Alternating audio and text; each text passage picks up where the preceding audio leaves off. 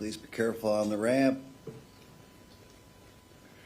Raise your right hand, please. Do you swear to tell the truth, the whole truth, and nothing but the truth, so help you God? Yes, I do. You may be seated. And I think when we left off on Friday, we were still on the defendant's interview, and we were on clip 8. So we will start playing at clip 8. So that starts at 3 hours and 32 minutes and 25 seconds into the interview, and that will end at 3 hours and 46 minutes and 42 seconds in the interview.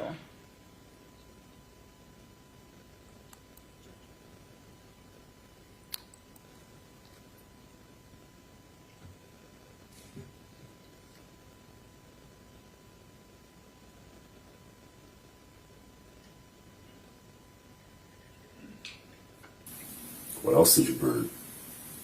Nothing. What else?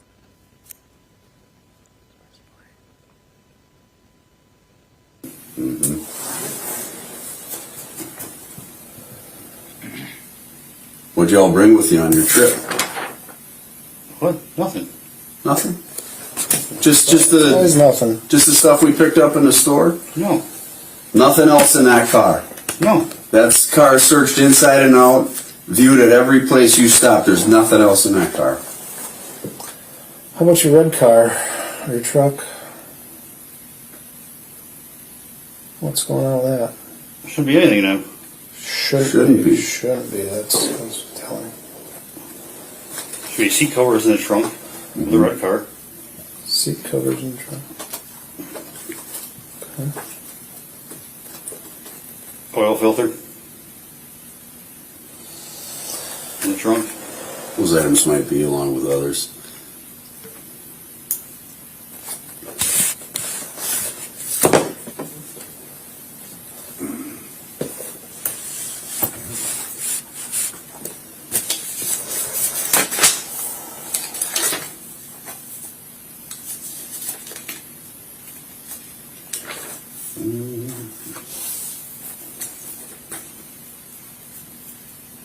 I don't remember what else is in the trunk.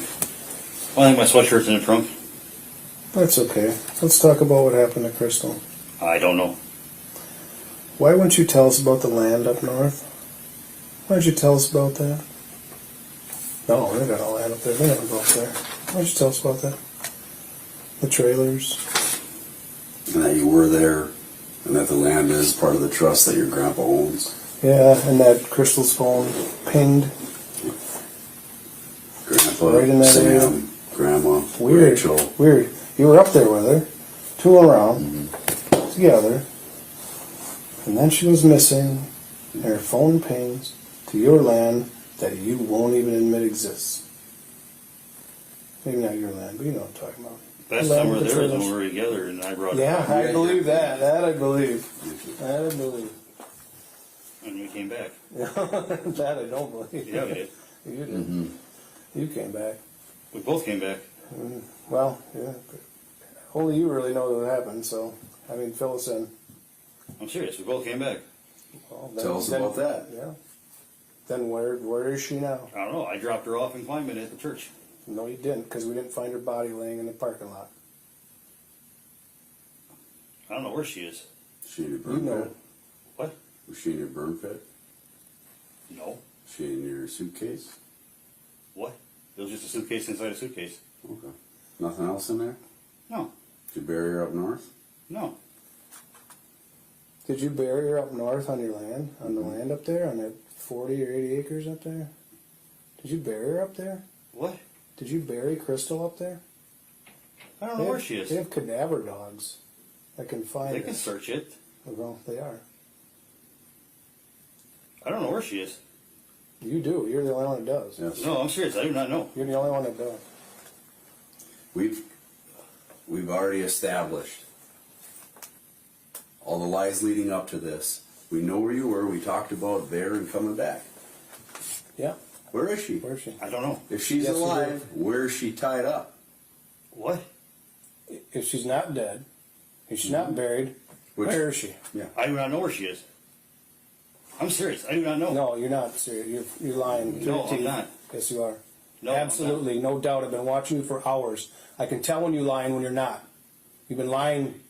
You know exactly where she is. No, I don't. Yes, you do. No, I yes, don't. you do. I'm Yes, serious. you do. I do not. You know exactly Yeah. what No, happened. I don't. Yes, you do. All right. However you're justifying it in your head, you know where she was put. Because you put her there. What? Why are I didn't you... put her anywhere. Then what are you doing on the land? What are you doing on your grandpa's land? What are you doing? Think before, instead of thinking of a lie, Answer the think question. about, stop fucking around and answer the question. I can be there anytime I want. Exactly, you can be. Why were you there yesterday? Just to see if she's been up there. To the land. Yes. So she's been there with you before. Yes. Okay. Oh, all right. Oh my Now we're getting goodness somewhere. sakes. So you were there at the land with her before. Yes. Okay, thank you for telling us that. Because she's got stuff up there. Okay, what stuff? Clothes, Mhm. deodorant, pads, shoes. That's why you went up there? To see if she was up there to get the stuff. Okay, so you went and see if she was up there to She get has some all that stuff. stuff at her house. But no, just hold on. Where does she keep it up there? In the camper. Okay, and who owns that camper? Me. All right, is this something you guys bought? Together, yes. Okay. Tell me about the camper. That's where we stay when we're up there. Mhm. She has a key, I got a key. So I thought maybe she was back up there. Mm-hmm. Keep going. And I noticed she wasn't up there. I want you to tell me what that camper looks like. How you have it for. I want to know everything about this camper. I'm a camper guy, like for real. It's it's actually a pretty nice camper. Okay. Got a couch in the front. Mm-hmm. It's got, So this is a travel trailer? One you hook on, you can pull around? yeah, Or it's not like a mobile home? no. Okay. It's a big one. Okay.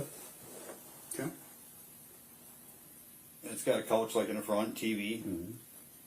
She's got a blanket laying in the front. She's got the beds all made. Okay. She's got it all neat and tidy. And I thought she left stuff up there, and I thought maybe she went back up there. Mm-hmm. So I went up there because she's got a key. What's the make of the camper?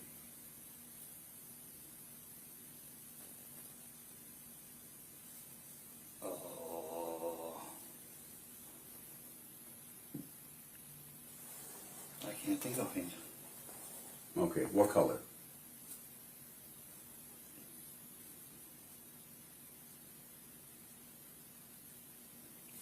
I know it's got an awning on the front of it. Okay.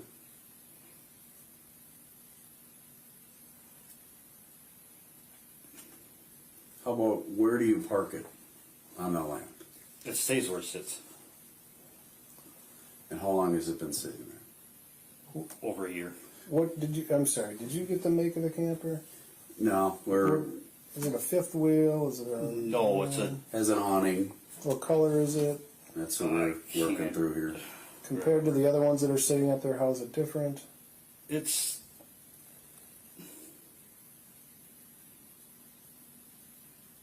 kind of in better shape. So it's like a little bit newer. Not really newer. My uncle's got one up there. It's newer, but it's crappier. Okay. Do you know what year approximately you guys bought it and if it was used or new? It's used. Is yours the biggest one up there? I don't know if it's the biggest. How many feet is it? Around 30. Well, that's a good size camper. Mm-hmm. Do you run power to it? Yeah.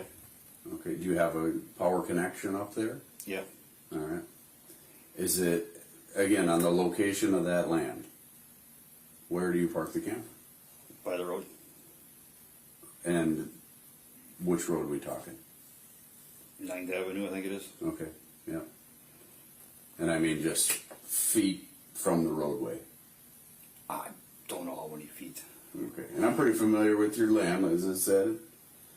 or the land up there. So we're talking pretty much a square of land, right? Appears to be about a 40. I didn't do like an actual measurement how of it it or comes out. whatever. But I'm just, is it, you know, to the north, to the south? You said before you were pretty good with cardinal directions. I'm not sure exactly north or south or whatever. Okay. But it's pretty close to the road, and you have a power hookup. Yeah, Okay. Are the other campers right near it? yeah. What else is out there? A whole lot of campers, a shed. A whole lot, like numbers. 5 or 6. Mm-hmm. Okay.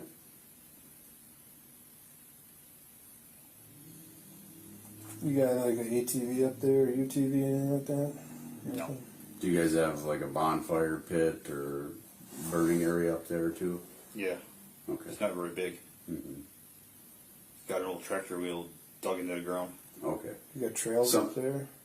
Like trails to the woods and stuff? I don't know if they still are, but my grandma had some people come in and they cut down some trees. Mhm. And there's a guy up there that rents it, and he hunts on it. He's got cameras up all over the place. Okay. I don't know where the cameras are. Okay. So you went up there to look for her. Yeah. Where did you look on the land? I just looked at the camper. And you drove in there? Yeah, Okay. With this vehicle. yeah, Okay. And then you left yeah, back out from the camper area, and we left the vehicle. yeah. Okay. And then what? That's it. Just left. Okay, so I'm that area up there. What type of soil you got? Sand. I think that's what it is. Okay. Have you done work up there before? No. Okay. I guess how do you know it's sand?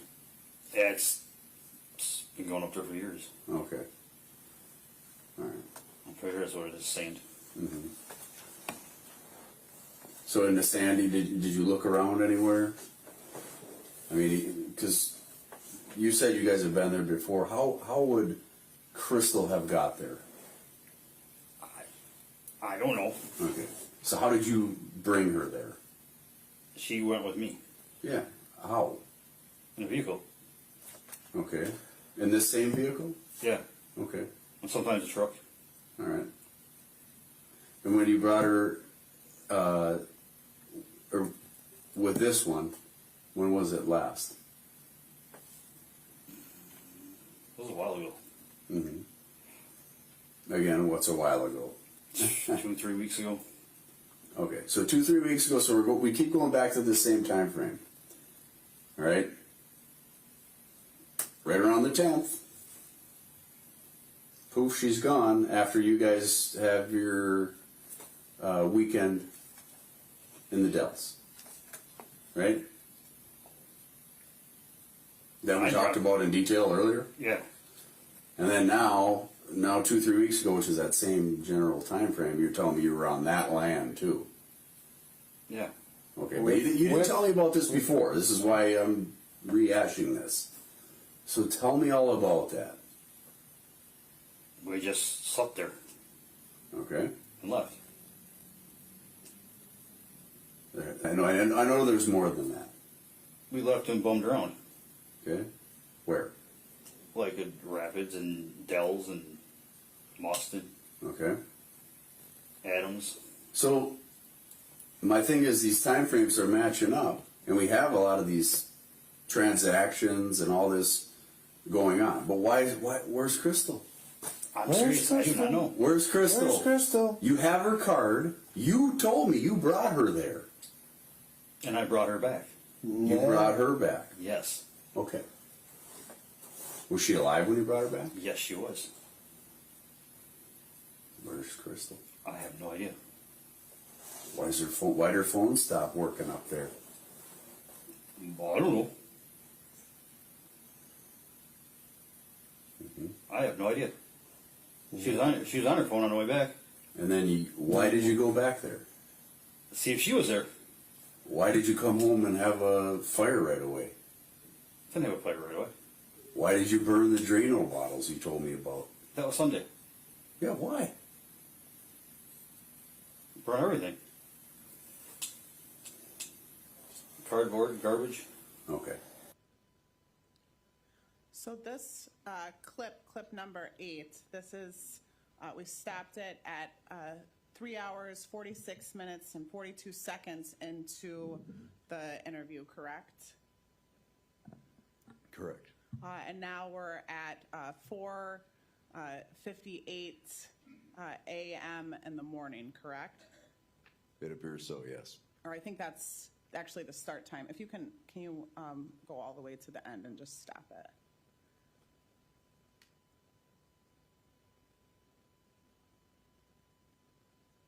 We stop it at 5:12 in the morning, correct? Correct. So now we're in, that's on June 26, 2024, correct? Yes. So during this clip, is that the first time that there's some indication that there was some sort of overnight trip up in the Dells area with Zach and Crystal? Yes, as originally explained, it was the trip was up and back to the climbing area the same day. At that point, he acknowledged that they had stayed there longer than just the one afternoon, evening. And the up and back the same day would have been Saturday, June 9th, correct? His original version of the story. I believe Saturday was the 8th, if I'm not mistaken. Yes, you're correct. So looking at It would have been the 8th and the 9th.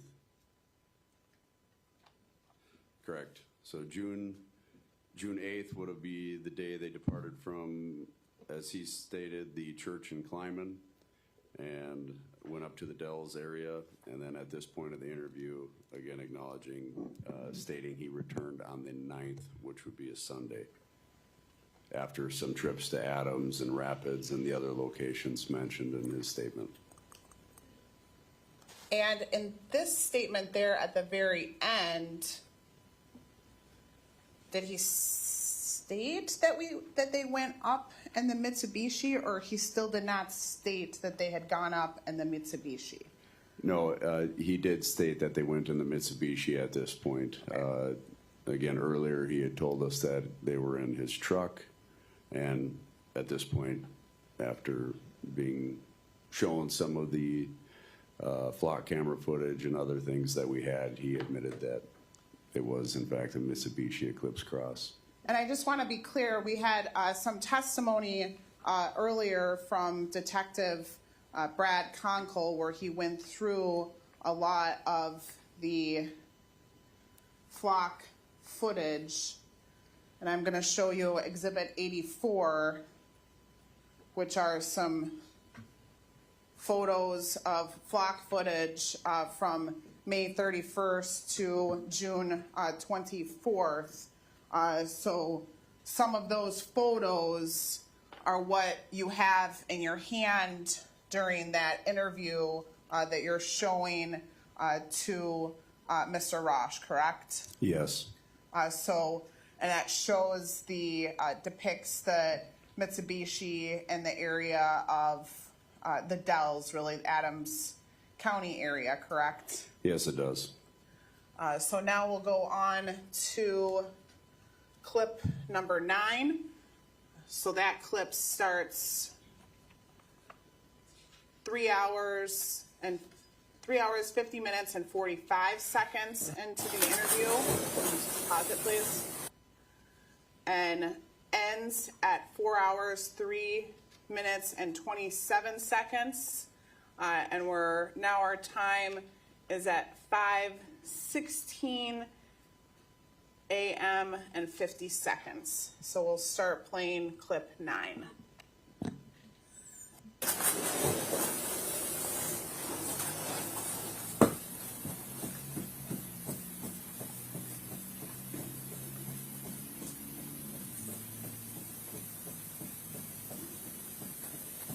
We can say, I don't know, I don't know, I don't know. I'm serious, I do not know where All she day is. long. Yes, you do.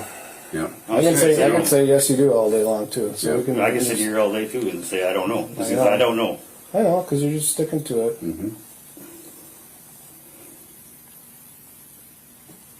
I do not know where she is. That's a lie. No, it's not a lie. Well, the only way that you might be able to justify that in your head is if you did something to her where now you can't know where she is because she's ashes or or in the river or something like that. Maybe, No, I don't know where she is. Yeah, well, that could be because So he The rephrases. lies we tell ourselves even sometimes is, I can make myself believe this. No, I'm not telling no lies or make myself believe it. You've told Yeah. you've told me the at least whole 100 thing. lies tonight. Hours of lies, hours of them. We've only talked to you for a few. At least 100. And we've shown you. I've shown you that you've been lying to me. And I've asked you, man to man, it's time. It's time. Time for what? I don't know where she It's is. time for the truth. What happened to her? It is I do time for not the know where she truth. is. I What don't know. happened to her? I don't know. I don't know where she is. What happened to her? I don't know where she is. What happened to her? I don't know where she is. What happened to her? I don't know where she is. What happened That's to her? not the question we're asking. What happened to her? You know that. You know it. I don't know where she You is. know. That's not what we're asking you. What happened to her? I don't know where she is. There we are. Yeah. There we are. What happened to her? You understand that? I don't know where she is would be if I asked you, where is she? I'm not asking you that right now. I'm asking you, what? Let me rephrase this. What did you do to her? I didn't do anything. I dropped her off at the church. And that was it. And I left. Again, we know that's a lie. No, that's A not a provable lie. So again, what did you do to her?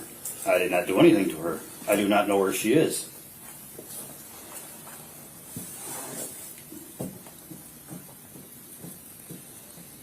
So back at the camp, the last time you were there with her, at the camper that originally you said you were not at, and after all of this, now, hey, we're there. We're at the camper with her, right? Yeah. At the time she goes missing, right? I brought her back. What happened to her? Nothing Why is she happened. not? Why is she not sitting in your car on any of the cameras at any of the intersections and any of your route I went up on your looking for way her. back? Why is this not? Why is this not there? I don't have that to go. Oh yeah, that makes sense.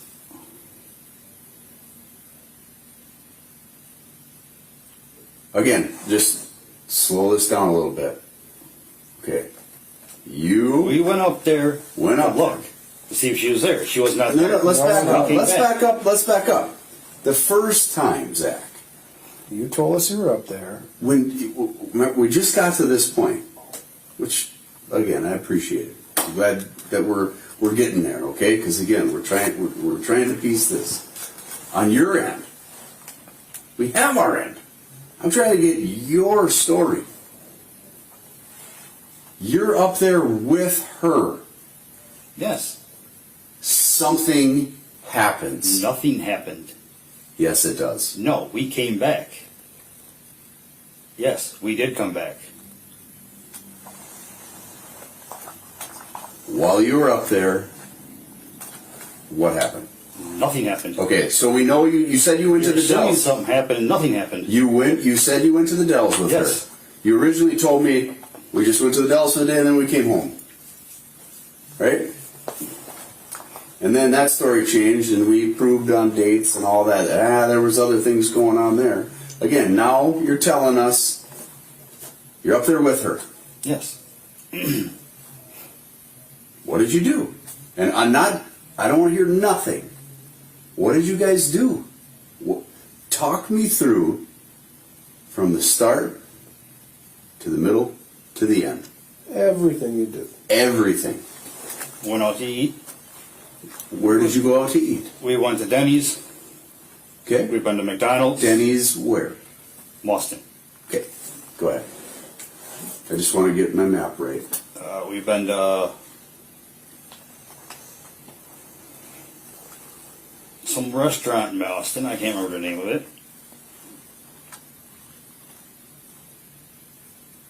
Went to a restaurant in Adams.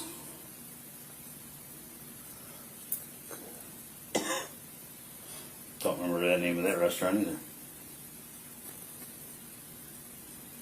Where else? We've been to the grocery store up there a couple times. Got ice cream. Been to McDonald's. Been to Ray's Closeouts.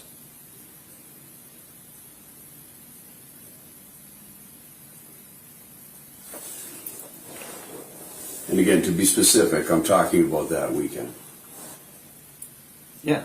Okay. During the Rapids. Goodwill.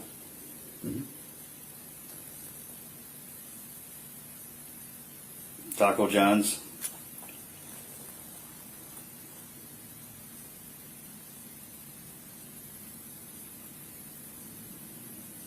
She went into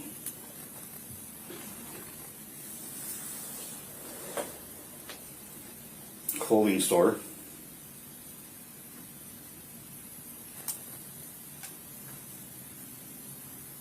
Expensive clothing store. Mercer's, I think, is, or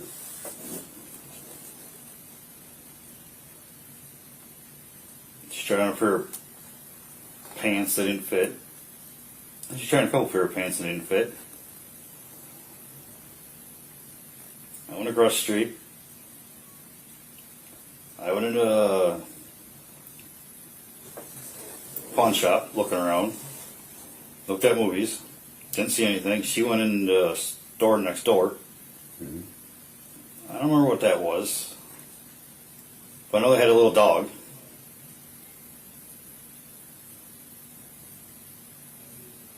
I think after that's when we went to Taco John's.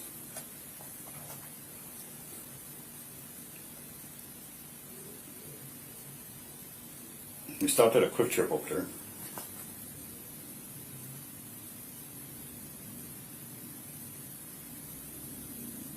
I think after Rapids, that's when we stopped and got ice cream.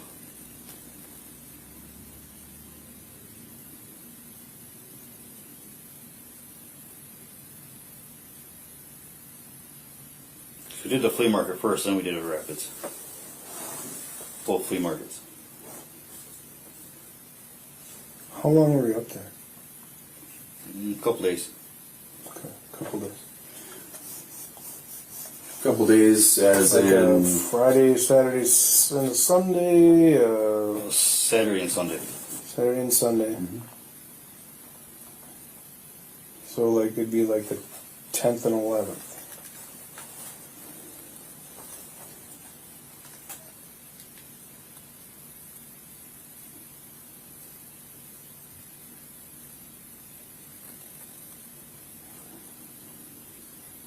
Yeah, we came back Sunday.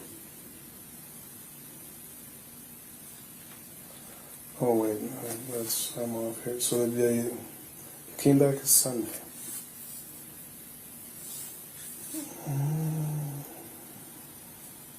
you say a couple days. What? How many are we talking?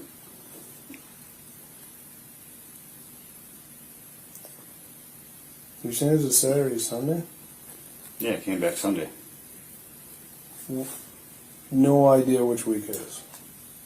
That was 2-3 weeks ago. That's not that long ago. Which weekend was it? I'm not sure. I don't remember. The latest, the earliest it could have been would have been around 2 weeks, right? Yeah.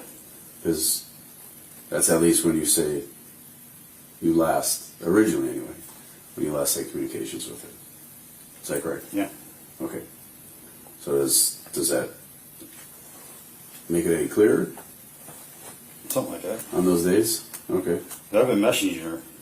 And you say you came back on a Sunday. Yes. So, Sunday at what time? That was later in the day. Okay. And what vehicle were you in at that point? The Eclipse. In the Eclipse, both on the way up and the way back? Yeah. Pick her up at the church in the Eclipse? Yes. Drive her all the way up there in the Eclipse? Dropped her off at church. Because she said Come she'd all the way be back. back, okay. She'd be back because she had a visit. Mm-hmm. And then the second, Yeah. Okay. okay? You come back up.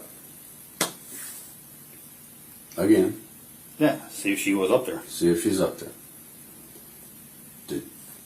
What made you believe that? She would be there. She has a key. Mm-hmm. I thought she'd be up there. Or signs of her being up there. Why didn't you call her? I don't have her cell phone number. Messenger, Facebook? I've been messaging her. Okay. You have been messaging her? Yes. And what have you been messaging her?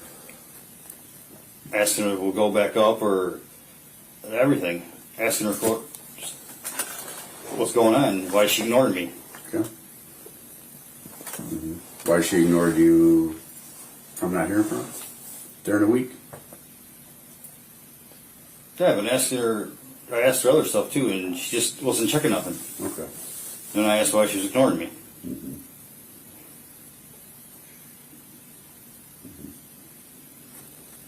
And I asked if we were going back up again. When she goes to the camper, has she ever gone there like alone just to stay? I don't know. Okay.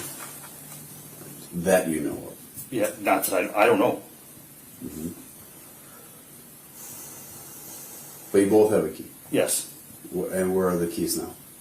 she has a set. Mm-hmm. I have a set Where would her set be? with her.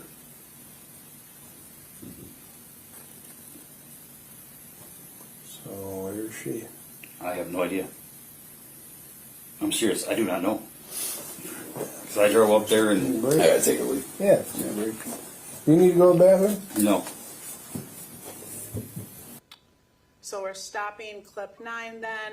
Again, 4 hours, 3 minutes and 27 seconds into the recording. It ends at 5:29 a.m. So in this clip, he tells us that they come back Sunday late afternoon, correct? Correct. So that, what day of the week would that be then? Or I'm sorry, what date on the calendar date? That would be June 9th Sunday, June 9th. of 2024, yes. Okay. Or June, looking at the calendar, it's June 9th, right? Or June 10th, June 9th would June- be the Sunday. the Sunday, okay? Correct. So now we will go on to clip 10, which starts, so in between here, there's a bathroom break, correct? Yes. Sort of a long pause for bathroom break, accurate? Back. And it looks like we also got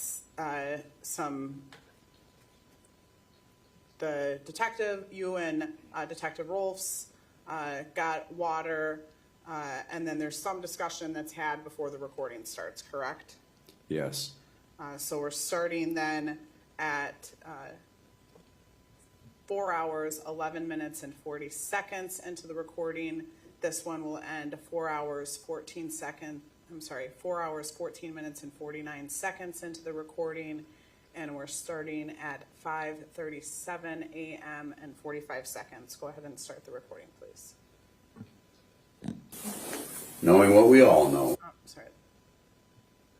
Going back, can we just start from the very beginning of the conversation, like where he was at? Yeah.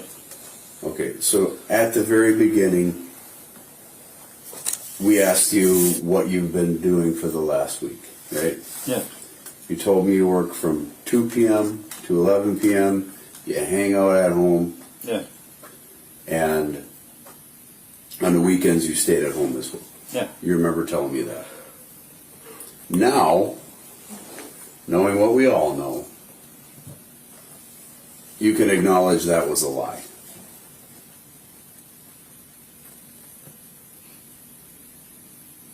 You understand what I'm saying? You have It's a yes or no. I'm just saying, you acknowledge now you were lying to us at that point. Yeah. Okay. We talked about Adams County, for example, Yeah. and ever having been there, and you were like, I don't know anything about Adams County. I don't have anything to do with there. Again, we've verified your grandfather and your grandmother have land there that you have access to, and you frequent that property, correct? Yeah. Okay. So again, you can acknowledge at this point that you were lying to us about that. Again, I'm just asking for your acknowledgement, yes or no. Yeah. And I mean, Because all she ever said is that she didn't want anybody knowing that we were doing stuff together because people would be mad. okay. You told us about the picking up at the church and that type of thing. At this point, you're still claiming you pick her up at the church. Yes. When you picked her up to bring her up north, was that a lie? At the church. Was that a lie or is that the truth? And I again, picked her up at the church.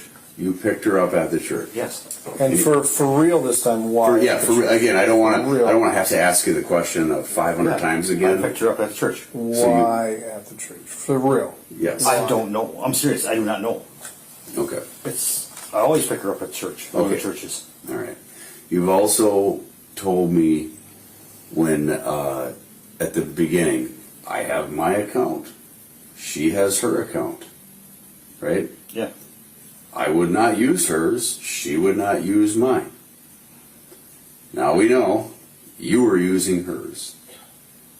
Right? Yeah. We have you, again, I mean, I'm not like, this isn't earth shattering here. We have you on camera making purchases with her bank card, right? Yeah. So that was a lie as well. You can acknowledge that. Yeah. Okay. So Now moving to clip, so that one again ends 4 hours, 3 minutes, and 27 seconds into the recording, and the time that it ends is 5:40 and 54 seconds, so 5:40 a.m., 54 seconds. Now we're moving on to clip number 11. This starts 4 hours, 35 seconds, 4 hours, 35 minutes, and 37 seconds into the recording. It will end at 4 hours and 38 minutes. And just so the record is clear, this is all Exhibit 398. And the time that we are at here is we're starting at 6:01 and 42 seconds. So that's 6:01 a.m. starting clip number 11. Said something earlier that she sent some messages saying leave her alone or something like that. Yeah. That was just the other day. The other day is what? Oh, it was a couple days ago. Means 2 days ago? Something like that, yeah. So on the 23rd, you got messages from her. From Messenger, Facebook, something else? Yeah. My mom was talking to her for a little bit too.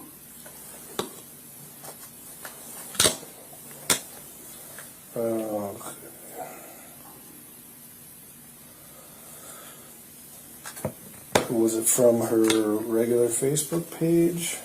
Because when I look her up, I see more than one Facebook page. No, it's from a different one. But when I try to send a message to that one she sent me from, I can't. It won't let me send a message to it.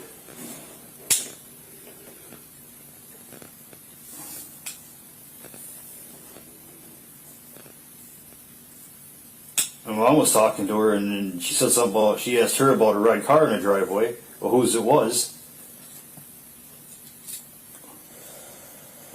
Were you sending anonymous tips to the sheriff's office at No, all? no, No. no, We've been through this before. Like, is that your car? No. Yes. And then finally, okay, like, no. I never did that. I've always called. Last time I called the sheriff's office was I asked questions about warrants in Texas. That's the last time I ever called. You never went and submitted a tip about anything? No. You're positive? Yes, we're I'm not, positive. We're not going like another 2 hours to get the, okay, I signed one because I No. was mad, or No. I was just trying to figure out what you were doing, or... No. Did you ever direct anybody else to do that? No. No, I've always called. That's all I know how to do. Okay. Because she asked me to call and ask questions about that. Because her mom's has warrants for arrest in Texas. So I called and asked how that actually works. What you guys can't do nothing about. Again, that one is ending 4 hours and 38 minutes into the recording, and it ends at 6:04 and 5 seconds, so 6:04 a.m. Moving now on to clip 12. Clip 12 starts at 4 hours, 48 minutes, and 29 seconds into the recording, and it'll end 4 hours, 58 minutes, and 10 seconds into the recording.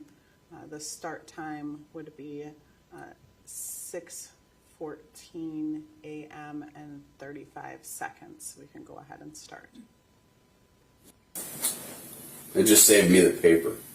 It's all back there in the file. I'm saying, all the other purchases.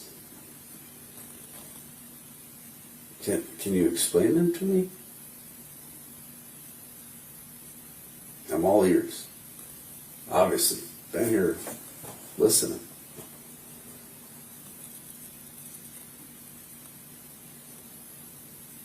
Because you know what the headings were.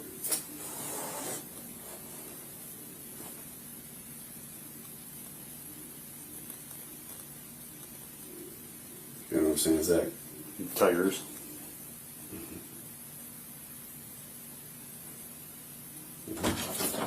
That's some. So we got tires, Drano. You said it's about the socket set. Yeah. We still got a lot of other purchases. You want coffee? What? No, I don't drink that stuff. That's something I never got into. No, that's all I drink. That's too bad for you. How about you? Coffee? I will eventually. I'm good for Yeah, it you now. can take a We're chatting stuff at the store. about all the purchases. You know, it's kind of the elephant in the room here on part of this. Yeah. You know, because again, not only is it made with from our perspective, our missing person's financial needs, it's a significant amount. It's not like, oh, I'm going to pull out $100. You know, no, we're sucking an account down. Like, Yeah. Like, did you figure out how much? Or? I don't do math at this hour. Yeah. But this amount goes right again in the same time frame we've been hashing out all night long. Right? Yeah, where'd you...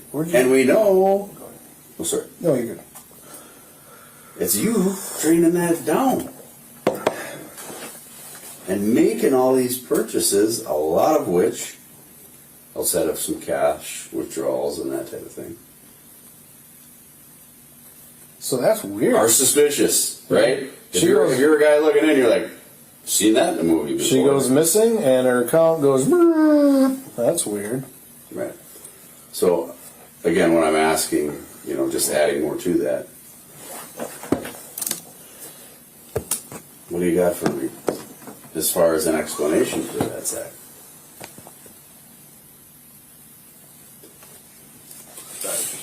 What was your intention with all that stuff? With what? Tires? No, just using her Tires. card for everything. I always pay it back. But we don't know where she is. And I don't know where she is either. She's gone, you got her card, and you're surrounding her accounts. She knows I had her card. I know, but what do you think about that, right? Okay, She told me you have to get tires. I'm just not tired. I'm just telling you, she disappears, and you're draining her accounts. What? What is with that? She knew I could Yeah. get tires. She told me I could get tires. Because the tires in the truck were really bad. I bought tires before, and they're not like $7,500. Right. That's one. $1,500 cash. How did you get $1,500 cash on a debit card? Can I ask that just because I've never even tried that? Huh? $1,500 off a debit card? 1,500. Did you take out $1,500 cash? No. You were taking out like $200 at the Quick Trips and stuff,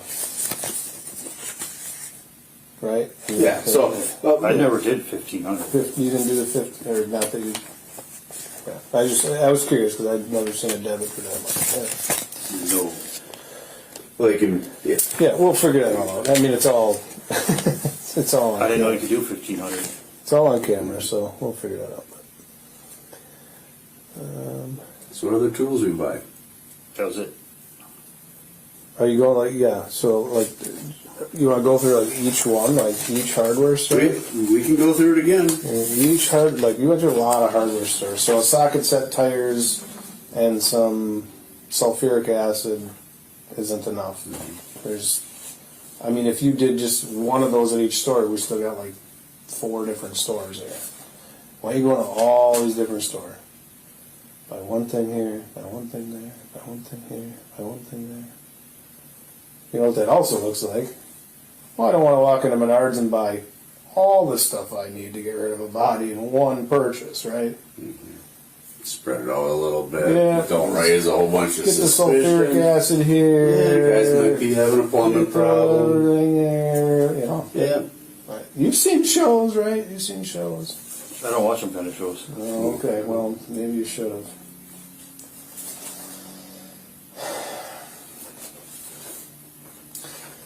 Like, okay, What about the hardware stores?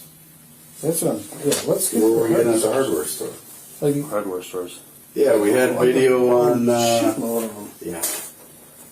Ace Hardware, Farm and Fleet, Menards, Yes.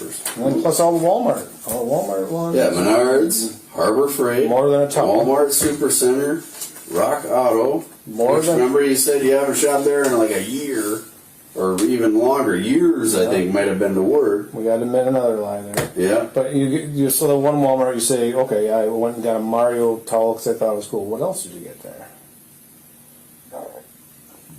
Yeah. No bullshit. This is what you get there when you got the Mario towel.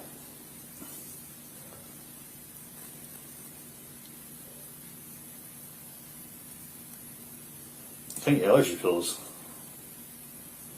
The 80 milligram allergy pills that you don't know what's And there's in. quite a few Walmart visits, so $123 Walmart Allergy on pills are Bernard about Street. $5. on the 17th. Yeah, that one we had.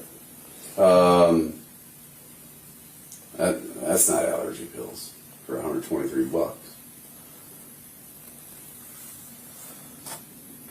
And you're buying a lot of shit. Mm-hmm.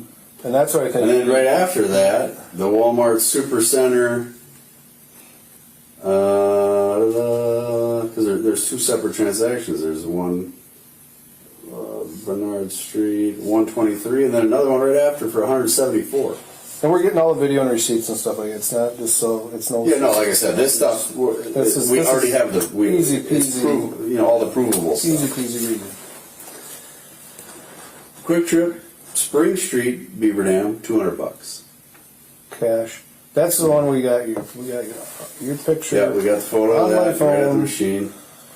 At the machine, with your car parked at the pumps. The red car that This you were one, using, you know, your like beater right there, car. your beat. With the plate, the whole thing. Cobalt beater, 240,000.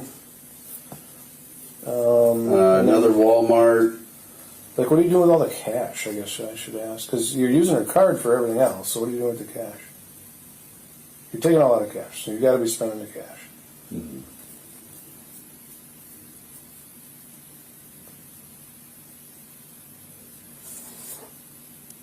Is it in your pocket? Yeah, I won't get too far ahead. I guess So- we'll give you an opportunity to answer that. Somewhere.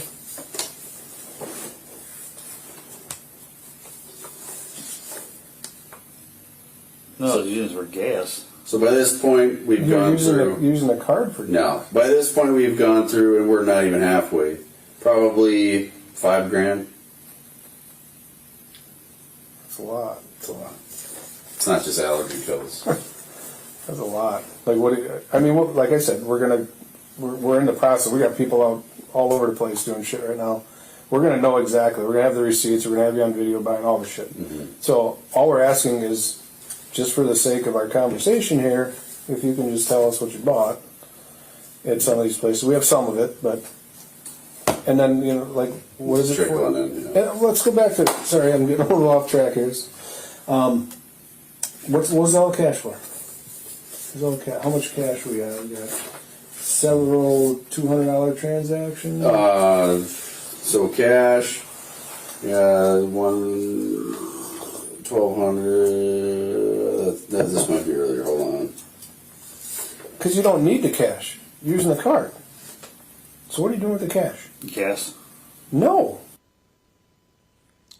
Okay, so that one ends at 6:24 a.m. And then again at 4 hours, 58 minutes, and 10 seconds into the recording. Go on to clip 13. So that one starts.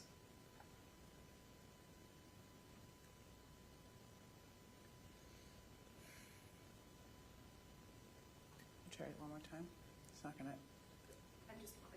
Okay. There's just some wording in the corner. It's fine. So clip 13 starts 5 hours, 30 minutes, and 56 seconds into the recording, and this will end 5 hours, 47 minutes, and 18 seconds into the recording. The start time for this is 6:57 a.m. and 2 seconds. Another car. I'm trying to ask him how long he's had the red Cobalt, which maybe we could run it and see when it was actually registered. Because the only thing that's close to enough money for 2 tires at Walmart is on the 18th. Okay. Which means that would be the day he realizes he needs a different car. But he thinks he had that car much longer than that. Yeah. Like, what do you call, like, how much longer? He said, like, maybe 2 weeks? A week and a half? Yeah. Because I drove it all last week. And part of the week before. So he's maybe had it for, because he doesn't register that car, not that he has to register it right away or necessarily did. DMV would get $326, which I'm assuming was because you had to register it and pay taxes on it. Yeah. Okay, that is on the 20th, which means he's had the car at least registered for like 5 days.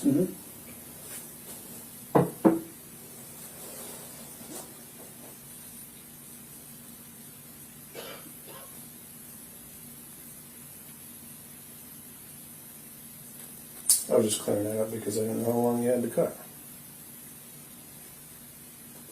Was there a guy you knew that you bought? Girl, guy? Anybody you knew? Huh? No.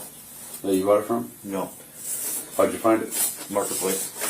Facebook. Yeah. What'd you pay for it? $1,200.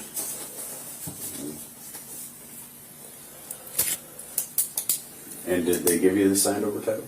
Yeah. To it? How long did you have the car before you went to DMV? Like, not very long. Like 30 minutes. So you bought that car on the 20th. You've had it for 5 days.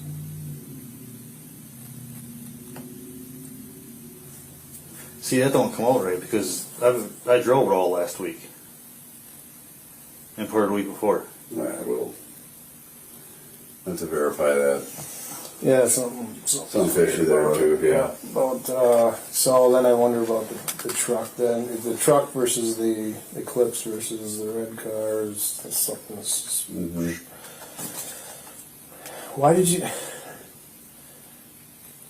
something is weird about this Eclipse that I can't understand. When did you buy the Eclipse?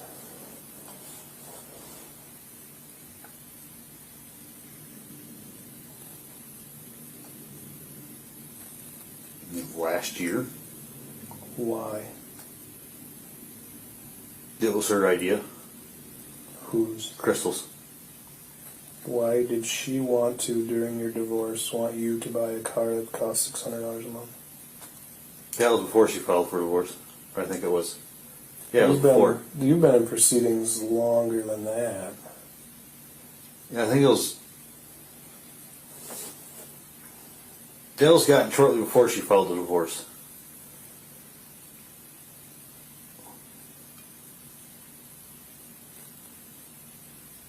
So you got the truck, you got the gray car, you got the truck, you got the red car. So if you've only had that red car for 5 days, No, it's been longer. I know that. Yeah, it was You registered it that day, you said, right? You said 30 minutes after you bought it, you went to right to the Watertown DMV, right? Yeah. And, okay, let me see, is there a different date, so maybe that's the date it's posted? yeah, let me see. 6/19, you've had it for 6 Nice. days.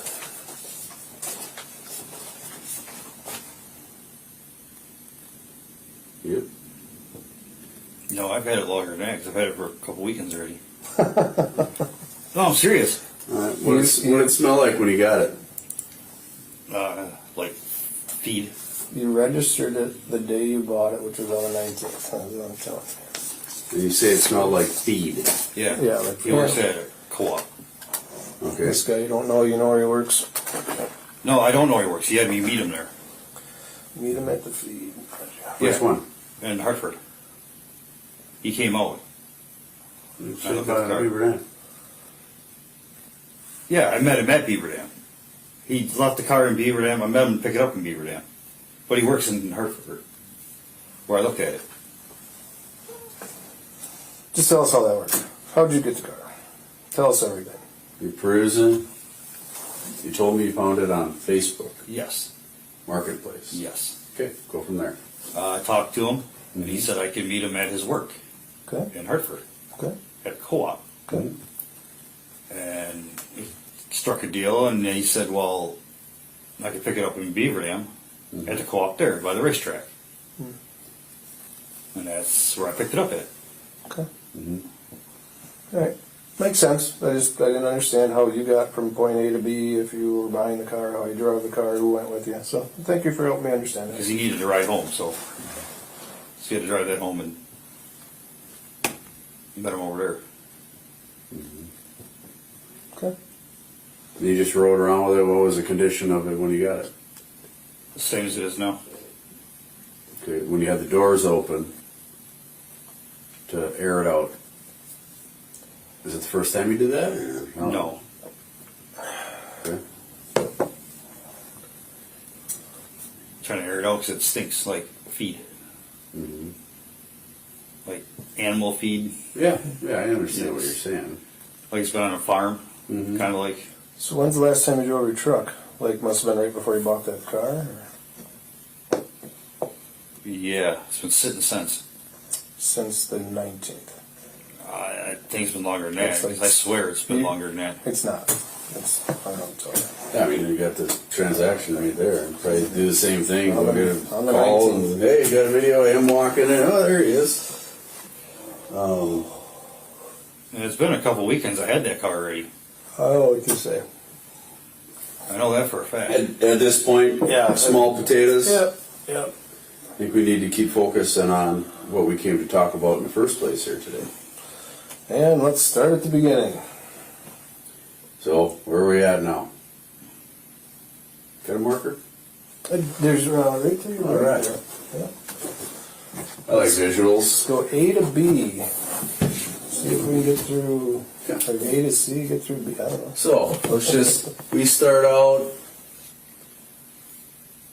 let's just go with the Dells. How about that? Yeah. We'll start that Dells weekend. So that's about, you got a date for me? Well, is that the same weekend as the camper? That's what he was alluding. Yeah. That's the Yep. camper Went to weekend. the Dells on Saturday and kind of So that would let be it ride from there, right? Saturday is going to be like the 8th then. Okay. So let's say the 8th. You pick her up? Yes. Where? Church. Which we still don't quite understand. And where is that church? In Clement. We don't know why. Not either. And you can't tell us which one. And it's up, she tells you to. Yeah. Okay. From there, we drive where? Up north. Drive up north. And when we say up north, we mean, Up to the camper. do we go to the camper first? Yes. What time do we get to the camper? I wasn't even paying attention. I to know, the time. but we're talking 5 a.m. So this is different. noon, No, 5 it wasn't p.m. that early in the morning. Right, so hold on a second. So we're a little off here. Just want to clarify. I mean, it was after noon. Pick her up. You guys drive up there to the camper. Yeah. You stop anywhere between? No. What about the Dells? No, that was not the later. Well, you just said you picked her up in the afternoon. Yeah. It's after we dropped everything off at the camper. Went to the Dells. Okay. So you went, picked up at the church in Clyman, drove up north to camper. Then dropped off items, you said? Yeah. Okay. Closed.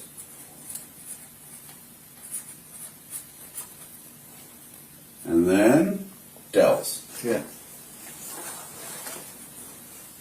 That night, we're at the Dells. Finished doing what we're doing, eating the elephant ear, having a good time. Shoulder to shoulder, never out of your She's sight. next to you. She's- You guys yeah. going in and out of some She's shops, busting out hundreds like it's spending going out of money, style. making it rain. And then where do you go at the end of the night? Back to the camper. Back to camper.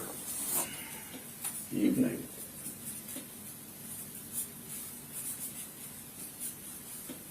What time? Ish. You know it gets dark about what time. You know what time noon is. I know it was dark. Okay.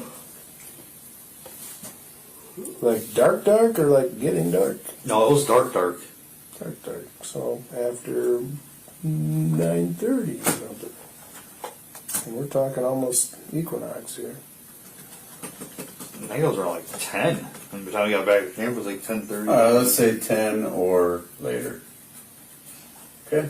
What happens back at the camper? Nothing. Go to bed. Any discussion, any snacks, any intimacy, any. No. You just climb right into bed. I'm tired from walking around. Okay. Then what?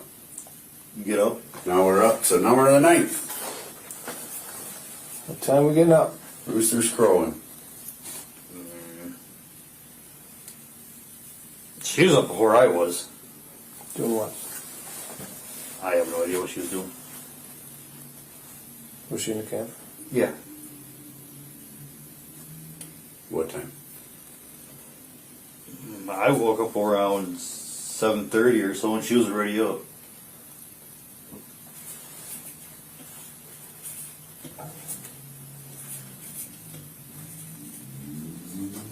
This is now Sunday, or just Sunday, I believe you said. how many That's nights? it. How many nights did you stay there? One.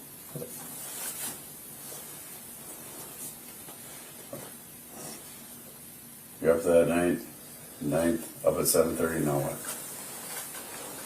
We just. She was eating Right after a while, she was eating donut stick, I think, Okay. and drinking a Pepsi. Where'd you get that stuff? She brought it with her. Any other items she brought? Clothes. This close? Yeah. And the butter and all that and No. any of that stuff? No. Right. And then what? We eat a donut, we drink a Pepsi. I got an energy drink, and I was drinking that and getting dressed. Okay. And then we left.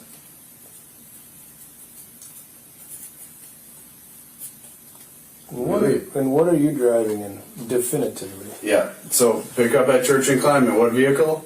The Eclipse. Eclipse. We're gonna get surveillance video from climbing somebody's Ring doorbell. We're gonna see the eclipse, right? Yeah. Guaranteed. Guaranteed. Already have them placed. Okay. Okay, Mitsu, drive up, North Campbell Dells, even back of the camper, 10 or later, you go to bed. Night. Up at 7:30, she's eating a donut, drinking a Pepsi. You're having an energy drink, anything else? No. Okay, that's it. Yeah, and I was getting dressed. Then she got dressed. Okay. And we left. Went to the flea market. Left to flea market. Where's that? By Adams. There's two of them. One's called the Polish flea market. I thought you said earlier, like when you were driving back, she was on her phone the whole time or something. Yeah. Okay. Then we went to the other flea market. Where was that one? Just right down the road. What's that one called? I think that was Adams Friendship Flea Market, I think. Okay.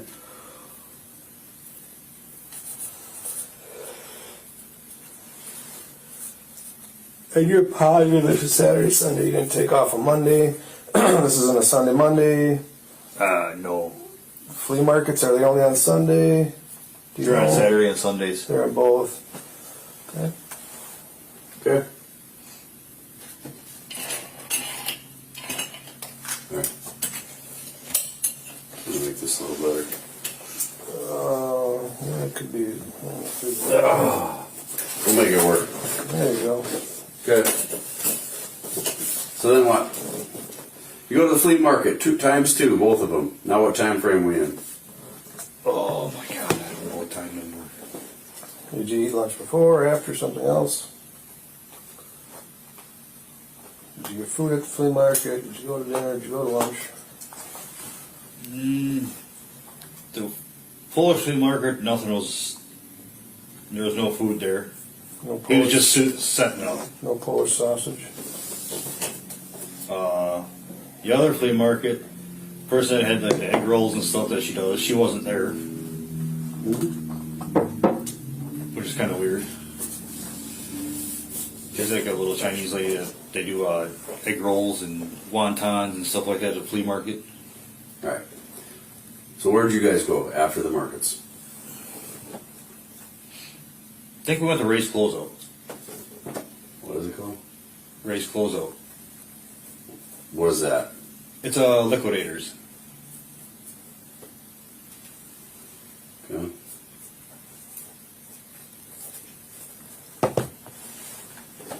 Yeah. And then? This was a bad idea. There we Sometimes go. we have a- Here we go. This is better. You got that? I just don't want to have to duck the whole thing. So that clip ends at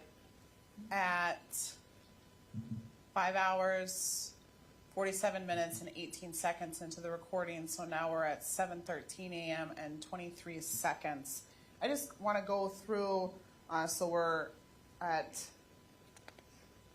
clip 14 now, and we start out this registration of the red cobalt, which while you're in there, you have that original Bank of Link Mills bank transaction information that Lieutenant Taylor Nails had obtained, correct? Yes, that's correct. So you didn't know exactly what it was, but you could see some DMV transactions. Is that correct? Yes. And that's Exhibit 11 that we previously looked at. And there were two separate dates of those DMV transactions, correct?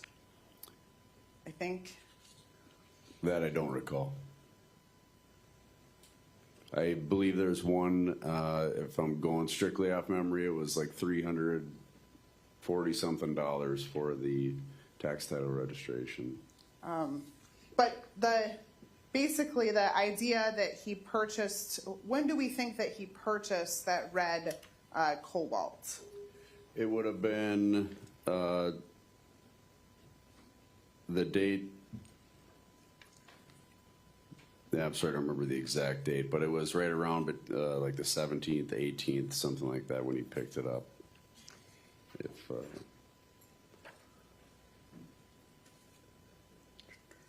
And just prior to him purchasing that Cobalt,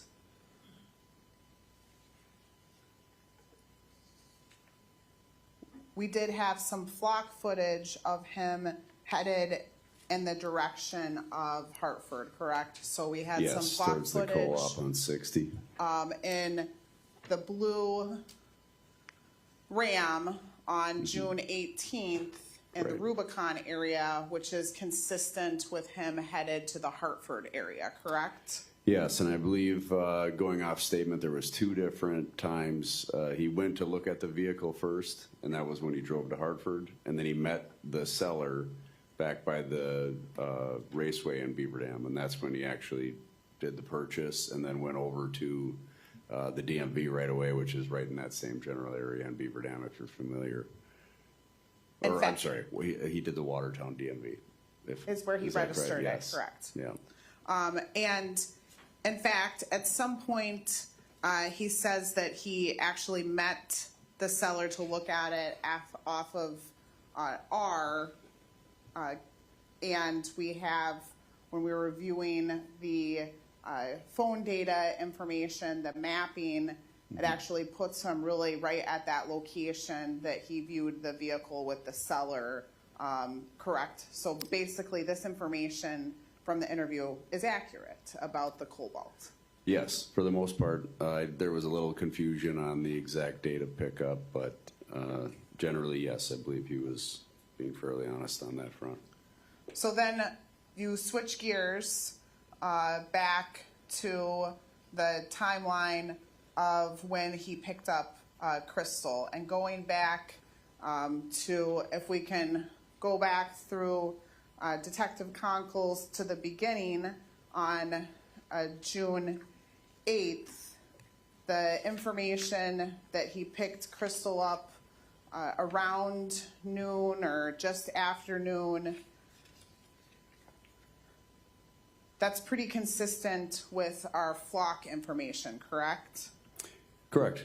And in fact, I'm showing you just a still photo of our surveillance footage right down there at the bottom, Exhibit 64.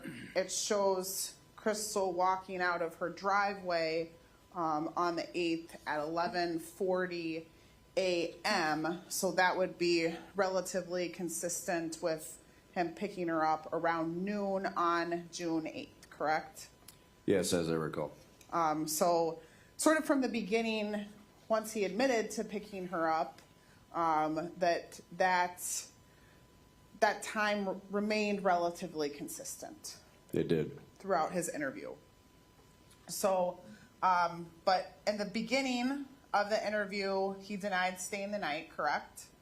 Correct. And still at this point, clip 13, we're now almost 6 hours into the interview. So at this point, we're about halfway through. Is that accurate? Yes. He's saying they stayed one night, correct? Yes, Saturday night. So that would have been from the 8th to the 9th of June. And then he talks about going to these flea markets, and he says Adams, and I just want to clarify, as we've been talking a lot about Adams County throughout the trial. is Adams also a town or a city in Adams County? So it's in Adams County. When he's saying Adams specifically, I believe that's referring to like a township area. And where these flea markets are, he says like the Adams Friendship Flea Market and this Polish flea market. Were you later able to determine where those flea markets were located? Yes. And the flock images that we have, if we have them, do we have flock images from June 9th? If you can recall? Am I able to look at the Yes. exhibit here? Yes. Yeah. So the 9th, we do not. So that doesn't mean that he wasn't It in was that the 8th through the 10th, right. They may not have the camera systems equipped there, and that's a particularly rural area. I believe that's around like Highway 82, where a lot of those markets and that are located off of. So that's in some proximity to where the camper was located, though, correct? Yeah, very close. I would say within miles, a couple miles. And then this raise at the very end, he references this raise closeout liquidator, correct? Yes. And do you recall where that was located? I don't remember the specific address, but I think it's on, again, they're all kind of right off the highway areas there where people can pull over, and they have the flea markets over the weekends. In this interview, though, he does state that he did not take Monday off. So what day of the week, or what calendar date would that have been? Monday would be the 10th, so June 10th, 2024.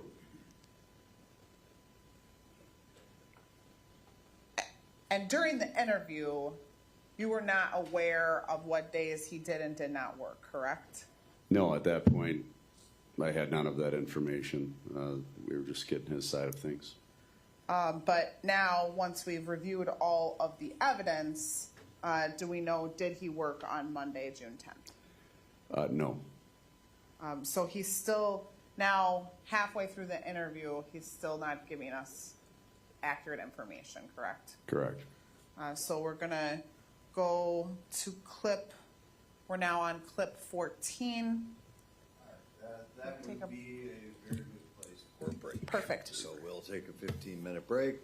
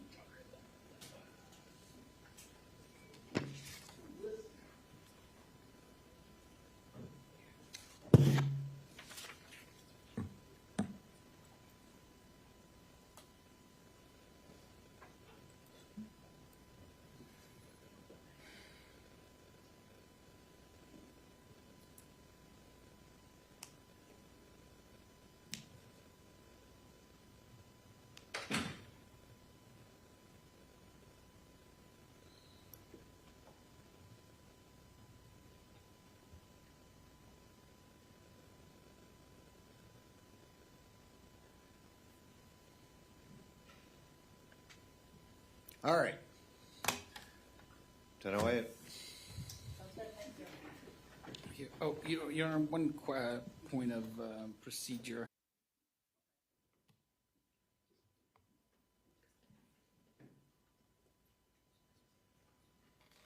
All right. Anything before we call in the jury?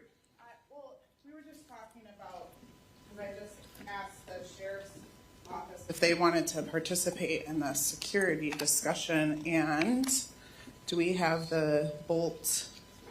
It's lower, but yeah, but there is, the bolt is right here, so I think he could be, because then nobody would have to be up here if he was strapped into the seat there. Then he could already just be seated up there when the jury comes in. And I assume that would satisfy if that's how the court wanted to deal with it. We can discuss that later, but I just wanted the court to know that that is an option. All right. Counsel, does that mean that you are done with this witness? No, I'm not at all. Oh, I okay. have All many, right. I would say this is a discussion probably after lunch, but since we Very good. had briefly discussed it during the break, I just wanted the court to know that was an option. I think we had just completed 15, right? We're on 14. Oh, we're starting 14. Okay. All right, well, let's bring in the jury.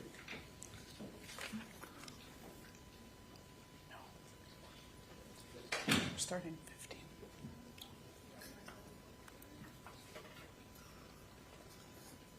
Oh, okay.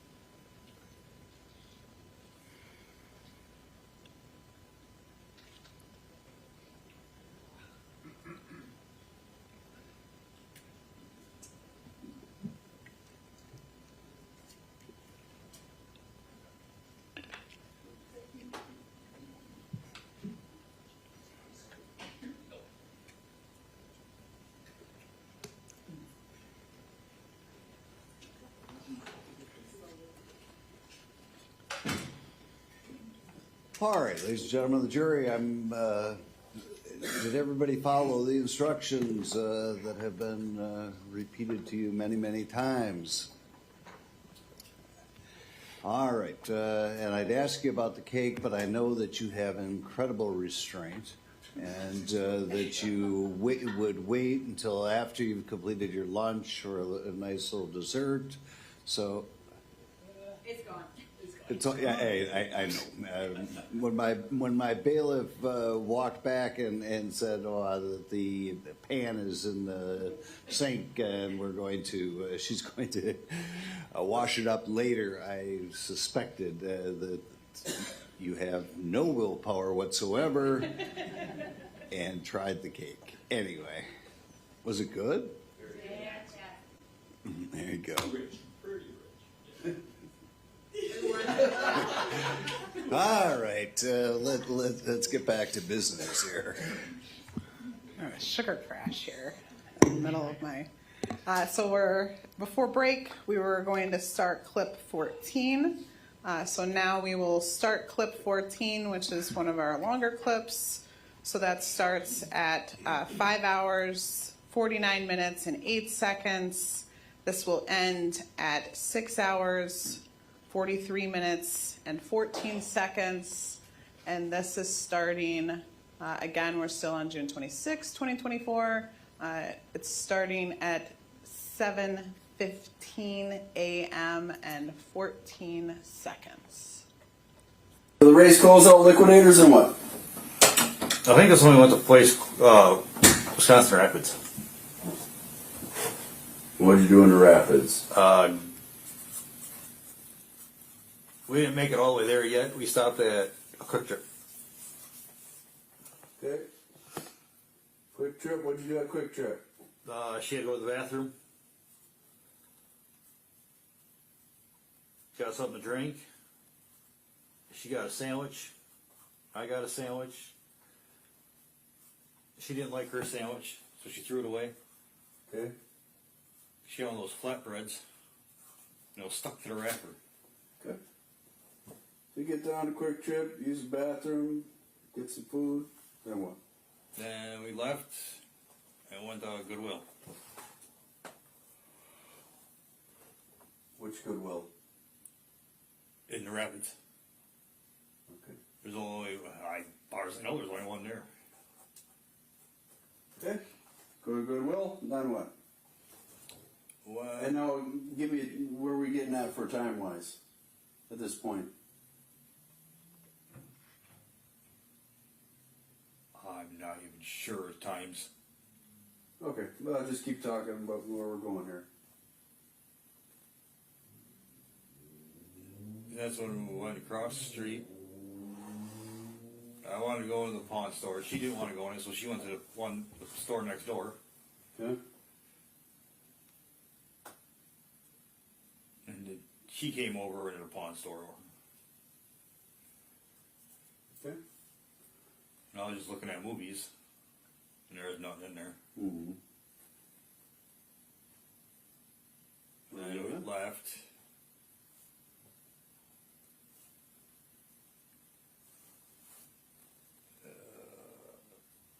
We went to Taco John's, I know that.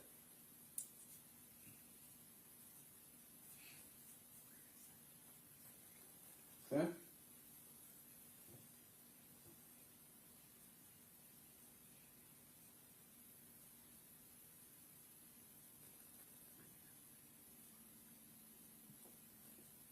Trying to remember everything.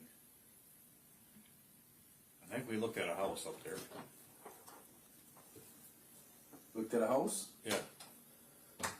Looking for a house? Where at? Like to buy or what? Yeah.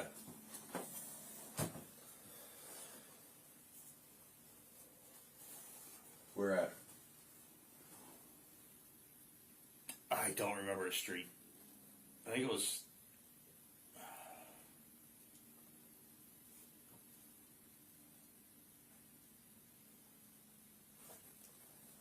I know it was a pretty nice house. I missed the house thing. You guys were looking for a house, or were you looking for a house, or was who? They're cruising around the rapids. Like just for the heck of it, or because you're serious, or something else? She did all the talking to the realtor. She actually spoke to her. Yes. I didn't do hardly no talking. Was it an open house or something? No. You had an appointment? Yeah. Really? Yeah. And she did all the talking And where was this house? in Wisconsin Rapids. Where? What street? Was it by a speedway, by a quick trip, by a And where, church? this is on a Sunday? Yeah. Okay. Sunday showing? Actually, it was by the jail. It's by the jail. How much did they want for his house? Over 100,000. Over 100? I can't remember how much it was. Well, okay. Well, you said it was a nice house. Usually I'm thinking like Yeah, 'cause she liked it. 500. They had granite counters, and it was all redone. So that's got to be pretty expensive. Okay. Then we're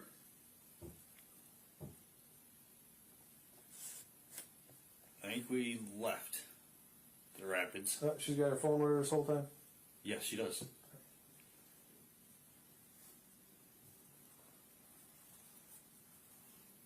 left Rapids to where? We went back to the camper, Okay. packed up, and left. What car were we in? The Eclipse. Okay. Any food left in the fridge? No. He packed up. How about the drive home? That was. She was on her phone. What's your route? 16.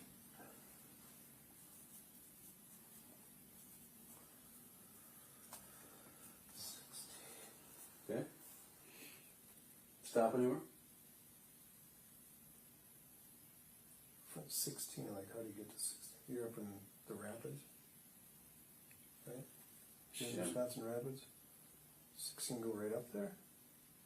Or how do you get down The road changes to 13. there? Ah, 13. 13 to 16 or something? Something like that. We had to stop the camper first and grab our stuff and then left. After you met the realtor on Sunday morning? It was in the afternoon. Okay. Sorry, I cut. Keep on. We still got a lot of time to fill here.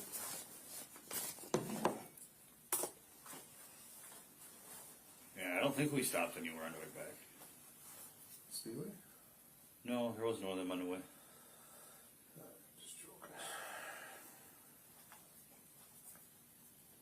Okay, then we're on the, where'd you go from there? Where'd you drop her off? I dropped her off at the church.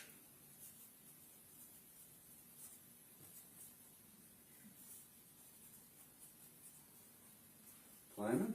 Yes. Okay. What do you do after that? I go back to my parents.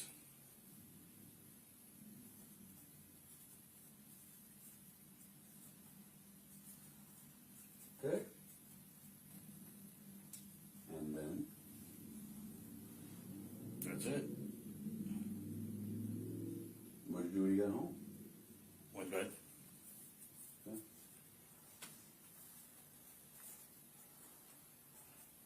Bedtime.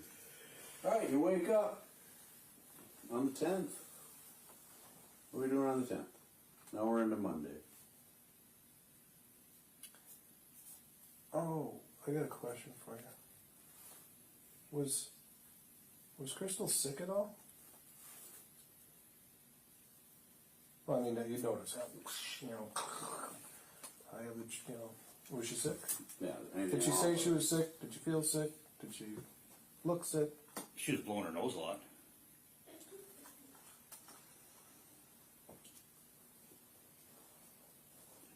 Okay. I told her to take some Flonase or whatever it is, clean her sinuses out. Like allergy type thing? Yeah, she told her she said she wasn't going to do that because it'll make it worse. Oh, but it was an allergy, so not a flu. I don't know what she had. Oh, I just offered it to her to help. Okay, so the 9th, you get through that, you get back home, you go to bed Yeah. after your weekend outing with Yeah. her. On the 10th, tell me about the 10th. I was home, went to work. What time you go to, what did you, from when you woke up to when you go to work, what are you doing? I don't do anything. Describe not doing anything. I'm usually sleeping. Alright, I'll get up, go to the bathroom, that's about it. And go back to bed and sleep till like 12:30. Then I'll keep hitting snooze. yeah. Then what? Went to work? Yeah, And what did you drive to work? truck.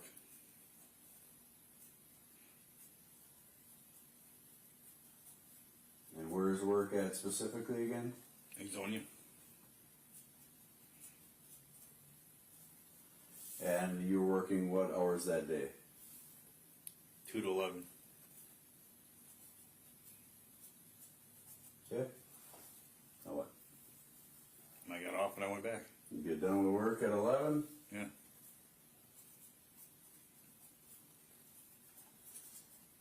And what do you do after that? I get back, I take a shower, and So back home, any stops in between? very rarely, Okay.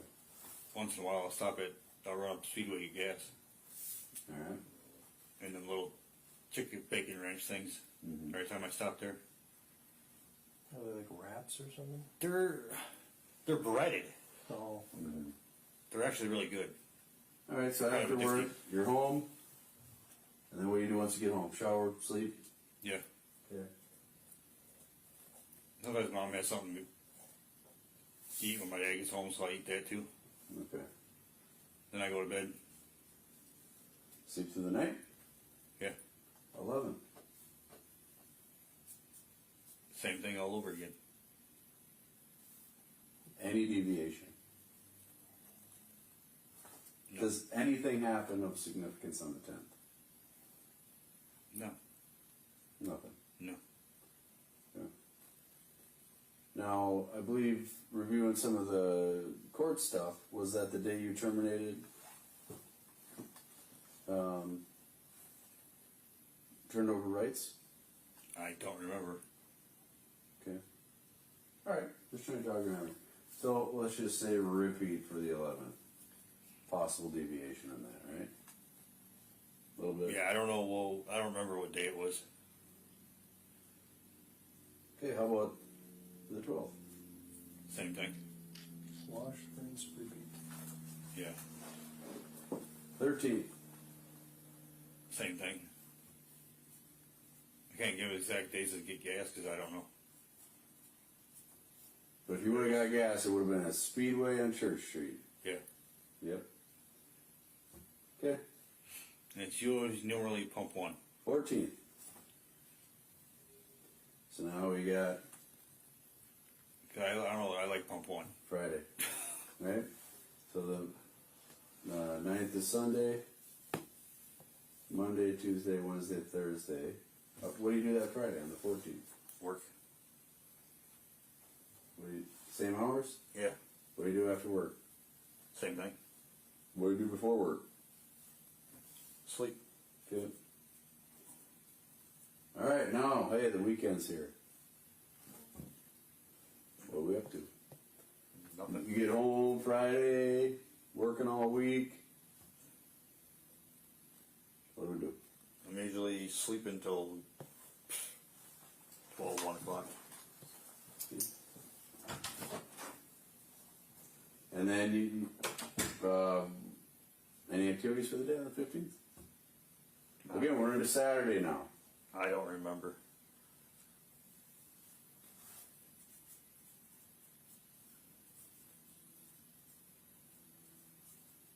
Did you go to any public gatherings, any events, anything?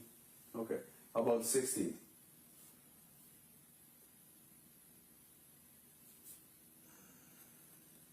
Now we're in Sunday.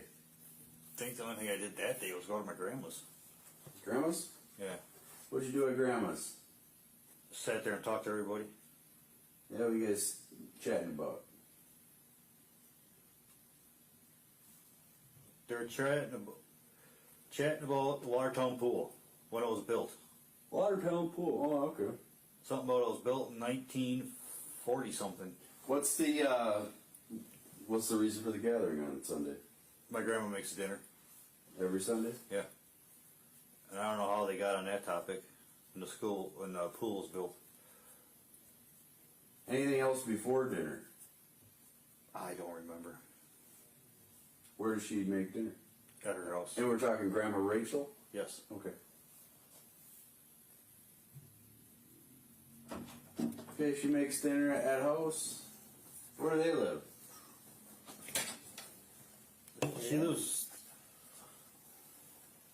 She lives right there. Right behind him. You know, on which road? She lives on J.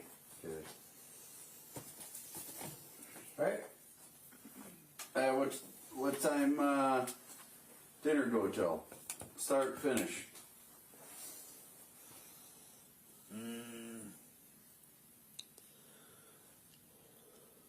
I wasn't there for dinner.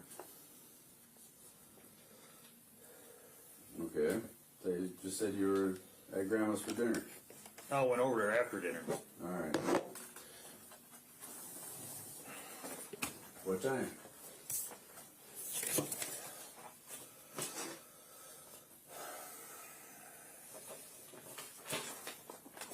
A little after 5:30.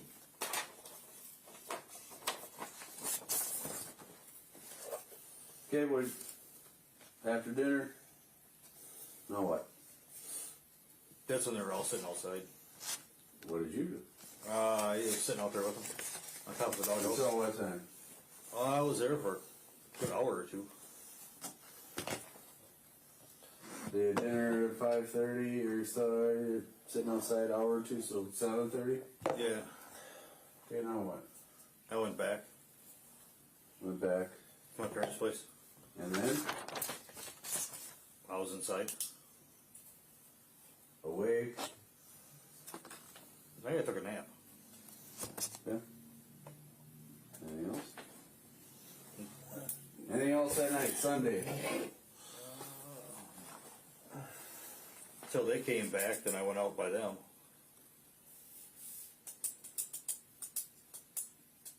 To do what? Talk. Alright. And you say went out by them, where were they? They're in his bedroom.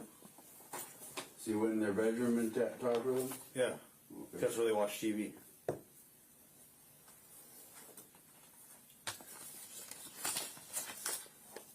So I've been helping her clean the house. It's pretty dirty. Okay. And then? I went to bed afterwards.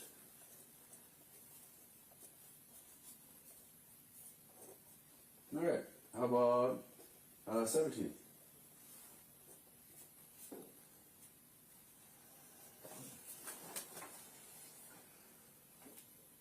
Mm-hmm. 17th was work again. I'm sorry, what was it? Work. And what were your hours on the 17th? The same as 2 to 11. Sleep. What did you do in the morning? Anything?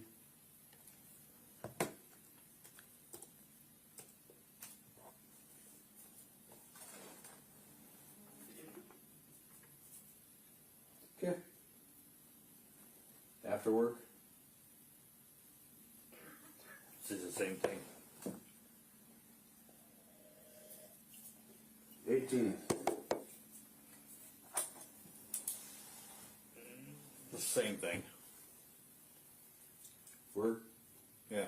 2 feet, 11 feet. Yeah. Come home, go to bed. Yeah. 19th. Same thing. Okay. 20. Same thing.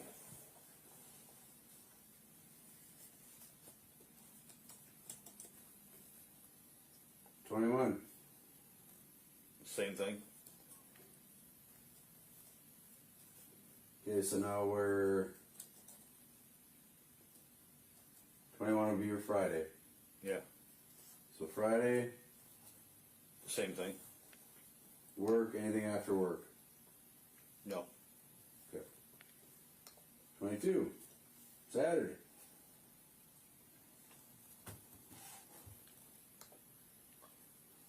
I don't think I did anything Saturday. Just hung around the house. I think I slept like all day.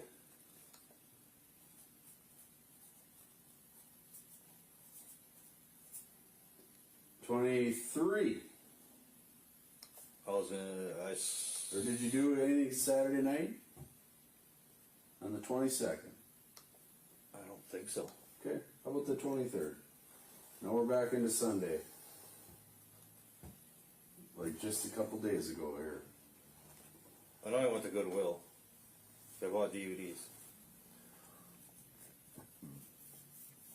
Anywhere else that you went? I never stopped at a GameStop.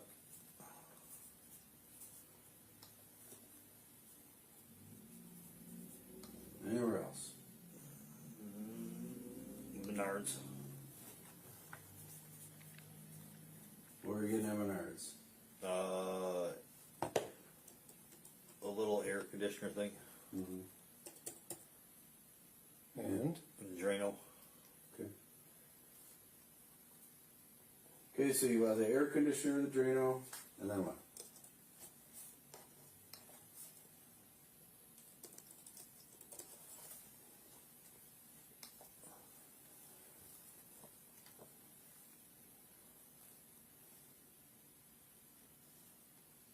I think I stopped at Casey's afterwards. They got a piece of pizza. Which Casey's? In Beaverton. Okay. And I went right straight back Back. to my parents.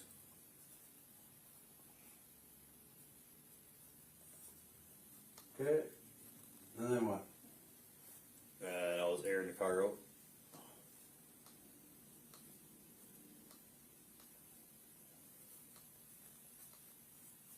Okay. What when we went to Goodwill, what vehicle were you in now? The Cobalt. Okay.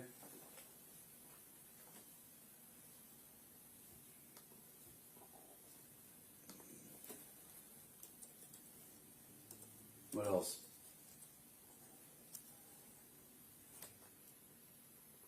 dumped the Drano down all the holes. Dump Drano down the holes. Okay. And then? Took a nap. Okay. Got up, opened the car up again.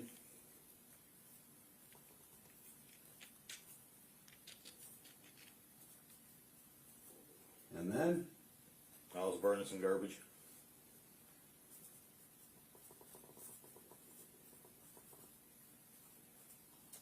Alright. And that's when the officer showed up. Okay.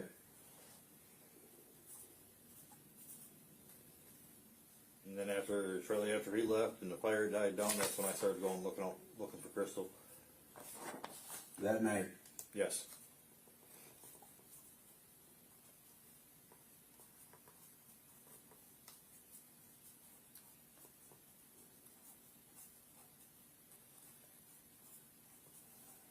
Okay. 24th. Or let's even say if we're in the 23rd yet, before I jump ahead of that. We're all looking for her. What time? It was still like 8 o'clock. 8 o'clock at night? Yeah. Okay. And where'd you all go? Driving around Watertown. Good. Anywhere else? No. Okay. After the Watertown looking around, then what'd you do? I went back to my parents' place.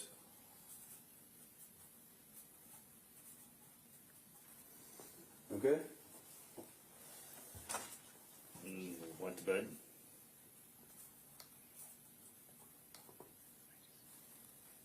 And didn't get up till after 1. After 1 on the 24th? Yeah.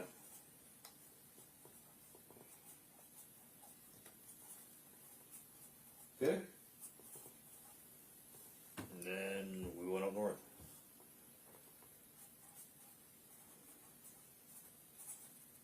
You say we, who's we? Me and my mom.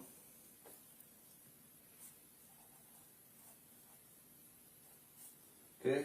To see if she's been up there at all. Alright. We kind of hashed that out already. Yeah. But what about the trip up there? Did you stop anywhere? No.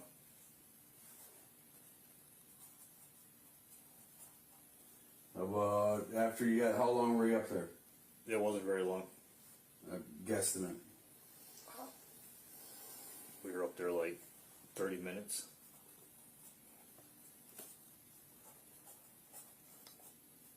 Cause she was picking up wrappers off the ground.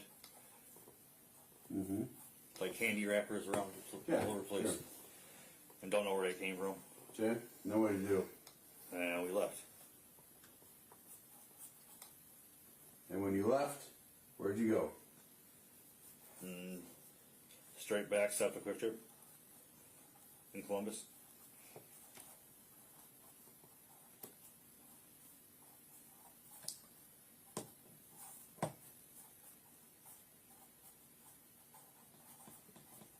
Okay.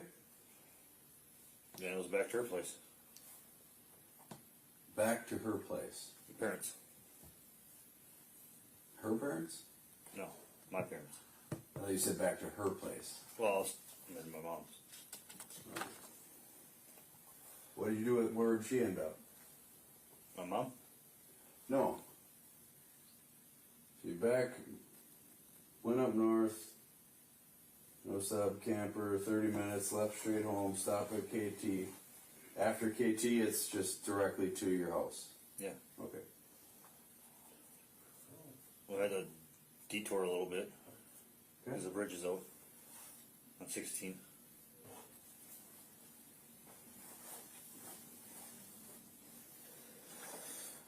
Detour from Columbus to your house, there's a detour. Yeah, because the bridge is out on 16.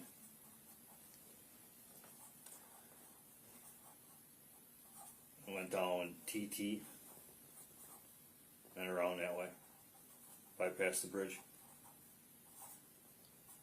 Where do you work?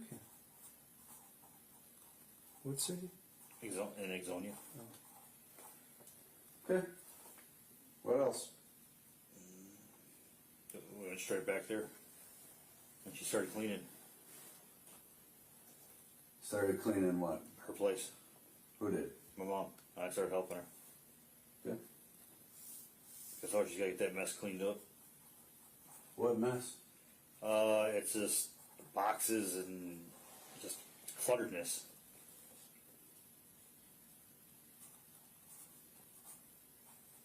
That's when you had the fire?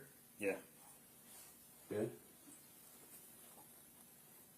Otherwise, they burn in a little wood stove, and I told her you keep burning in there, that's going to fill it up real fast. Yeah. So what else do you do on the 24th after the fire? But nothing.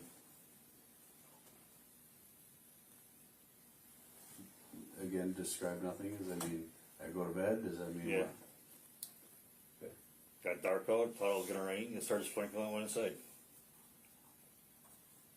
All right. After bedtime, how long we sleep? I slept.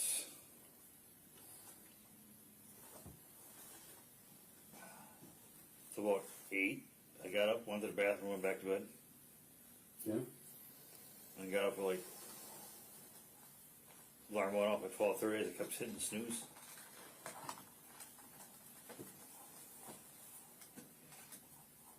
All right. And then what? Snooze. 12:30. And I got up, got dressed, and went to work.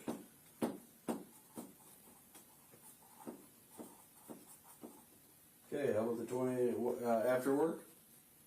I tried stopping at Quick Trip out by the hospital. Which one is that? Watertown? Yeah. But if ever since they were closed, you can still use the pumps, but you can't use the pumps. Good. First time I ever experienced that problem. I thought I was able to get like not even 50 cents worth of gas. So I tried another pump. I thought it was faulty. Same thing. So I drove out to the other Quick Trip. Finished using my gift card. Then I went to Speedway and filled up.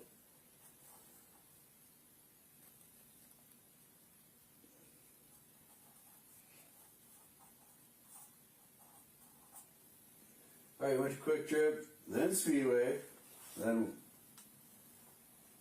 Went back home. and I was laying there starting to fall asleep and you guys showed up.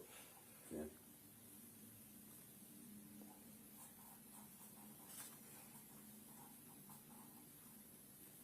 So that would have been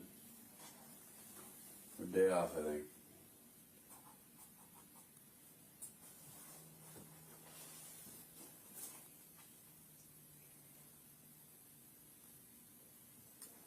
So yeah, yesterday would have been. It would have been a 25th. Yeah.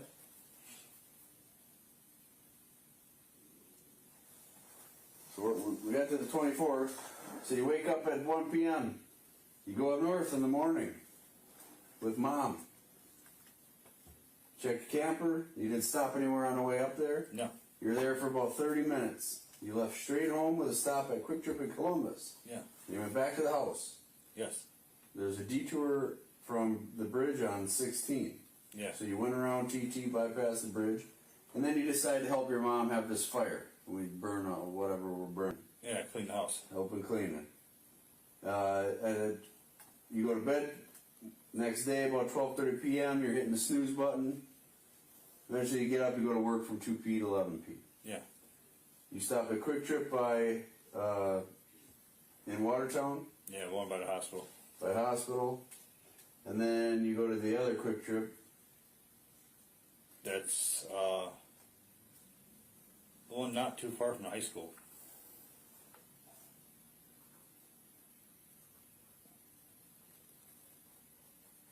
Okay, and then why did you leave there and go to the other, or go to Speedway? Finished filling up. Why not just do it all right away? I only had pour something in Oh, okay. a gift card left. Using a gift card. Okay. Yeah. Okay, KT gift card.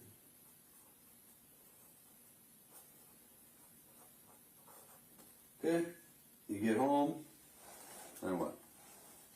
I take my work boots off. talked to mom for a couple minutes, went in the bedroom, that's where I was.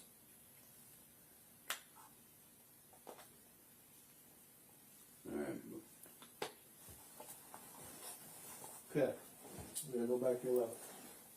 11th is a repeat of the 10th, right? 10th is what, work and all this stuff? Slept till, yeah, here, I can put this up here now so we can look and reference. Always add if I need to.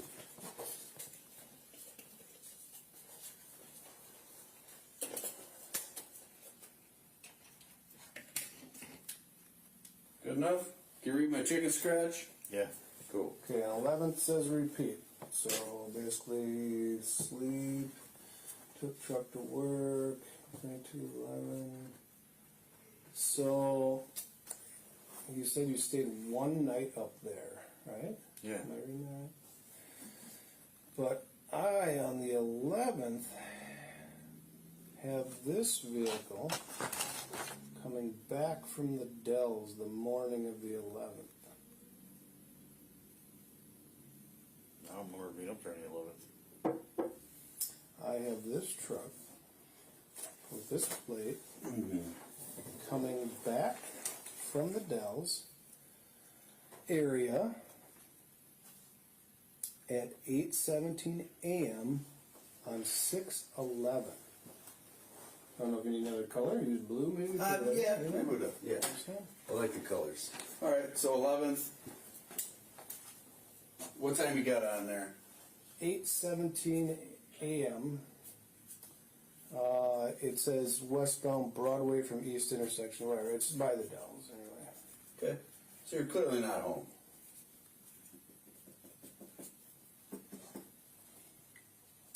Okay, so I'm just gonna. You're looking at me confused. I'll show my partner the picture. Heck, I'll show you the picture.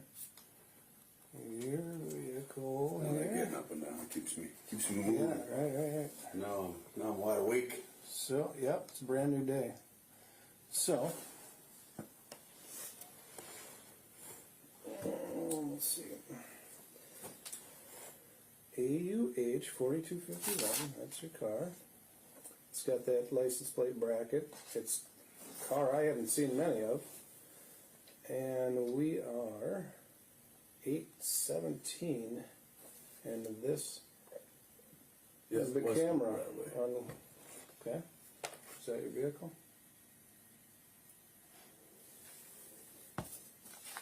Same plate. AUH 4251. You see the license plate. I remember being up there. Well, clearly. That, or you're leaving something out. Then, Well, clearly, yeah. where do you go next from there? So you come back Monday morning. That's a Monday, right? Yep. So Monday morning would have been Monday at 8:17. You're cruising. Just real quick, Monday the 11th. We're on still. Yep. Yep. And then your car ends up down in Milwaukee. Huh. Ends up in Milwaukee, Layton Avenue and 84th, Loomis and 51st, Layton okay, South I know that 27th, Loomis and 51st, Which school down Layton there? and 76th. I'm just going to check, make sure. I can't be wrong. Silver Eclipse, same plate, same license plate bracket, Layton Avenue. So now we're in Milwaukee till like 2:35. So you're going to be late for work because you start at 2 2:35 p.m. p.m. Lately. We are on. Well, the last one at 2:35 is northbound at 164 in Lisbon. Okay. So getting on the north So- side there, kind of towards the falls. What are we doing in Milwaukee? Again, Any purchases down there? honesty. Got a guy with a pocket full of cash, newly acquired. Oh, What are we doing in Milwaukee? We got some cash. 611. Let's see. 61124. Is that the time? 11. 1. Is there a Goodwill on there? was a hit on there on down there. Actually, now that I think about it, Yeah, number. I know you guys. Oh, like, that would be the Oconomowoc one. okay. So we're getting over there at 164 in Lisbon. You're kind of coming up through. Yep, you can go through Like the there. falls, if you kept cutting towards the west, like you were going to head back to your parents, that would make sense. Oconomowoc, Goodwill, does that ring a bell?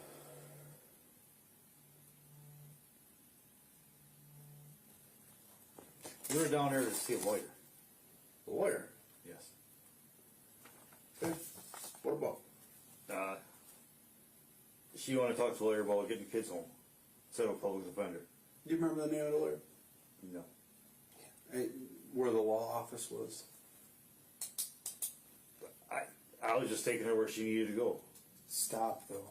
I'm not. Stop. This is getting old. I came back home and dropped her off at the church. Ooh, yeah, oops, no, we made a big So loop. again, Loop through Milwaukee. again, real quick, we went from I completely forgot about no, it. we went from 11th repeat day. I went to work.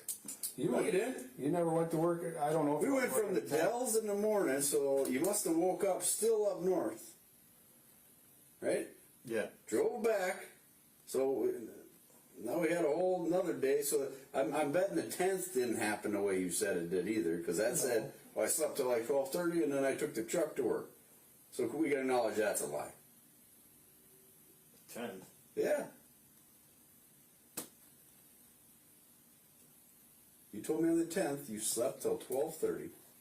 You took the truck to work in Exonia from 2 to 11, and then you went home, showered, bed. Repeat, repeat, repeat, repeat, repeat. Monday, Tuesday, Wednesday, Thursday, Friday.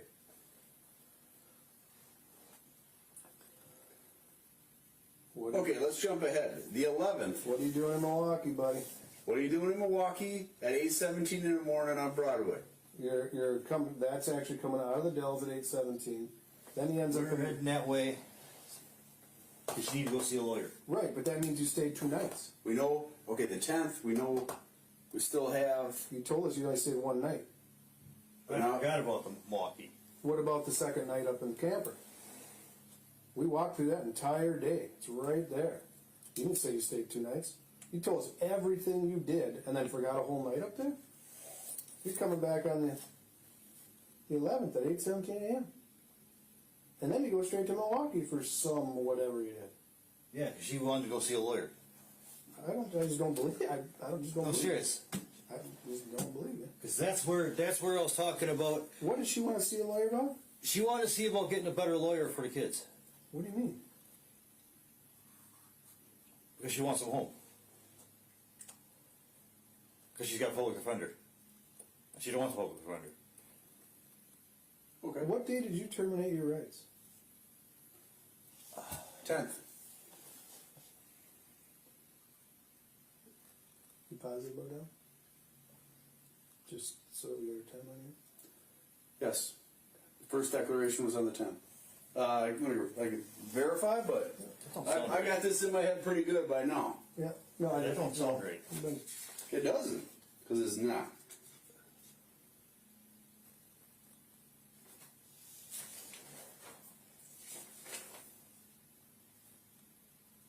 What are you doing down there?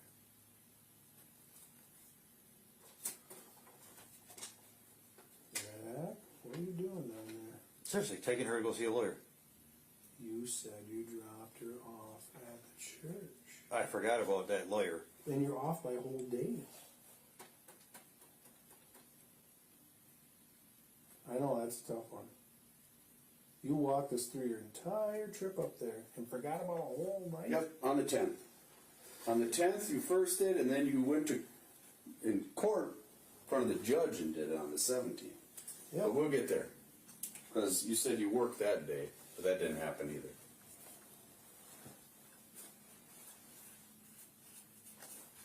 Okay, now Court was let's, in the morning. Mm-hmm.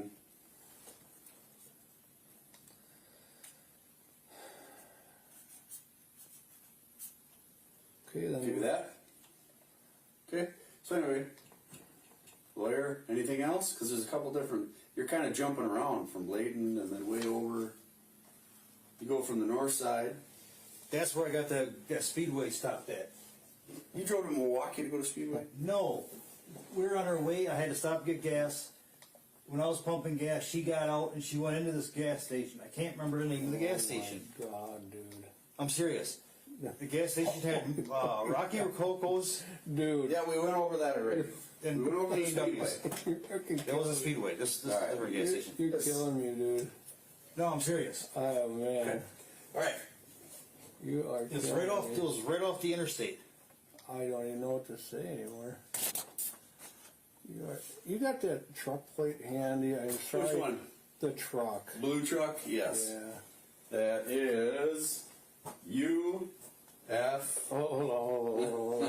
I should have it Here, memorized. just let me write it down. UF7325.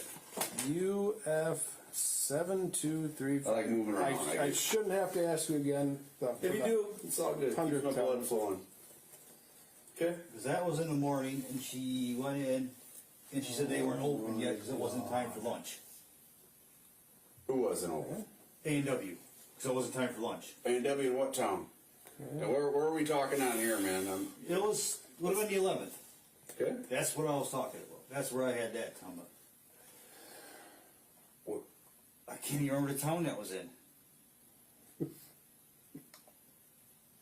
You're It killing was me. right off the interstate.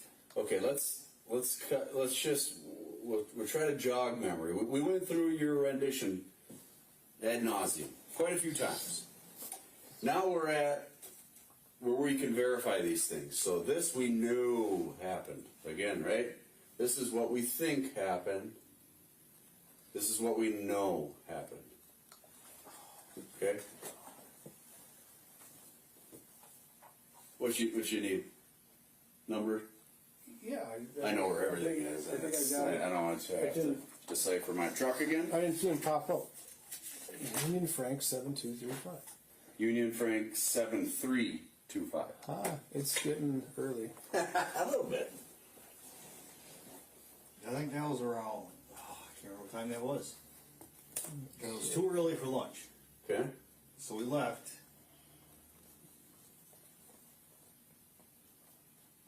We're in the Mitsu here. Yeah. Right? We stopped at a Speedway, get something to drink. Mitz. Okay. There's a lot of speedways down there. I mean, could have been. It was a pretty dumpy one. It was bad. Mm-hmm. I don't even know how it was still even open.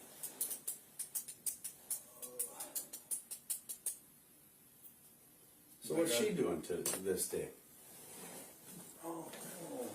Because have any appointments or anything? The car. The car. Car. The cash. You need $1,200 for a car. I got to take a peek. She had to go see a lawyer in Milwaukee. You don't know where, you don't know who. I can't remember it, Okay.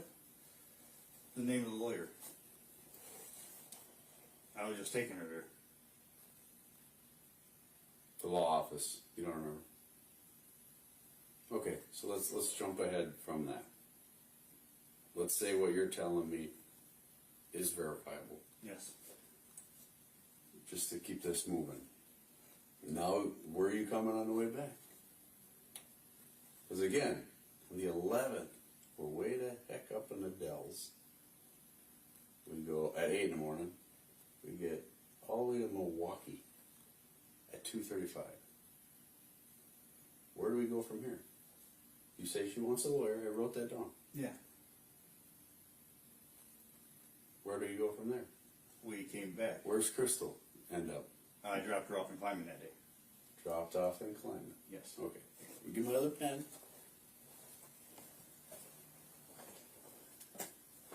Okay. What time did you drop her off?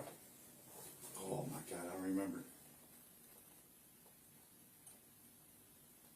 Okay.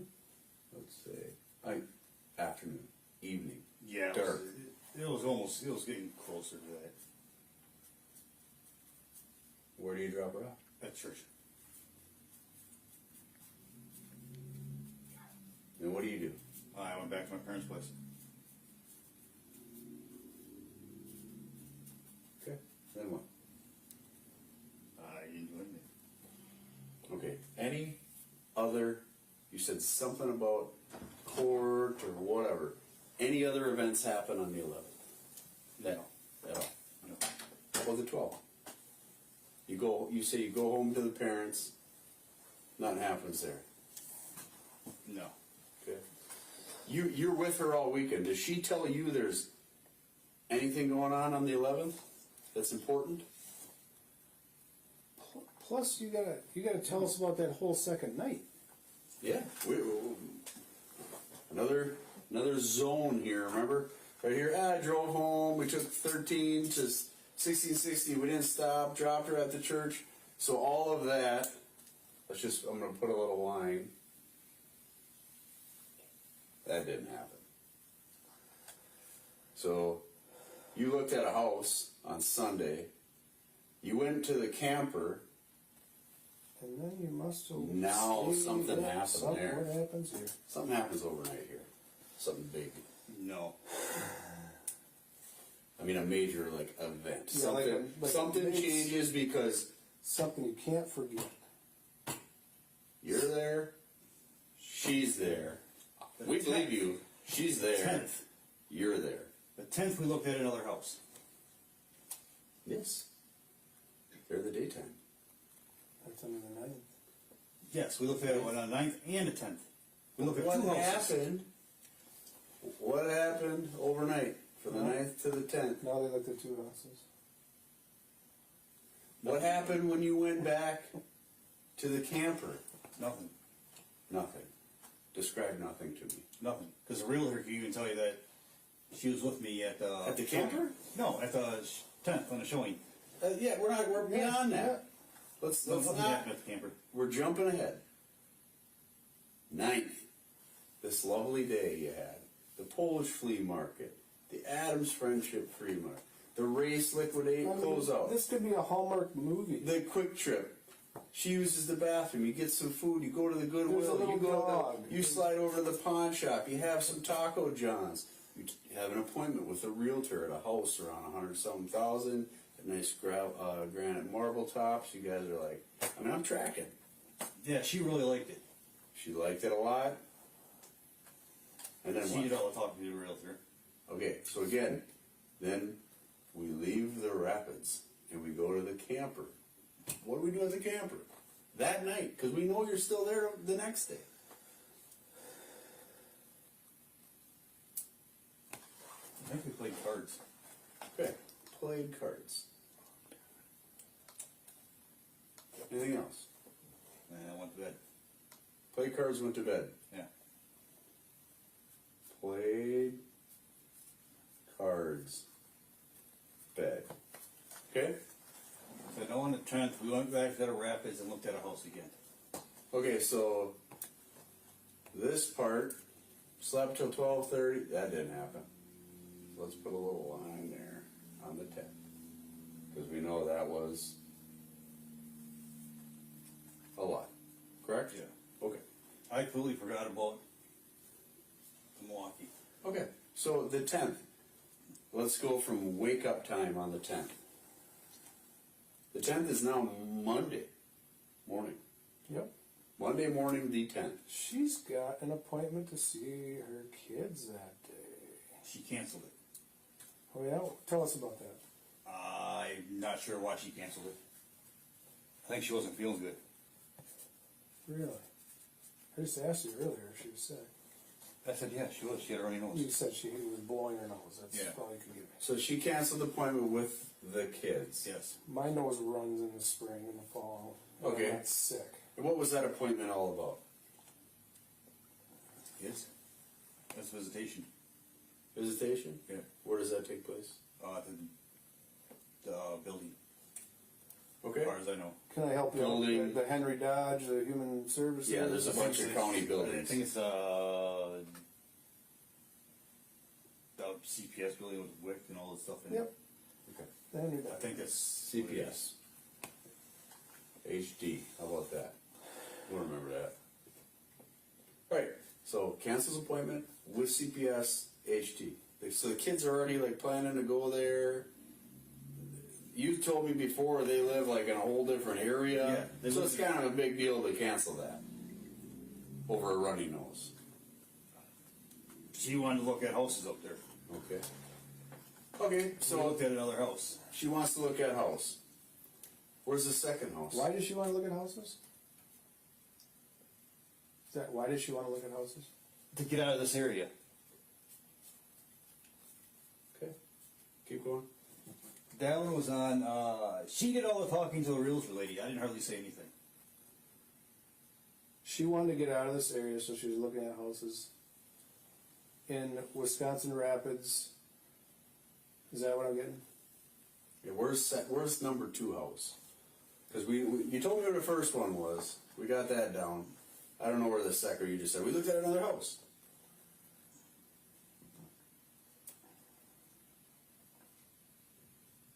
I can't remember what street that was. What town? Wisconsin Rapids. Okay. Was she serious about getting another Was house? this with the realtor again? Same one. Same realtor. Yes. Who's this realtor? She's kind of like a Chinese lady, like she's like foreigner. In Wisconsin Rapids.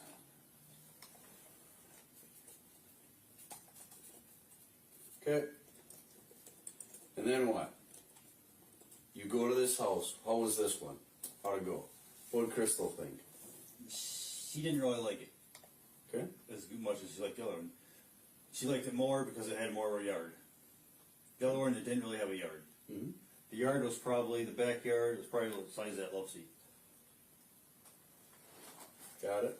So she didn't like that. Okay.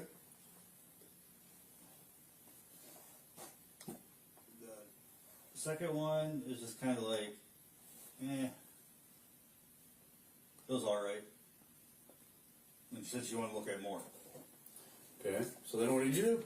It was kind of like trying to figure out what she was up to. And now you're supposed to work this day from Yeah. 2 to 11. Yeah, How'd you get out of work? I called in.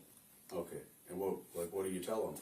Hey, kind of want to bum around today, or I'm just curious. Like, yeah, I'm not gonna get you in trouble for it.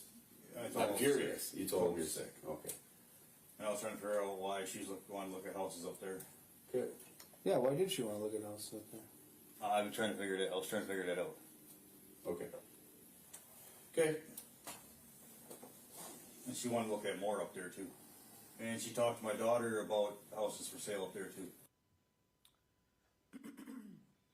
So that concludes clip 14. That clip ends again at 6 hours, 43 minutes, and 14 seconds into the recording. We're now at 8:09 p.m. and 19 seconds. I'm sorry, thank you. 8:09 a.m. and 19 seconds on the 22nd.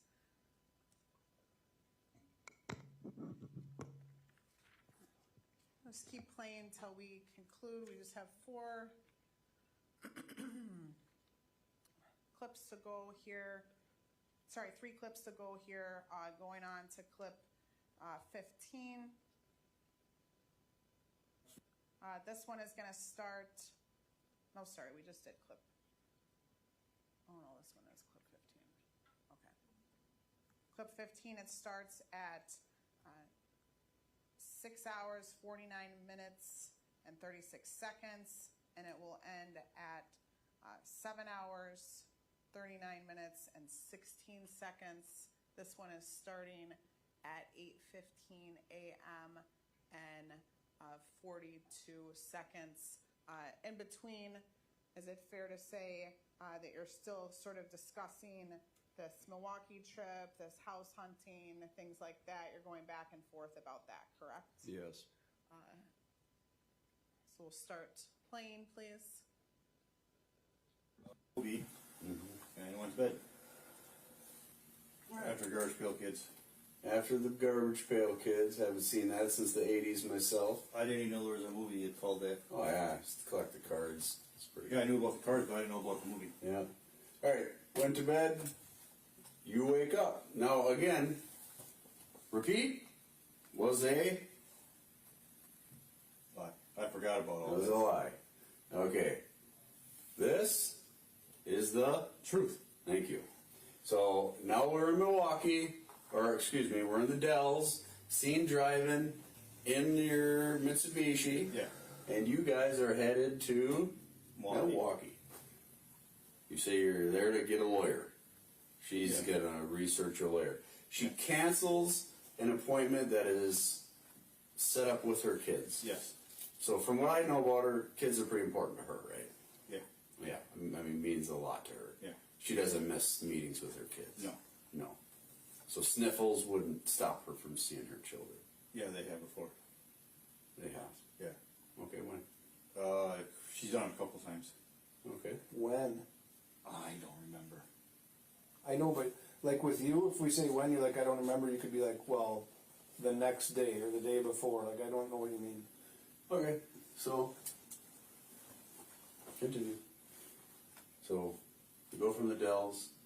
Where do we there's a speedway in here somewhere. There's a speedway, man. That was down more in Milwaukee. Yeah. 164 in Lisbon. Now we're getting kind of back up towards northwest metro area. Because in between there, stopped and I got gas. I cannot remember the name of that gas station or that town. But all I know is they had a. I don't even want you to get too hung up on that. So you made a stop Yes. in somewhere in the city at a gas station. Kinda It was a wasn't really speedway. in It the was city. dumpy. You didn't really like it. Well, this wasn't a speedway. It wasn't really much in Alright. the city. It was kind of like right off the interstate. Okay. Does What's- your, it's a 2023? Yeah. Does it got like an infotainment system in it? Or- Does it have like a screen in it? Your car, your clips? Don't really use it. Does it have one? Yeah. Okay. You know that those can like track your location? Okay. So After we got gas and she couldn't get done to eat, we left. We did get something to eat somewhere though. okay.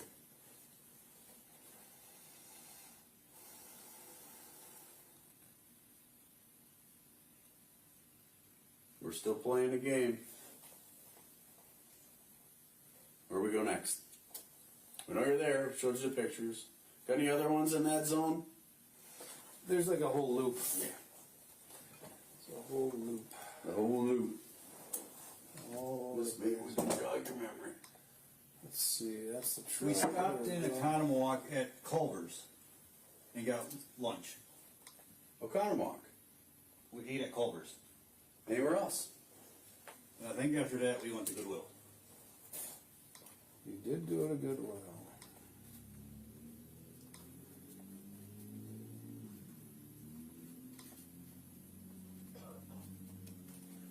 Culver's and Goodwill. Now what?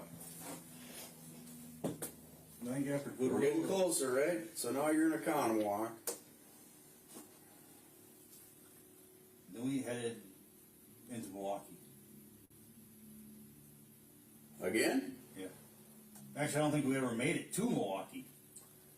Well, you are in Greenfield. You are north of Milwaukee. You are over by Sussex. That's the That's the 164 Lisbon. And you are Oh, yeah, you made it, but- you're on 175. Mill Road Parkway. Yeah. Okay, so we start out this whole trip. Okay, just follow with me. 8:17 in the morning, we're in the Dells. 12:46, we are now at Layton and 84th. 1:26, we're at Loomis and 51st. 1:37, we're at Layton 27th. 1:42, we are at Loomis and 51st. 1:55, we're at Layton 76th. And 2:02, we're 108th and Morgan, and then we're back out to Lisbon. So 12:46. Like you're never 12. I don't know what you're doing down there. Picking up. Picking up. ever do any drugs? She ever do any drugs? Illegal street stuff? I have no idea. Okay. I know she started hanging out with people that did it. I don't know if you. I mean, again, you guys have ties in Dodge. You have ties all around Adele's and all that. Why go to city of Milwaukee for a lawyer? The better down there. That's what I was told. Okay. On 76th and Layton? Not sure.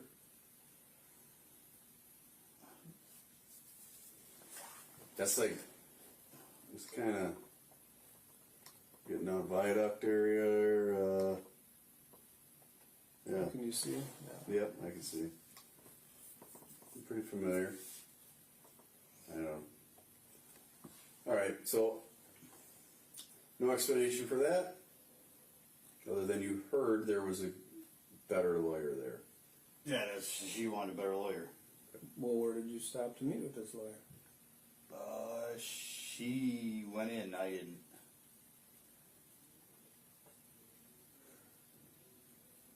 Where? I can't even remember.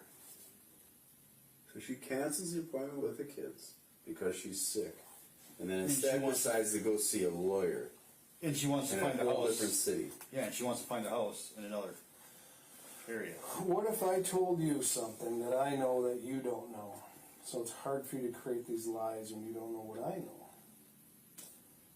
Crystal was not looking for a house. No. Crystal was all set up to move to an apartment, all ready to go. You could talk to this lawyer, this realtor. She was. No, she actually, no, yeah. just- I'm serious. Give me your name. Yeah. She was. She goes right out of Rapids. I can't even remember her name I know you can't. because she even told the realtor about selling the house and moving up there. She was all set to move into an apartment. Yeah, I don't know I do. because she even told this realtor about moving up there. So that doesn't make sense to me. No. Granite countertops. What are we looking? $300,000-$400,000 house? No. I don't have granite. No, it You wasn't said even you said it was 200,000. really nice. Yeah. With granite countertops. Yeah, In Wisconsin Rapids. yeah, it wasn't even 200,000. Either it's got to be, yeah, okay, whatever. Okay. I'm serious. I think it was around like 180. All right, let's drive on from this little hiccup here. So you're in Milwaukee, you're stopping at some places, doing some things. Sounds shady, to say the least, but It's shady. we end up rolling back somewhere at some point. Where do you end up with on the 11th? Honestly, remember? Truth and lies. I dropped her off at church. Dropped her off at church. 2 days later than you originally said. That day. Yes. What time? Oh my God.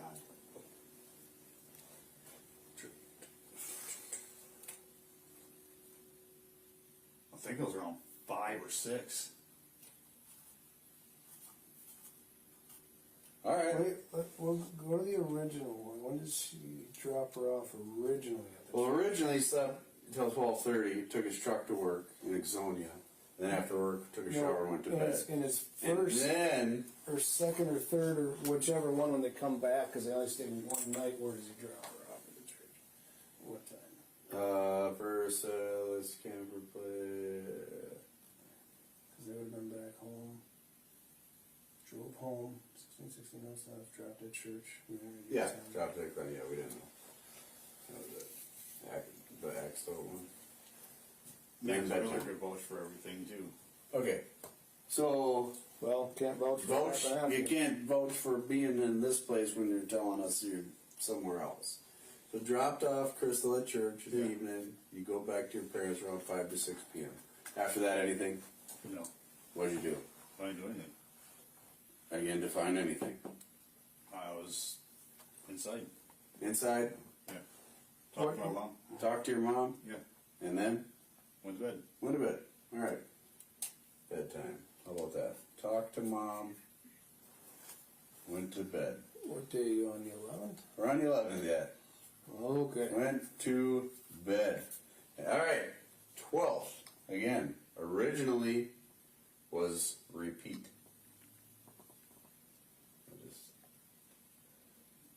What actually happened on the 12th? Back to work. Okay, so you're finally home after this weekend rendezvous On the 12th? on the 12th. So the 12th we're into What did you do on the 12th? Saturday, Sunday, Monday, Tuesday. Back to work. Where else did you go on the 12th? I didn't go anywhere else. What if I told you that you were in Beaver Dam in the morning at 9:13 a.m. with your truck? So 9:13 a.m. Where we at in BD?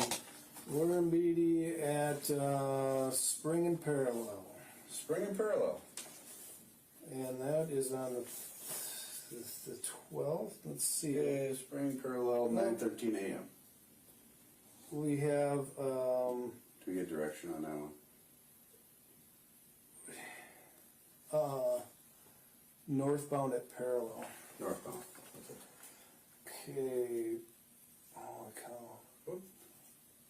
The scribble got a little bad there.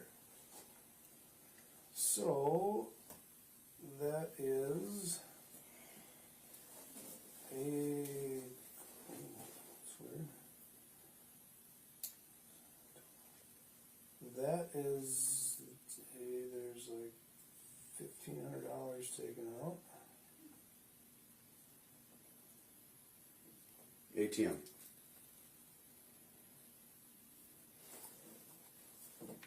Was that the? That's the 1,500. Yeah, the spring. That one's on says Moline, so that's the one we were. Oh, okay. That's the 1,500. So, and I believe ACH is also like, could be like a check or a purchase. That one, do you remember making a $1,500 Well, purchase? that on one that says day? debit card, Okay. but that's a big one. Yeah.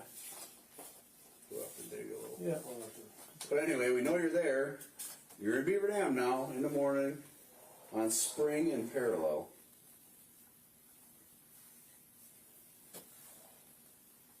What are we doing there? You got the picture of that car there? Yeah. Let's pull it up. It'll just burn all. There's the truck. Tonneau covers Yep. on it. The old blue Dodge.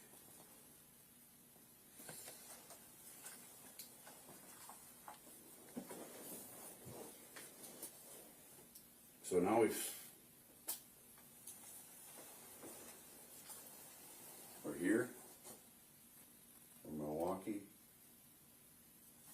And now we're in Beaver Dam. We've swapped vehicles the next morning.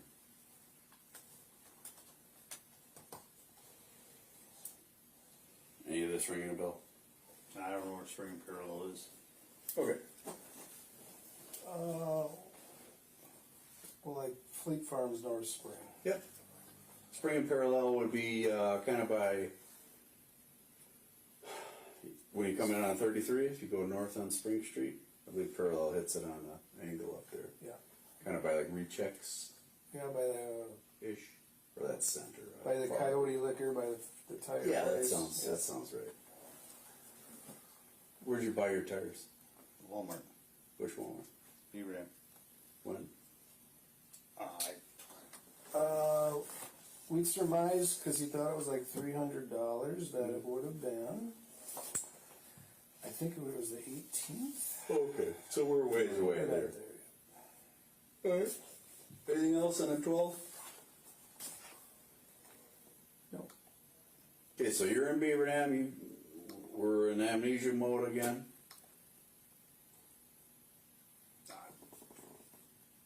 I mean, you don't live in Beaver Dam. You're way closer to like Watertown and that area where you live. I'm just trying to, I know you got the in-between, so it makes sense if you're back and forth to be stopping, but it doesn't, I don't know why you go there on a whim unless you have an explanation. Alright, anything else on Zoom? No. It's okay. Well, the 13th. So now, 13th, we are at. What day of the week am I here now? Sorry, it's Thursday. Thursday, correct. So you told us it was a repeat day. I went to bed, slept in, got up, went to work, came home, you know, that type of thing. Same thing, your normal routine. Any on the 13th? On that? Okay. Any vehicular changes on there? Trucks? Car? No. Alright, how about the 14th? Remember the Friday? Was it a repeat date? Yeah. You have nothing, no recollection. 15th. 15th is a Saturday. And you said you don't remember Saturday the 15th. No. We went through this. Okay.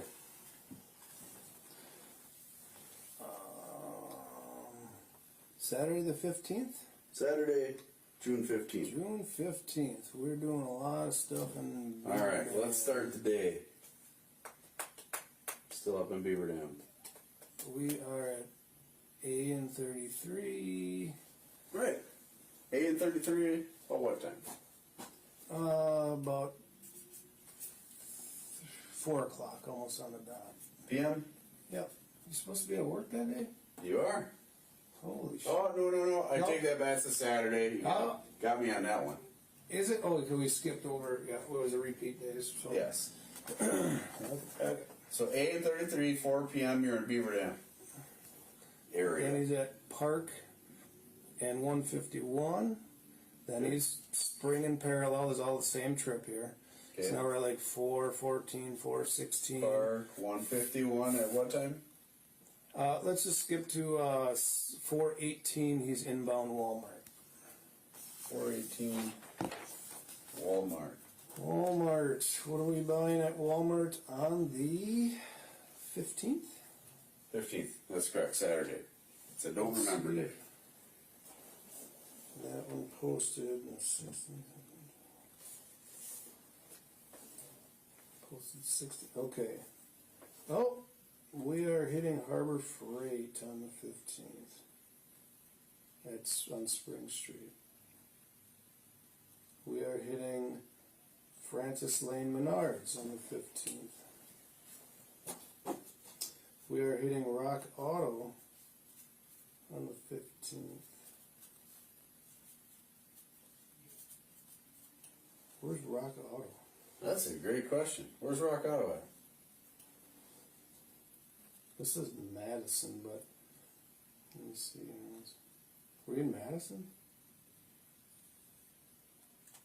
Do we get on 151 and shoot southbound? Do you order from Rock Auto? Yeah, Like you an can. online? Yeah. Or is there an actual place? As far as I know, it's online. Okay, that was online. Okay, so then we're still doing some Menards and Harbor Freight that day. Okay. Harbor Freight, Rock Auto, any of those ringing a bell? Purchase amounts? Purchase amounts.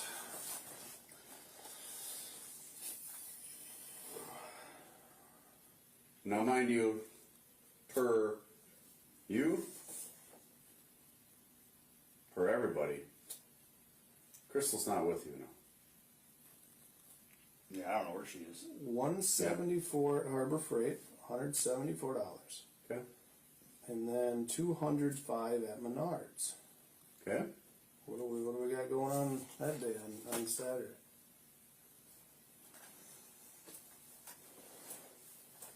And again, with the full knowledge, every purchase will be verified. Our freight was tools. Tools, what kind of tools? Socket set. Socket set, anything else? Not that I remember.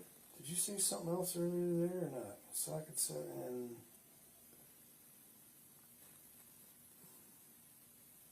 What does socket say? I thought there was. Yeah. I thought you said something else. Okay. How about Walmart? Or Menards. Menards. Some more Drano? I don't remember what I got there. Why not? You must have had a mission, right? Like you're like, okay, I'm at home. Saturday, I'm gonna go and do what? I'm gonna go fix something. I need something. What am I If doing? I'm making that many stops at hardware and retail shops and tools, I'm like building a house. That's just me, but You've been a mechanic a long time. What do you need the socket set for? I like changing oil. You need a socket set to change oil. Yeah, drain plug. So like a Oil whole pan. socket set kit to take off one plug. Yeah. Come on. You've been working on cars your whole life. They're You don't- not all the same size. You don't have a 15 millimeter socket. Some are bigger than that. I know, but you know what I'm in saying. general, So, with all the work so on you've been cars- working on cars your whole life and you don't have a socket set. No. Okay. All right. They're all at the house in the garage. But where are you changing oil? At my parents' driveway. But you just said the sockets are at your house in the garage. All my other stuff. Are you talking at Crystal's house? Yeah. So you don't have any tools at your you were gonna change oil at Crystal's house. No. At my parents. That's why I bought sockets at. You don't have any tools at your parents' house. Not my own, no. Okay. Okay. Let's. All right. Yeah. Guy needs a socket set. All right. These are sockets. Anything else on the 15th? Okay, Menards. We got some money spent at Menards. You told us about Harbor Freight. Yeah. So what socket set at Harbor Freight is? Hang on, because they post on a different day. I kind of got to sort through here. Yeah.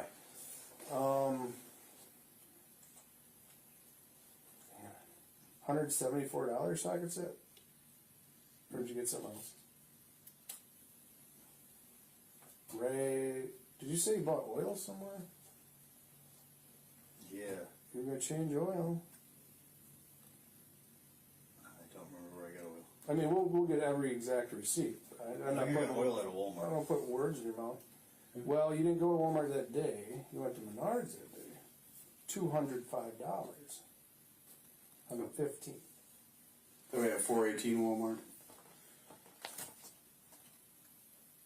Or is that 18? Like, no. On the 15th, we're on the 15th. Yeah. Yep. Yep. $205 at Menards.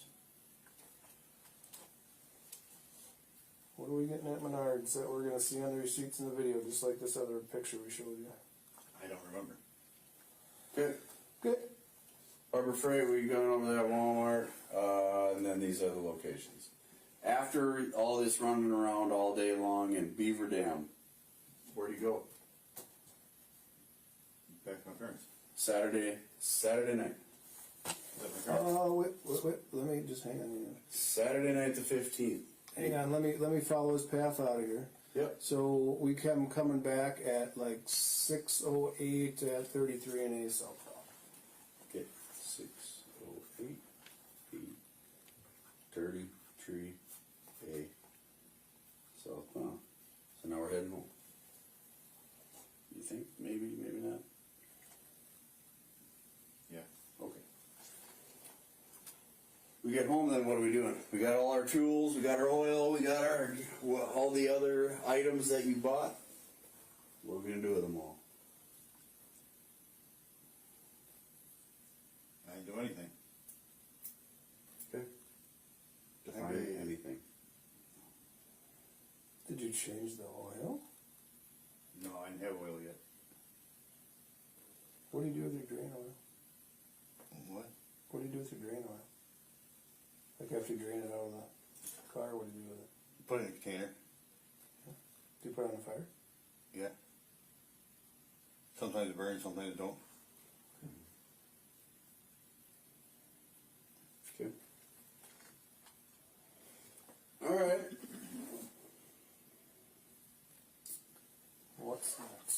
Do we have a fire on the 15th? No, maybe. Yes. All right.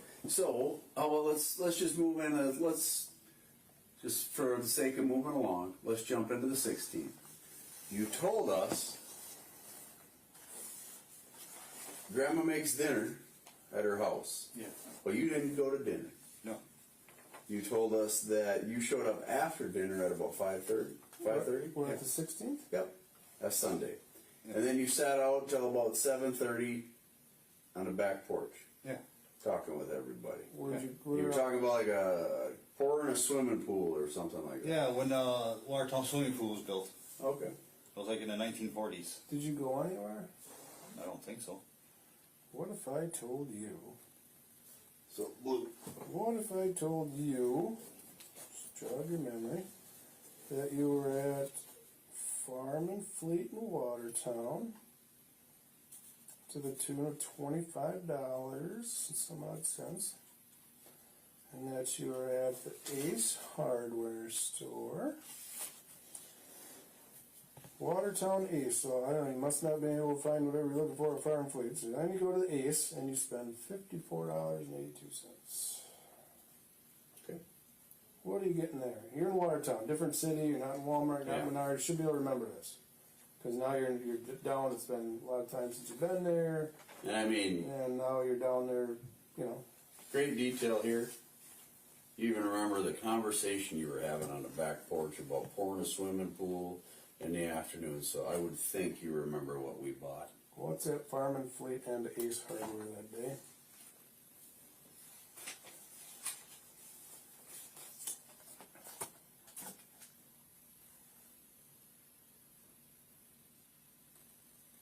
Oh, the one thing I bought was an oil filter.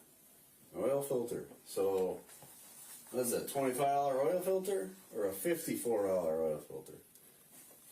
Because, I mean, even if you're running a Primo K&N Racing filter on a high-performance classic hot rod, max would be that. But, Any barn lime or anything? yeah. Anything like that? Huh? A barn lime. What is that? It's like that white powdered lime. I never heard of it. Okay. Oh. Any recollection of what you bought? No. No recollection. Okay, moving on. Anything else on here? Oh, so we got the two in Watertown Two in Watertown. on the 16th. Okay. Oh yeah, Super Center, Walmart Super Center, 123. We're doing a whole tour down So there. 123, Walmart, Super. Okay. So you remember going to Walmart? It was another $123. Easy money, just keep swiping her.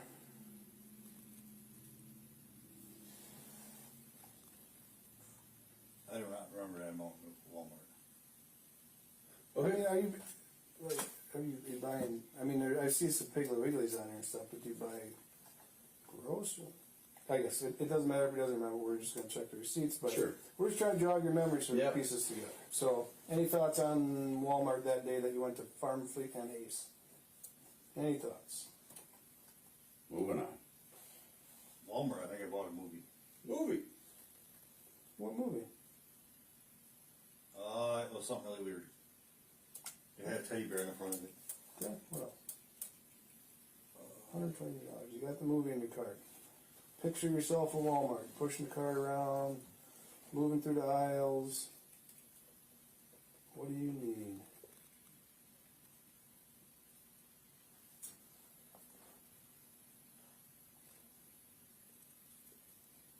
I don't remember getting a movie and some soda and chips. Okay. Okay. Okay. That's the Clock. 16th? 16th, yes. All right, 16th. Let's take a look here because he doesn't get the other card till later. So then we got timelines. You know, that's the other Yeah. weird thing here. All right. Well, we can. I don't have any flock for the 16th Okay. On the truck. on the truck or the So, Mitsu. yeah. So now we have a deal, like you said, you've been rolling in the red bomber. Well, when do he gets the bomber on the 19th? Okay. But that don't seem right. I understand. All right. Let We don't need to rehash that. I'll just check. You just Yeah. keep going here. All right. So we end up after that going home-ish, getting home with, like we talked about, back porch conversation about pouring the swimming pool. You talk with grandma in bed, and then you go to bed yourself. Yeah. Okay. And grandma again, Grandma Rachel. Yes. Okay. And this is at their house off Jake. Jake. Okay. The morning, 17th, kind of a big day. We know we got court in the morning, right? What happens at court? I guess let's even back up. When did you get up? Tell me about driving there and the whole spiel. I just went to court. That's it. And I went back to bed. What time was court? About 8 or 9. Okay. And then you went back home. You went to bed. Yeah, for a little bit. What happened at court on the 17th? Signed out my rights. Okay.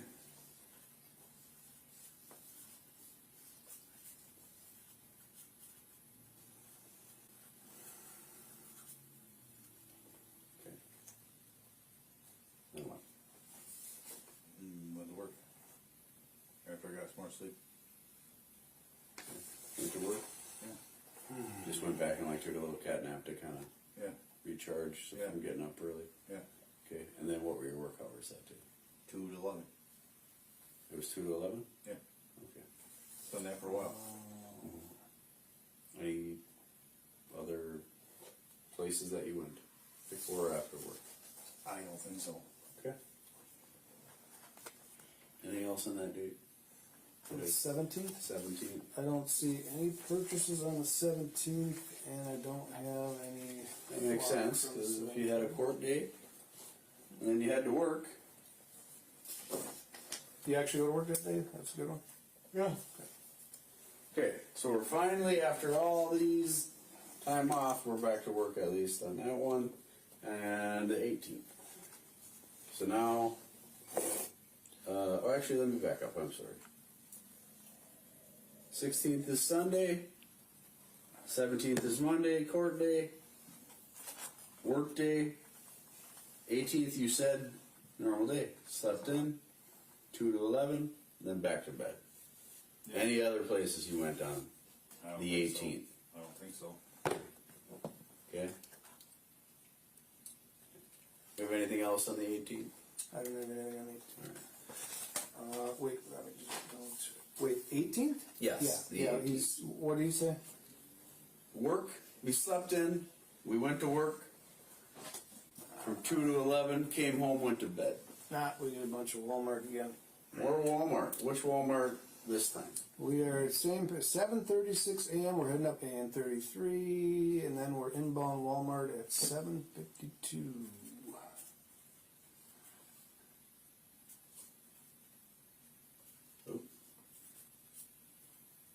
Okay. So we're back at Walmart early. With the so rain. you got up, man with a mission. After a night working, We got stuff to do. We're gonna get done. Going back to Walmart. we're back at Walmart. What do we spend that to go around? Hold on. Well, he's inbound Walmart. Let me see what. We're on the 18th. Yep, 18. So we have a quick trip in Beaver Dam. That's a cash withdrawal, $200. KT, which one? North Spring. And Spring, $200. Cash. Then we have Walmart Beaver Dam, 203. Okay. And then we have Walmart. Center. Hold on. So we must have changed the locations to a different Walmart. Hold on. Yeah, no, it's weird. It says point of sale debit, Walmart Beaver Dam for 203, but then it says on the same date we have the Walmart Super Center Beaver Dam for $2.99. So do you remember going and buying something and going back to Walmart on the same? So two Walmarts, one for 203, one for 299. Yep. All right.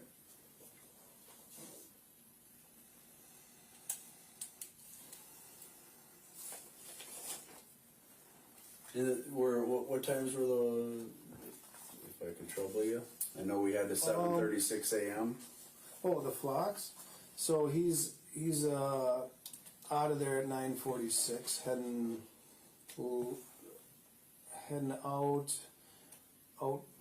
outbound at 9:46, and then he's going down at like 10:20 on 60 in Goodland, and then 11:03 60 in DJ. So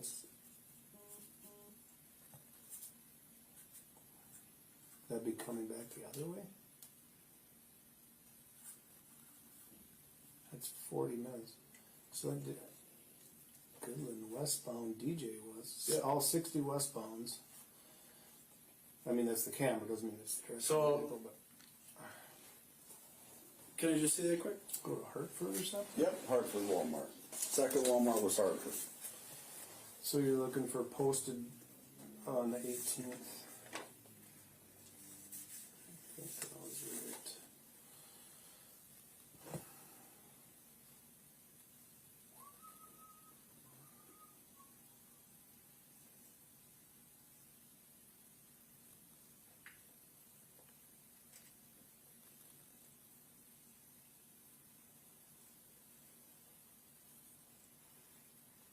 I see what you mean. Super Center. Yeah, but either way. just what comes it doesn't up make different much of for some difference. reason. It coincides either way with Florida. So, all right. So, anything to say about any of that? You drove all over, and you stopped at another ton of places and bought a bunch of stuff. I went to Hartford to look at the car. Hartford to look at the car. Okay. There you go.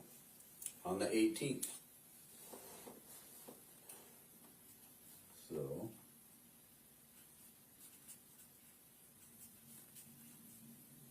And not only to look at the car, but you bought the car. Right? Not that day. Oh, okay. Right, because he brings it over to Beaver Dam, right? He was in Beaver Dam. So he brought it there to the other Yeah. co-op in Beaver Dam. That's Yeah. One by the raceway. All right. So okay, so you're on the 19th. So yeah, so we're still saying that you believe you went to work after all this morning activity. You go to work, Yeah. and then after work you go back to your folks' place and you go home. Yeah. Okay. What are you doing to get home? Sleep. Sleep. Wake up on the 19th. 19th was the day you said you did the same. What happened on the 19th? Got the car. Okay, what time?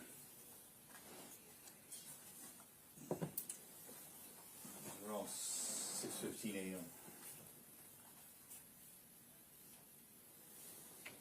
6:15 a.m. Yeah. Pretty early. Okay. Any block activity on that? I'm sorry, date. Do you remember where you went to go look at the car? Are we in the 19th or 20th? Where? Oh, I'm sorry. 6:15 a.m. going to Hartford on the 19th. No, that was Beaver Dam. Okay. Let's pick it up at Beaver Dam. 19th, 6:15 a.m. going to Beaver Dam.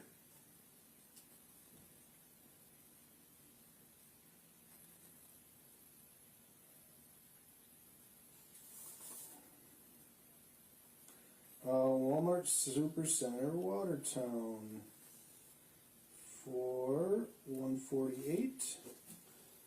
What time? I can't really, I don't know if these actually tell the time. Okay. It's military time, but Well, okay, then it's 8:08 a.m. 8:08 If a.m. that's that number, I didn't know what that number was. Okay, yep, 8:08 a.m. 08 a.m.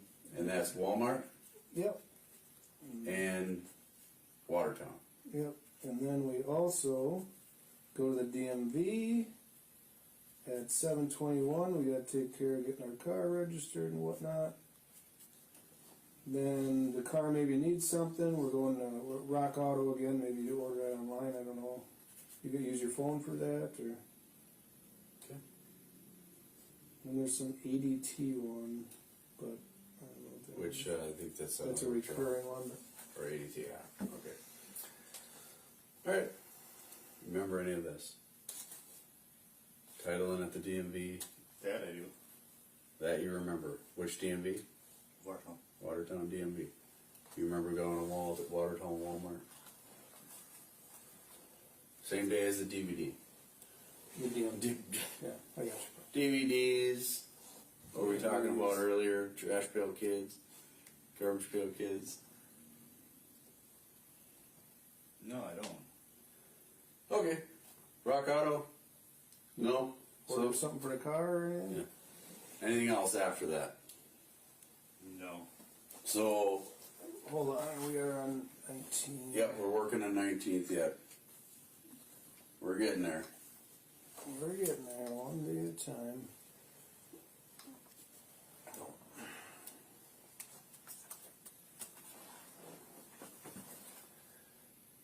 Cool.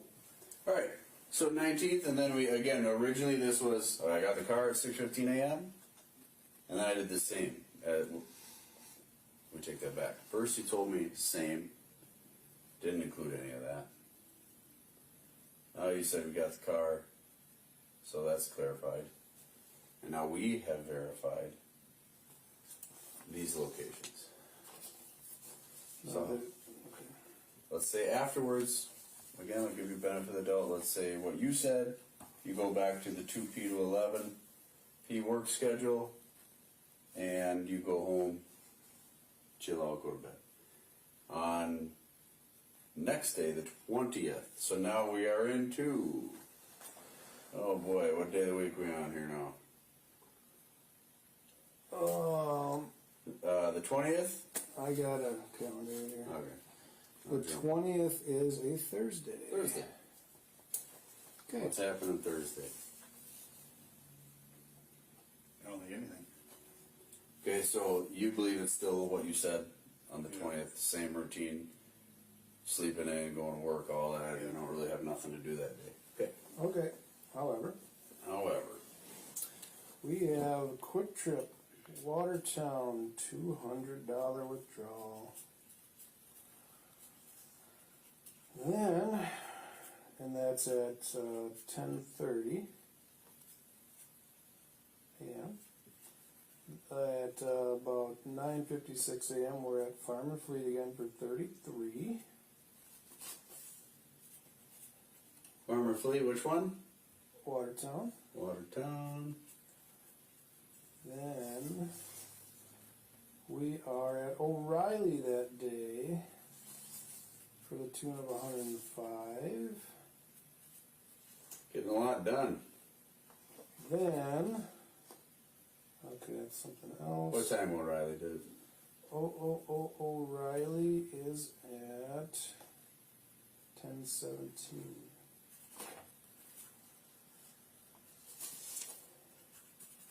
Yeah, that one. Here, we'll go through this. 10, 17, 8. Okay. Recollection of any of that? Okay. What do we do afterwards? So we're at up to 10:17. You got a little bit of wiggle room. We're down in Watertown, semi your neck of the woods. Sleep. Okay, go back, go to sleep. So we get up early to do this stuff, and then we go back and we go to bed, take a nap, and then same, meaning 2 p.m. to 11 p.m. Yeah. Okay.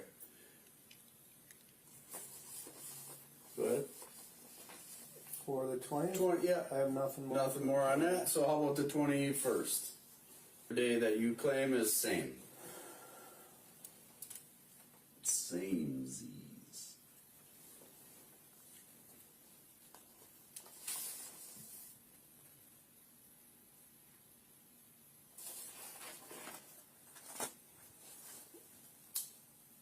I got nothing on here for 20.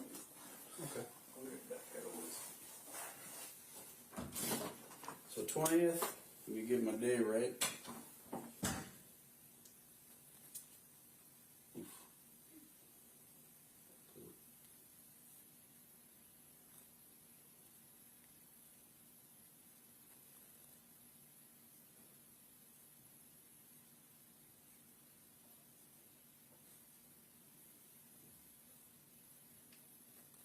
You want the monster or anything yet?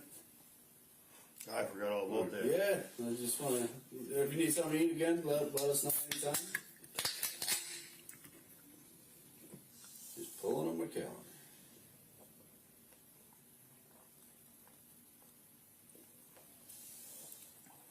Oh, where'd it go?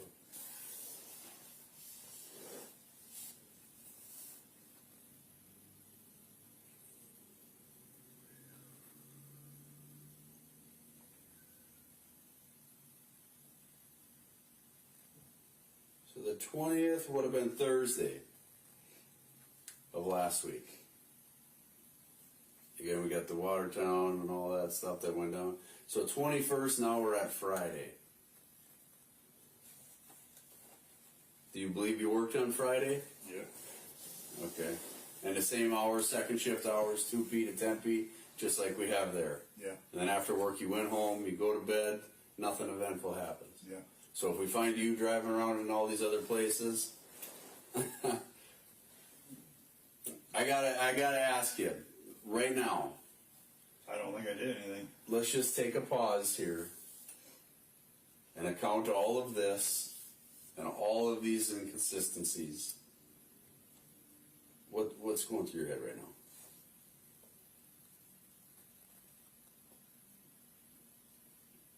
What are you thinking about? Just sitting there.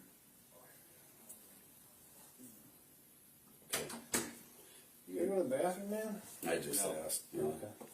Anything going through your head? Do you have any concerns about the differences thus far in your story and ours? Your story, and our provable documentation, what we put on this.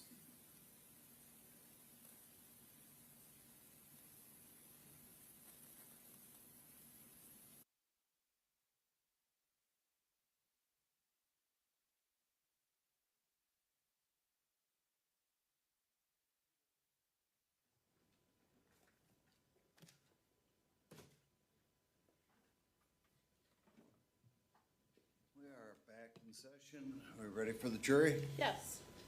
Yes, Your Honor, thank you. All right, bring in the jury, please.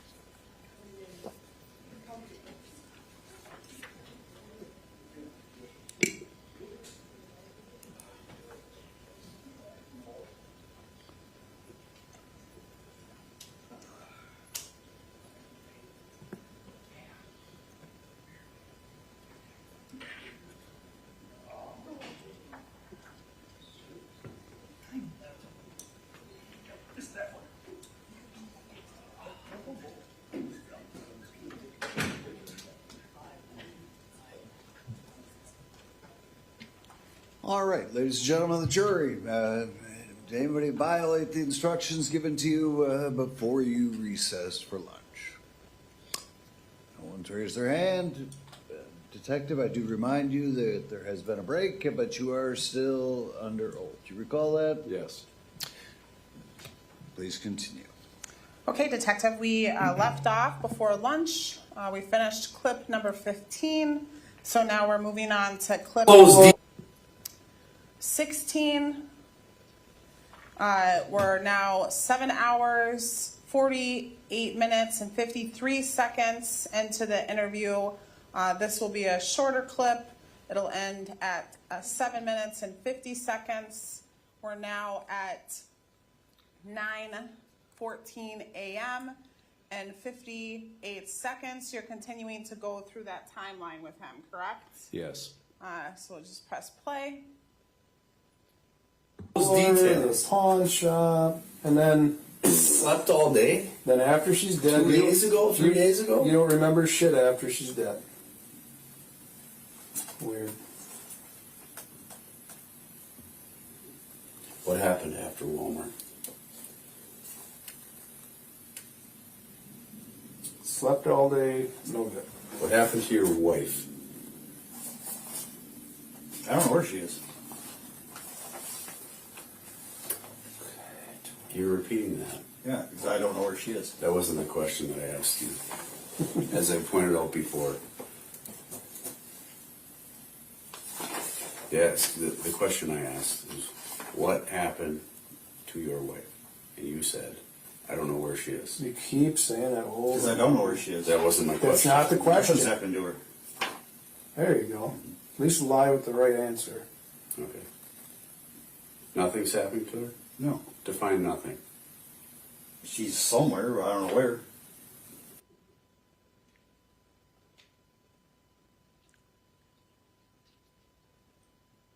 So that ends then at 9:16 a.m. and 5 seconds, correct? Correct. And then we're 7 hours and 50 minutes into the interview, correct? Yes, that's correct.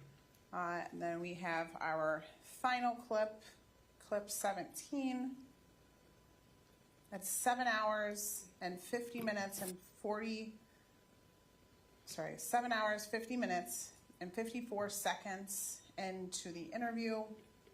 This one is going to end 8 hours, 1 minute and 24 seconds into the interview. We're starting at 9:17 a.m. Looks like we're continuing.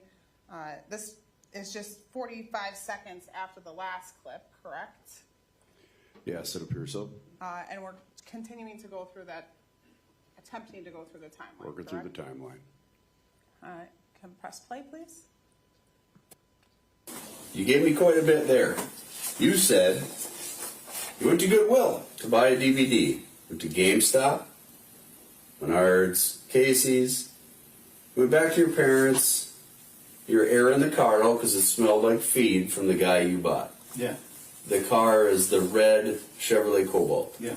Okay. You dumped some Drano down the holes Yeah. at your parents' place. Yeah. Okay. And then what'd you do? I was burning garbage. Burning garbage. Took a nap. Got up, opened the car again, so you must have shut it at some point. And then you and your mom started burning stuff. Cleaning day. Burning garbage. Around that time frame, at some point, officer shows up. One of our guys. Oh shit. And, again, we've seen the video. I mean, you look a bit startled, to say the least. Fires died down. They ask you a couple basic questions about, hey, where's Crystal? Story of the night, right? I was in shock. Yeah. What were you so in shock? That she's missing. But you knew she was missing. No. No, I didn't know she was missing. Okay. What'd you tell the officer? I thought she went like to Michigan or something. Mm-hmm. Her faith. And that she does this all the time.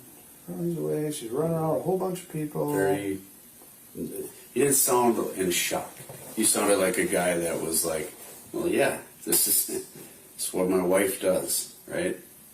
She gets upset about something, she takes off, she'll show up. No big deal. According to other people, that's not true. But that's what you told the deputy. Yeah, that's what she does. So, after that, you're like, yeah, she does that. But now, I gotta go out and look for her. So you start going out and look for her around Watertown at about 8 p.m. Anyway, Wait, what time is it? 8 p.m. I was Watertown. out till about 8 p.m. You're out till about 8. Yeah. Okay. You were in, what time did you go out? I would guess shortly after the officer, right? Because he came and see you about 6:30 p.m. Something like I that. can pull a video or whatever, but Well, we have several transactions for the 20th Okay. here. so let's go. So he's in Watertown, you know, just looking around. 23. All right, 23, 11:49 a.m. So 200 before officer. $200. Quick Trip Spring Street cash. KTVD Spring. Okay. Then at 12:35, we are back to Menards for $68. Beaver Dam. Yep. Then can't get enough of his Walmart. Back at Walmart at 11:26 for $137. Not even gonna ask. And that's what we got there. Okay. But on the 23rd, we do. He's got his red Chevy, inbound Walmart, Gateway Drive, Spring Street. So from like 10:39 to 12:42, he's in Beaver Dam.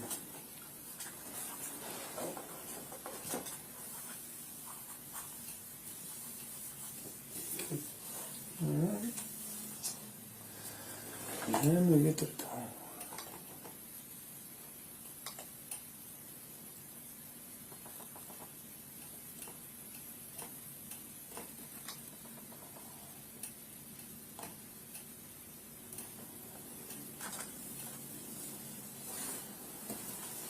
Earlier in the morning. Okay. So some of that pans out, right? Menards. Walmart. Oh, I didn't say Walmart. Unless you're in that general area, right? By GameStop, you told me.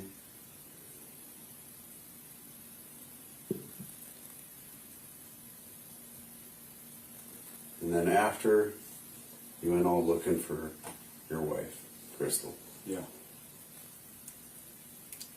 How long did that search go? Went for a while. I was driving around Watertown. I went to the park by high school. Mm-hmm. So Jessica and them guys used to go out there and hang out a lot.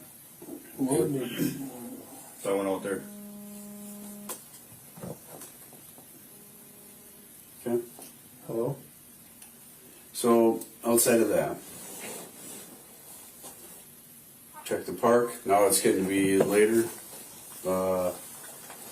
Anywhere else during that search? I think I drove down 4th Street. Okay. What were you thinking at that time? Trying to find her. Mm-hmm.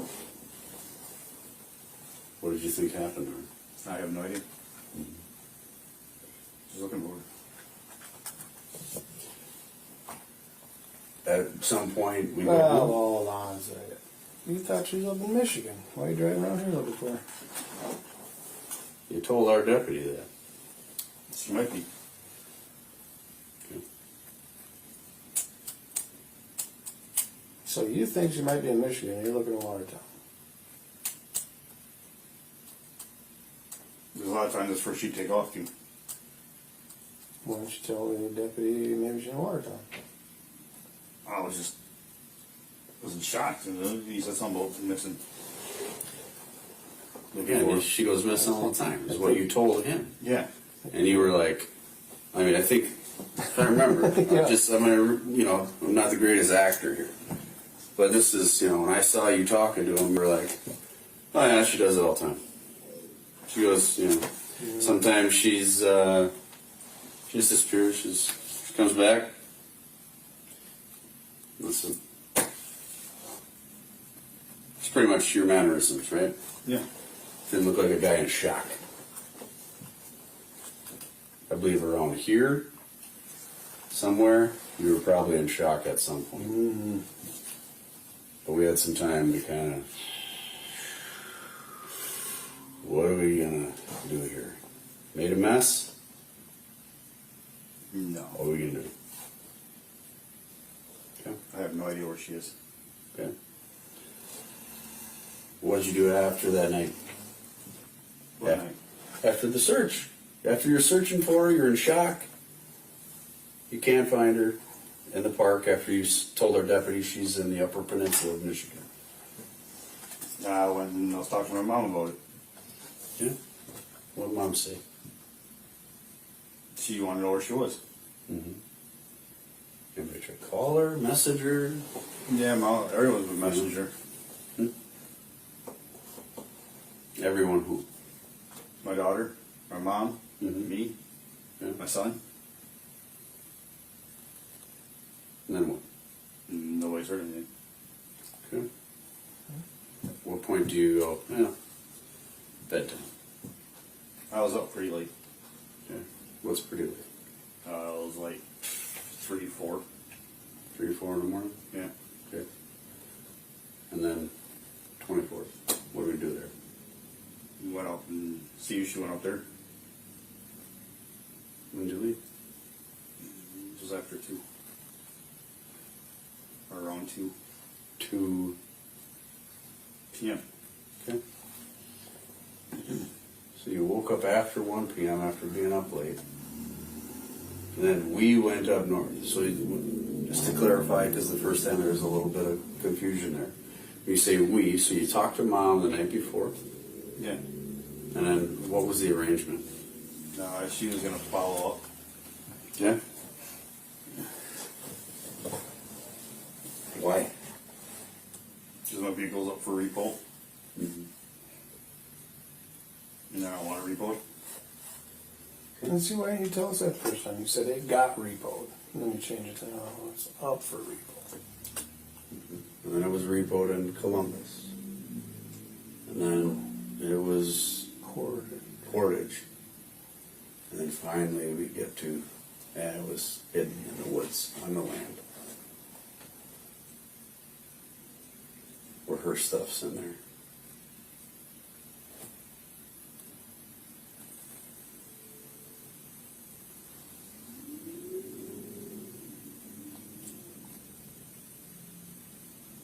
What more can you tell? I don't know what's. And then that clip ends at 8 hours, 1 minute, and 24 seconds. Now we're at 9:27 a.m. and 29 seconds, correct? Correct.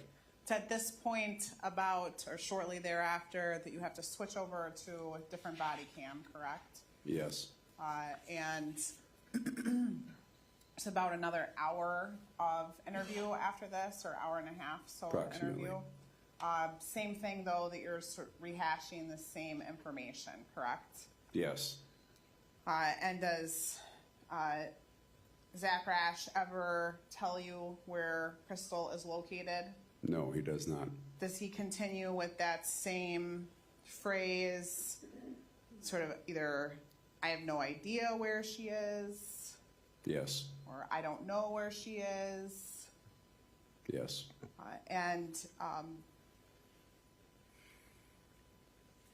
does he ever give you any other additional information that's not contained in these first 8 hours of interview?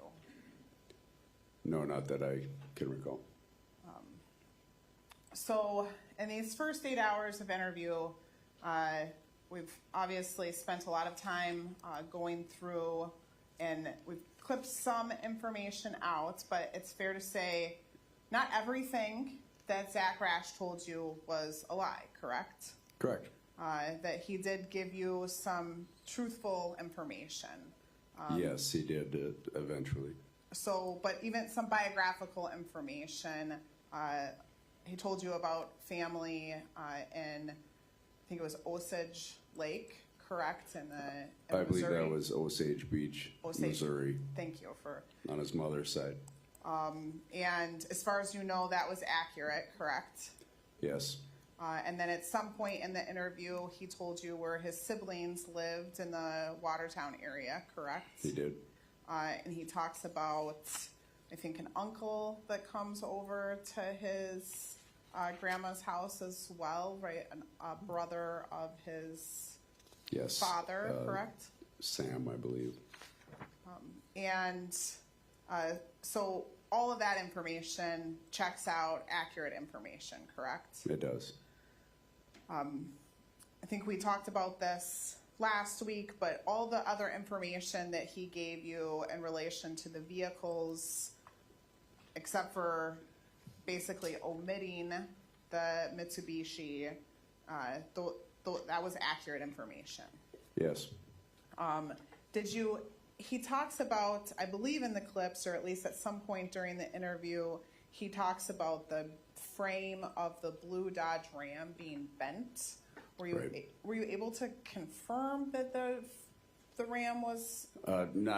No.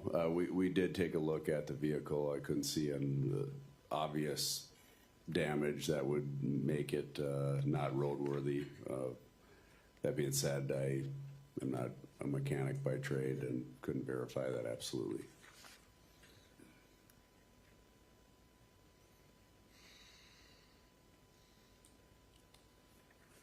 Were you also able to confirm with law enforcement spoke with Rachel, the grandmother, correct? Yes, several times. And at least that Sunday that he was referencing, that there was in fact a family dinner on that Sunday, correct? Yes. Seems like most Sundays that was a family tradition, so to speak, where they would get together on Sundays for dinner.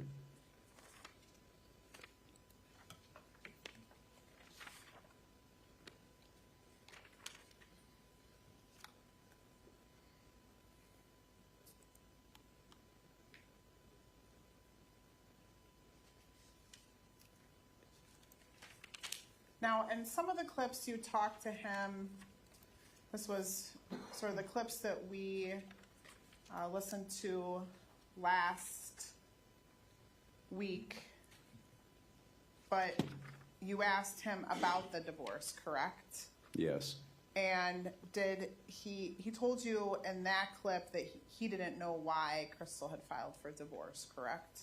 Correct, yeah. He never offered a clear explanation as to why it was occurring and basically stated it didn't bother him and he was just moving on.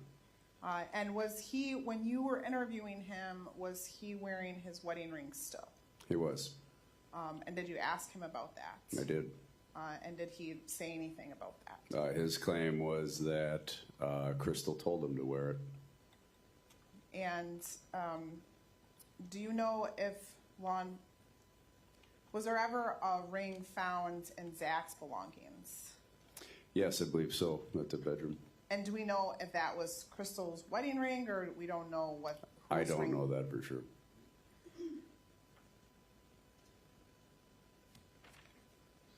Now, I wanted to ask you about, there's a lot of discussion about this vehicle. Do you still have Exhibit 11 up in front of you? The bank transaction information. Yes, I do. There's a lot of discussion back and forth about this Mitsubishi. He talks about it first being repossessed. And we know, of course, that the vehicle was never repossessed, correct? That is correct. And did we ever find any letters in the house putting Zachariah Rasch or Mary Rasch on notice that the vehicle was going to be repossessed? None that I'm aware of. And is it fair to say that it did not appear that the Rasch family threw out much of their mail? Correct. And there was a $1,500 transaction on June 11th, I think at 11:11 p.m. That you referenced in the interview. Did you later follow up on that transaction to confirm who the lending agency was in Yes. that transaction? And who was the lending agency?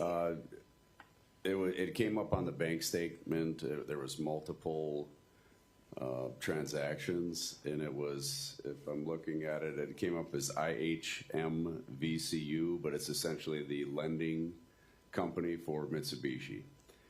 So there was, they actually hit on the 12th of June for that $1,500. And it was, let me just make sure I have this correct. It appears to be 5 separate transactions that went through all to that same lender regarding the vehicle. And we did verify that later on. That was, in fact, the vehicle loan. So it's certainly possible that he was behind on the payments in June. Yes. But as of June 11th, it appeared that he was current with all of the payments on the Mitsubishi. After those payments went through, which, again, per this statement, would be the 12th, I would assume, yes, at that point he was.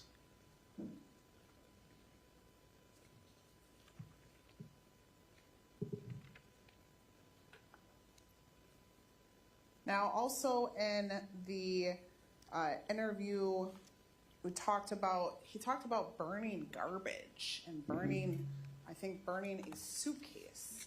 When Right. you were going through the, looking at the burn pit, did you ever see anything that resembled what could have been a suitcase? I did, yes. And what did that look like? There was like the banded frame, like where the suitcase connects, where the buckles are. The frame, all the plastic or whatever material that it was constructed on was consumed by the fire. That being said, the metal remained and was visible and oxidized in the rubble.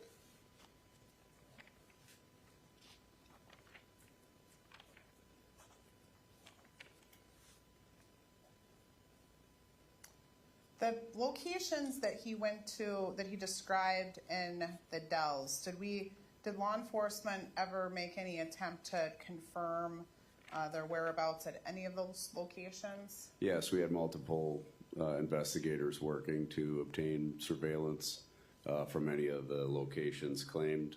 Matter of fact, that night when we were in the process of the interview, in the background, that's what a lot of the other detectives were doing, was following up on the financial transactions and the video that we could obtain. So we could verify what he was telling us, whether being factual. So, and ultimately, we were able to determine that they were in the Dells, and some of those places he said that they visited were correct, that they did, in fact, go to some of those locations. Yes. And with respect, he spends, at some point, he talks about looking, I think this was in clip 14, he talks about being in the Wisconsin Rapids area and looking at a house and meeting with a realtor, and that Crystal did all the talking with the realtor. Did law enforcement ever make any attempts to locate the realtor and Yes. follow up with a realtor? Yes, that wasn't my specific assignment, but we did follow up. I don't recall the name, but it was performed. And were we ever able to confirm that this house showing took place? I don't recall. Okay.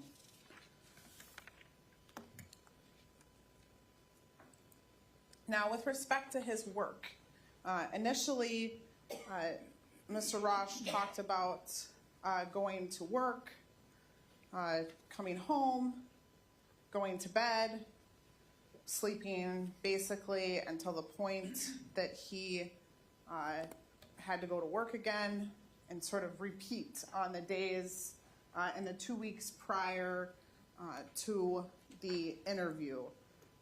Do you recall that during the interview? I do. And did you make contact with his work to follow up with that? Not me personally, but yes, it was followed up on to get his work schedules and verify the hours that he would have been there. And can you remind me where he worked again? Well, it was K&S in Ixonia, Wisconsin. And he was a de-nester, as he described it to me. And were you able to get his clock in and clock out times for the time period? Did you just ask maybe for June? Is that what they asked for? Or at least the time period after June 11th to June 25th? Yes. So I'm going to show you Exhibit 404.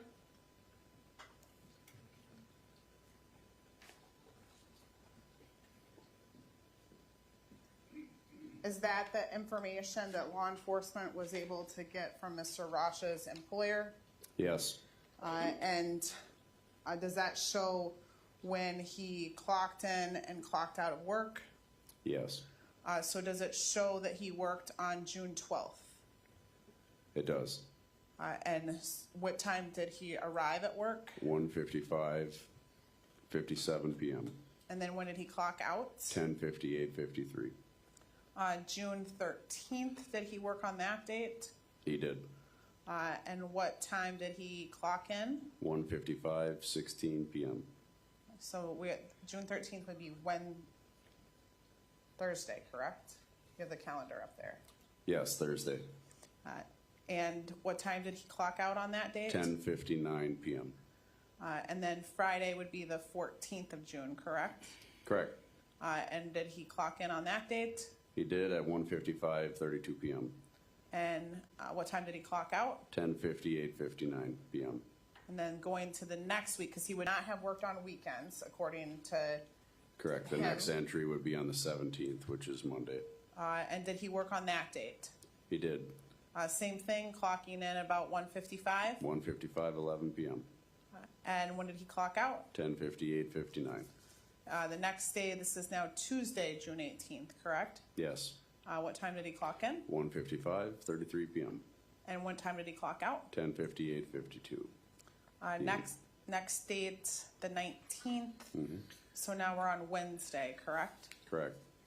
What time did he clock in? 1:55, 18 p.m.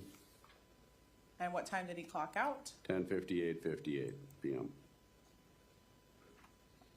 Next day, June 20th. Correct. Thursday, June 20th, from 1:55, 47 p.m. until 10:58, 56 p.m. And then finally, Friday. Friday, the 21st, it shows 1:55, 31 p.m. to 10:58, 54 p.m. So that week of June 17th, he did work every single day. So that part of his statement at least was accurate, that he actually went to work every Correct. day that week. The prior week, at least according to the records, he did not work on June 10th and June 11th, which of course we know because he later admitted that he was up in the area of the Dells, correct? And then down kind of in the Milwaukee area, correct? That's correct. And then moving to June 24th, did he work on that date? No, there's nothing on the hours. And then June 25th. He did. And then what time did That he would have clock? been 1:55, 46 p.m. until 10:58, 54 p.m. So about a 9-hour day.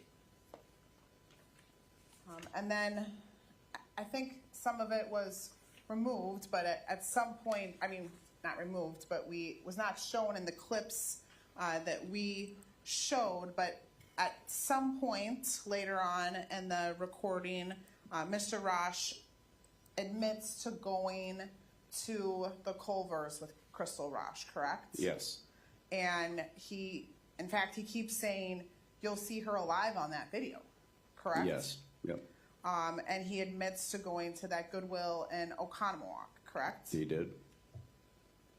But he only admits those facts when we basically talk to him about those transactions on the bank account, correct? Right. As everyone heard, this was late into the interview, even acknowledging they were together that day.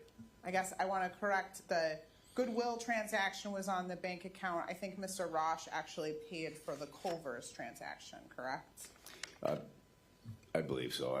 Off the top of my head, I do not recall. That's not something, though, that he volunteered early on in the interview, the Right. Culver's. Yeah. And I should clarify, at the time of the interview, I wasn't aware of that. Now I've seen the video, but I want to go back to, we talked about this CAD submission purportedly to be Crystal Rasch, where you followed up in Minnesota. So the address given was Dewdrop Trail in Minnesota.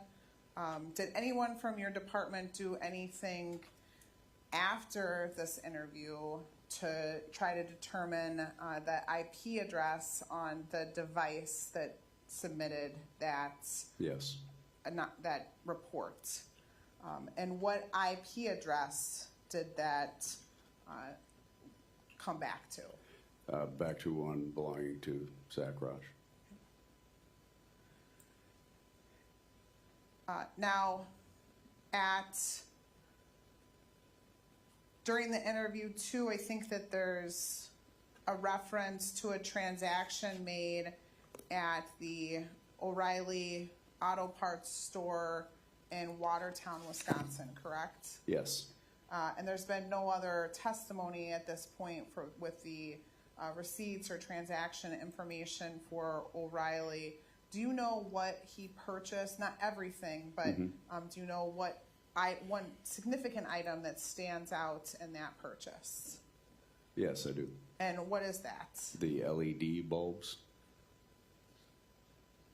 For, I believe they were like $105, somewhere around there. And why was that significant when you later followed up in your investigation? Why was that purchase significant? Regarding what he had previously told his mother, having purchased them from some person there for $25. Claiming the value being at over $100. But he had bought them for retail value, again, using Crystal's card.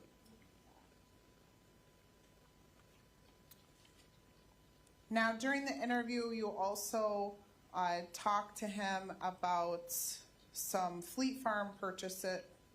Gosh, I don't know if I always get, unfortunately, them mixed up. Fleet Farm or Farm and Fleet. Farm and Fleet.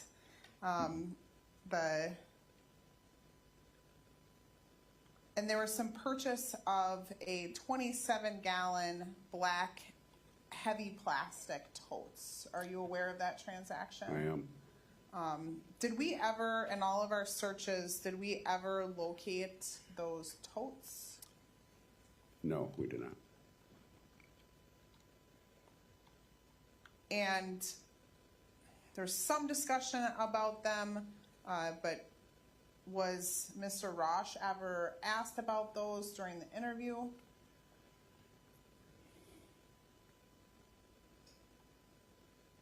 I can't say for certain if we had that information yet on the receipt at that time. Was there ever anything in the surface burn area that was consistent with those totes? Yes. And can you describe that, what you observed? So the ground level where the burn area was, where myself and Detective Rolfs took the samples after the crime lab came. Because when the crime lab was there initially during the search warrant, that was while we were in interview, as you saw. So when we went back with the information that we had obtained from the interview, that's, again, as described, or as you heard me talk about earlier in my previous statement, drew us to that area, and the surface level was covered in like melted plastic. I already described the chemical smell, but there was also a lot of burnt plastics all over that surface that had been cleaned. Now, at the very end of the interview, did you ask Mr. Rasch for consent to search that red Samsung phone that was referenced during Detective Young's interview? Yes, And he, in fact, gave consent, correct? he did. And in the sheriff's office, you would have him sign a form for that, correct? Yes, And then did you also ask Mr. Rasch for his DNA at the very end of the interview? I did. And did you personally take a DNA swab from Zach Rasch? Yes, I did. And that's that same white sort of long cotton ball. And did you swab in the Local inside? standard, yes, In the inside of his mouth, and then was that packaged and ultimately sent to the crime lab? it was.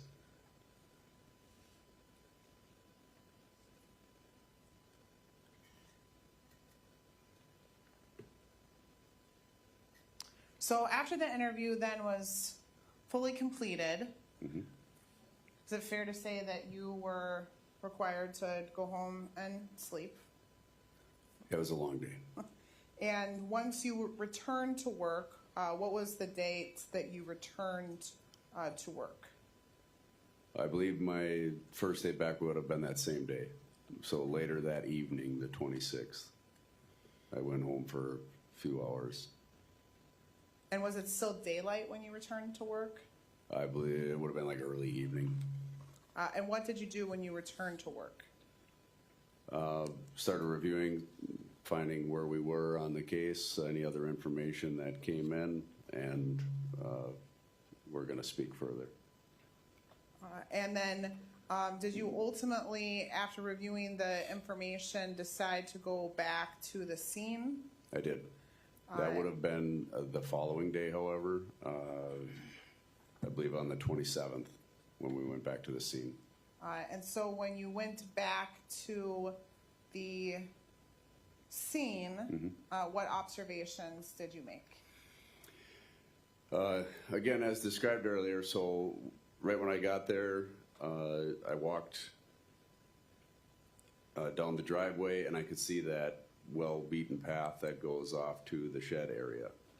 And there was a 5-gallon bucket there, like right where you would turn, and it was full of the Monster Energy drinks and some other soda cans and that. There was cigarettes, and it also stuck with me during the earlier observation of the video that's the area that he had walked from. So I knew there was multiple burn areas throughout the entire property that, you know, there had been some surface samples taken of, but I was kind of drawn to that one as I got near it. And again, observed that high heat area, that surface level burn that was new. It was clearly not an area that, like, they burned garbage for years and years and years. It was a relatively new area.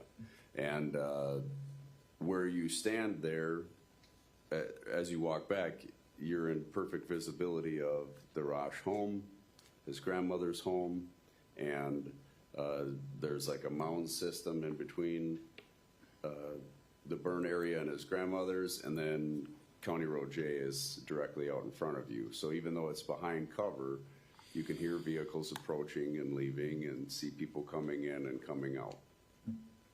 So I'm going to show you Exhibit 205 and 206.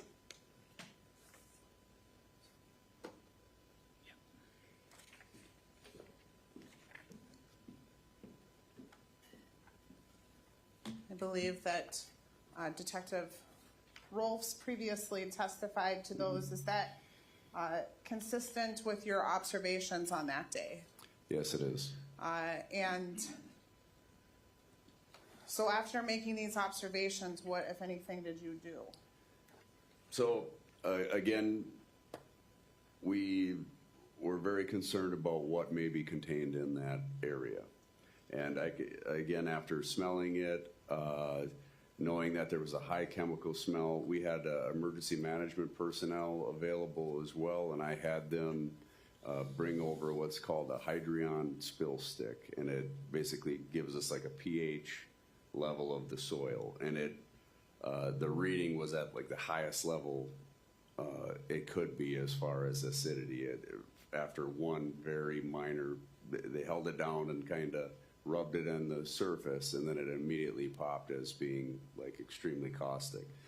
At that point, we had a conversation as to how we should proceed with this. Being that the crime lab was already there, that would have been our preferable method. But being June, as it is now, the weather can change, and I didn't want any of that evidence to not be preserved. So we made the call that we were going to collect it, put it into containers, and personally transport it back to the Dodge County Sheriff's Office and place it into evidence. So we were able to get a hazmat container, a bin, and I guess long story short, we shoveled up as much as we could possibly get until we started hitting root level directly underneath it. But there was also some like liquid saturation surrounding it of different chemicals.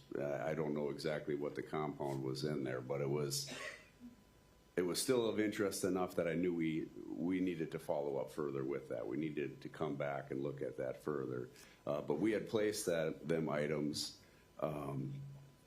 in the hazmat container and actually put it in the back of my Ford Explorer squad car. And it's a smell I will never forget. I could feel it literally burning my face, burning my eyes, burning as I breathed.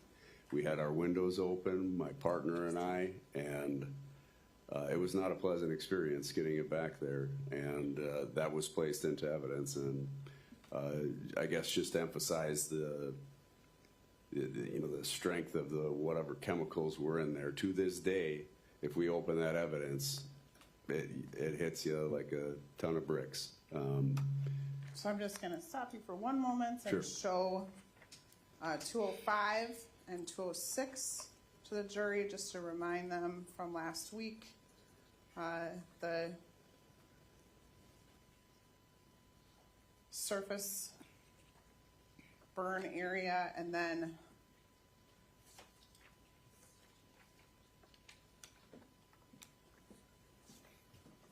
(207) and 208 here.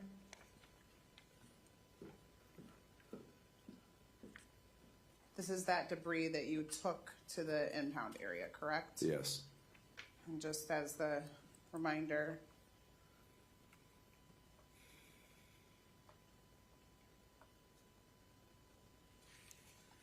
and then I think that Detective Rolfs talked about that we did some sifting then Yes. at the impound, the sheriff's office impound lot with some DCI agents that Friday, correct?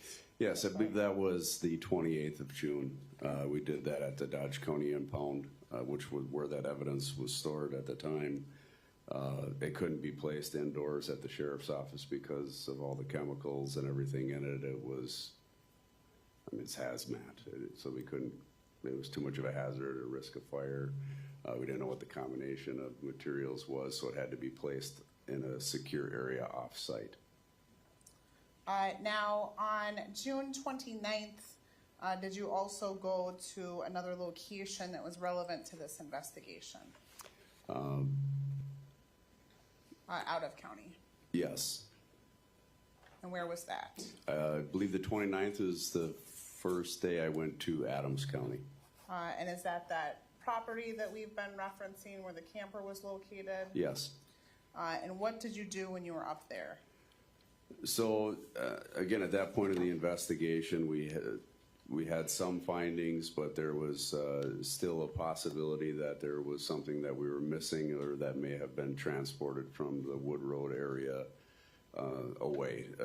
again, knowing that after the interview, the vehicle was taken from the residence on Wood Road and drove on the 24th and abandoned in that wooded area next to the camper. We decided we needed to investigate whether additional evidence would be located in Adams County on that property. And was there anything significant that you found on the Adams County property? Later on, there was some items that were located, but all in all, they did not become terribly significant to the case. And it's fair to say, though, for the first week or so of this investigation, you did maintain contact with the investigator. Yes. And I think Investigator Corbett, correct? Yes, Kyan Corbett. And one thing I think that we forgot with Detective Lake, we also located a sweatshirt in the back of that Mitsubishi that was located on the Adams County property, correct? Yes, in the Mitsubishi Eclipse Cross. And I'll show you what's been marked as Exhibit 421. And if you could just tell me what's contained inside that exhibit. This is the Wisconsin Dells sweatshirt. So if you recall from the video when they were at Goodwill, Zachariah and Crystal, when she had stood in the parking lot and he kind of blocked the door and she changed in the back, this would have been the sweatshirt she was wearing. And if you could just open that up and hold that up for the jury once you get it open. And just put gloves on so that the crime lab stays happy with us if we never have to do anything in the future.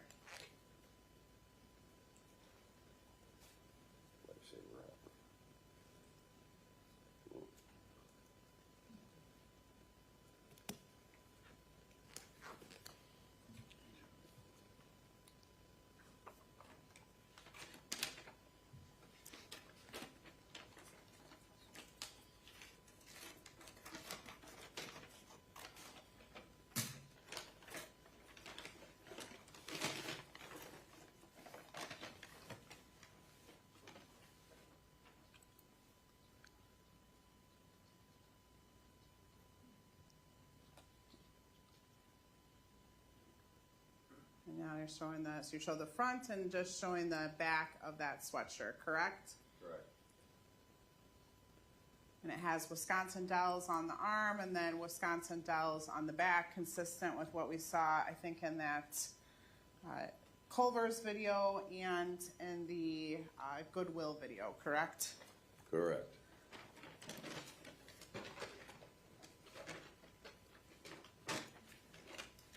And then just to talk about other things that you did in your investigation, I think on the first, you were also the person who assisted Dr. Legro, the dentist, and provided him the tooth, correct, for analysis? Yes, on July 1st, I met with Dr. Gabriel Legro and Dr. Jordan Karsten. And then on July 10th, did you meet with Dr. Jordan Karsten again? Yes. And this meeting on July 10th, was he able to conclusively say, because this would be after we had that June 30th dig as well, correct? Yes. Was he able to say that we had conclusively located some human remains, that the bone we located was not animal but conclusively human? Yes, we didn't have the official report from him until I believe August was the first report, but we did. I was there with him when he identified them as diagnostically human. Now, at some point through the course of this investigation, you know that we located a firearm in Zach Rasch's residence, correct? Yes. And we confirmed that he had legally purchased that firearm, correct? He did. That he legally purchased it on February 20th. Is that accurate? Yes, that sounds correct. And then at the time that he purchased that, and I believe that this was in Detective Lake's testimony, which is in the 200s.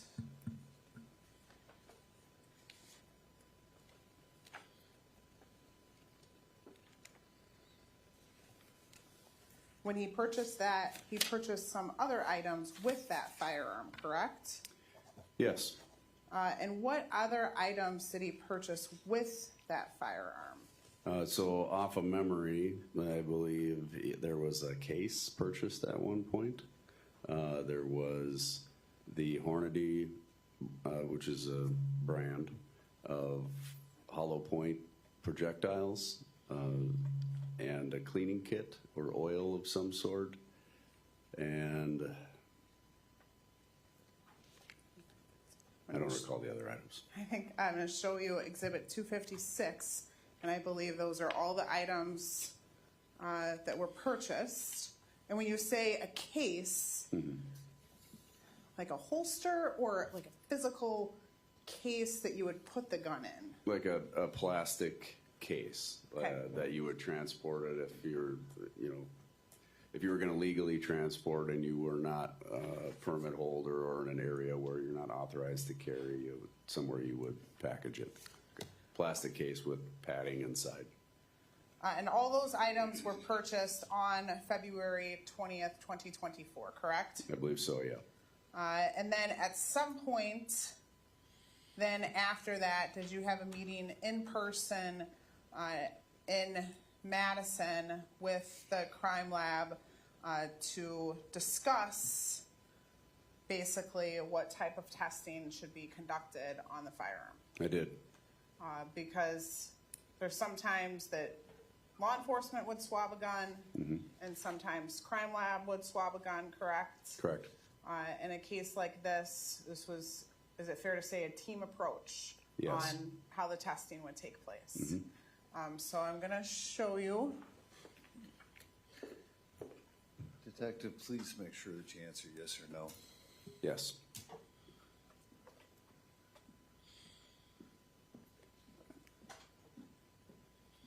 Exhibit 132.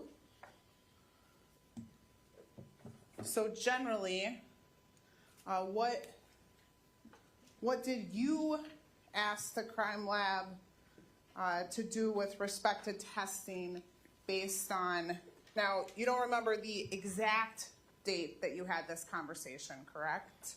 Not off the top of my head, no, I do not. But that it would have been sometime after, likely July 10th, that you met with Dr. Karsten. We learned that the remains on the property were human, correct? Yes.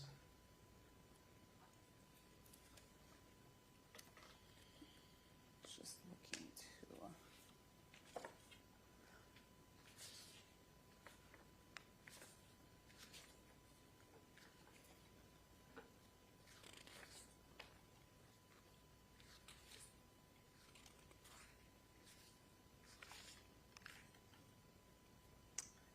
And the date of the second crime lab report, or I'm sorry, the date of the crime lab report, the first crime lab report with respect to the firearm would be October 22nd, 2024. So sometime between those two dates, would that be accurate?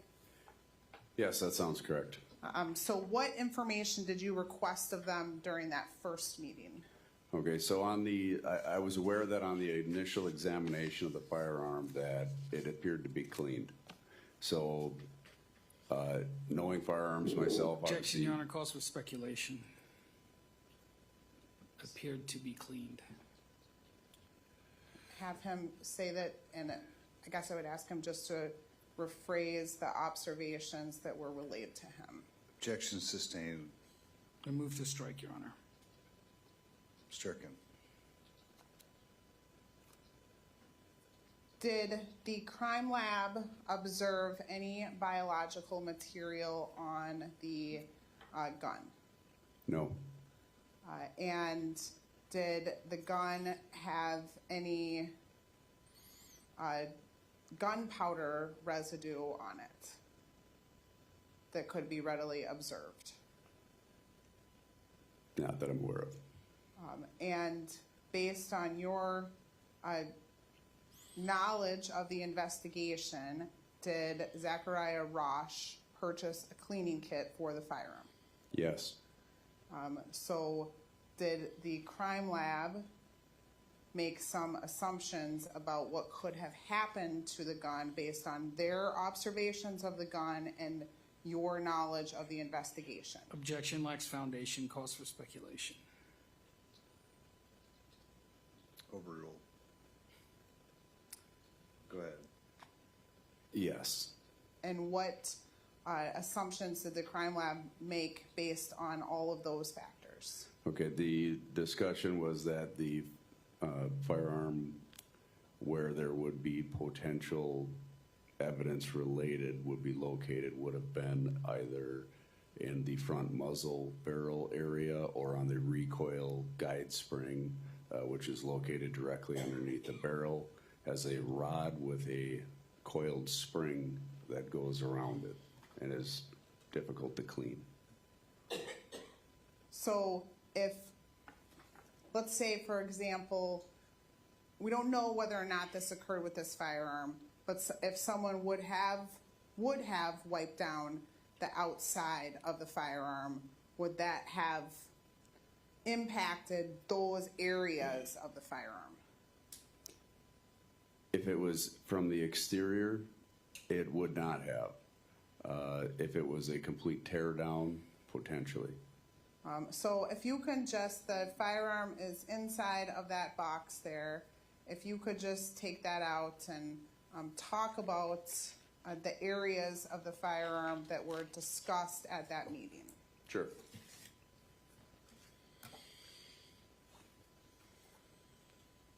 And maybe just move the, in fact,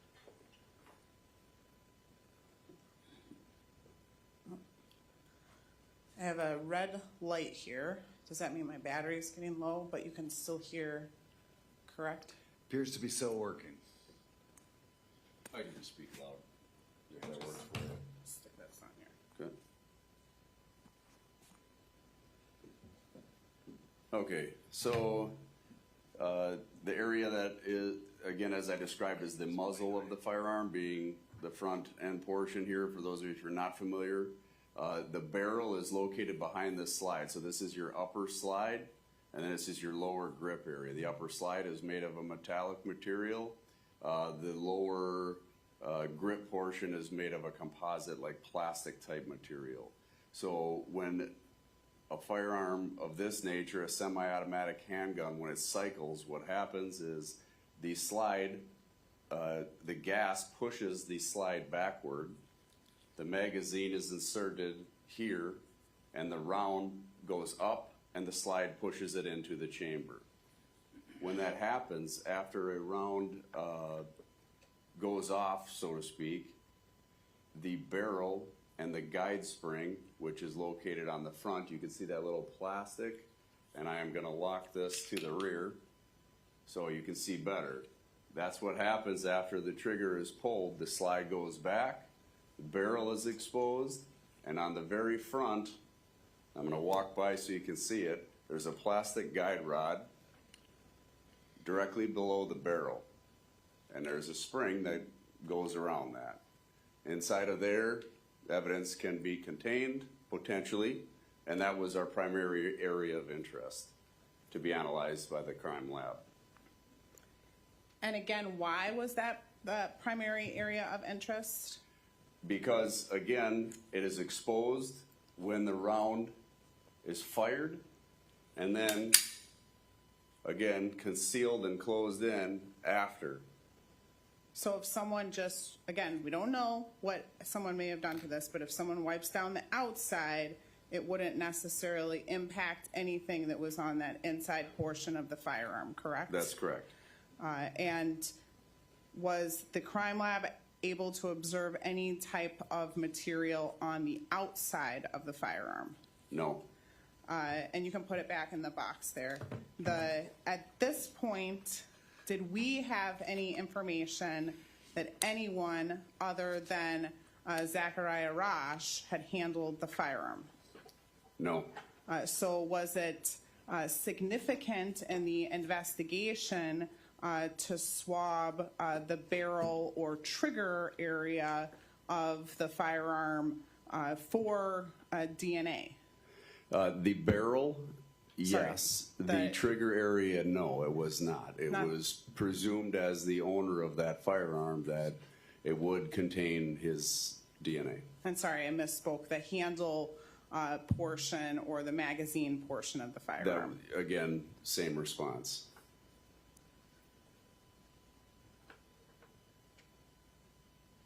When the, I'm gonna steal my.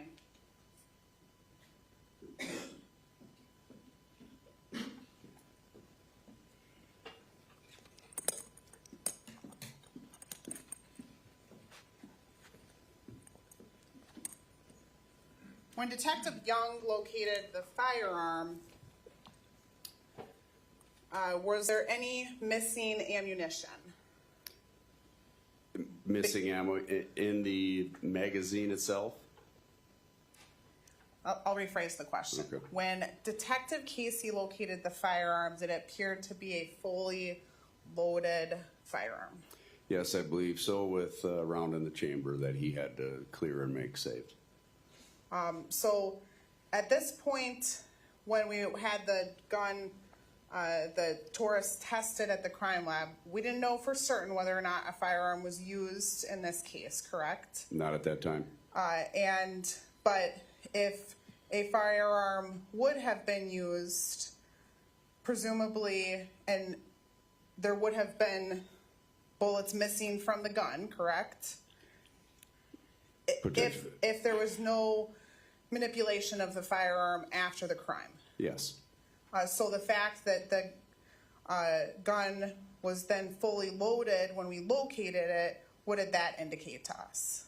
That it had been utilized, reloaded, since a round would have been fired off prior, or any other shooting would have taken place.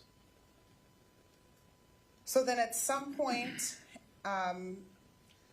shortly after October 22nd, 2024, we received information from the crime lab that they were not able to locate any DNA on the firearm, correct? No DNA for Crystal Rasch, correct? Correct. There was DNA located in the barrel that was not suitable for further testing. And so we could not obviously compare that to really anyone, correct? Right. And then did you request that the lab perform further testing of another item? I did at a later date, yes, And- as I obtained more information in the investigation. And what was that item? The holster. And why did you request further testing of the holster? So based on my scene observations, when I was able to look in detail at the crime lab photos, which you have seen on the vehicle, and some of the patterns inside of there, along with the findings from Dr. Jordan Karsten and Dr. Gabe Legros, it was becoming, it was leading us more to believe that there was a firearm involved in this incident.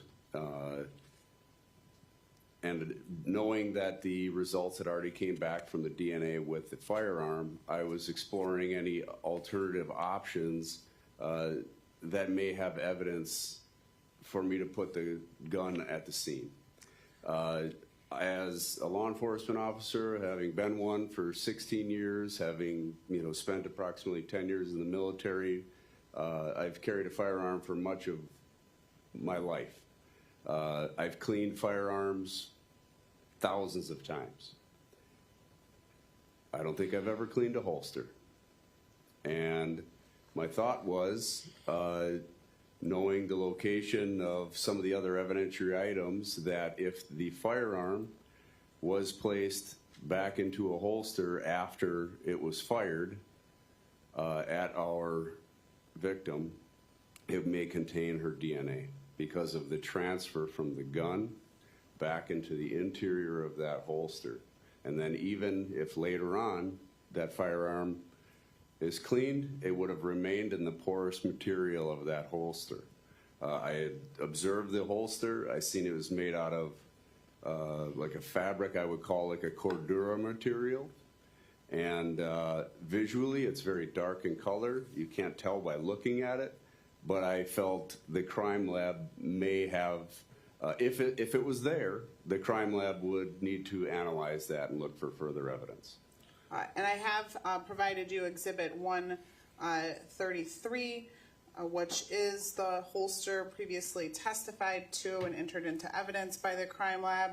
If you could just take that out one more time and show the type of material that the holster was made of that caused you to ask them to test that holster.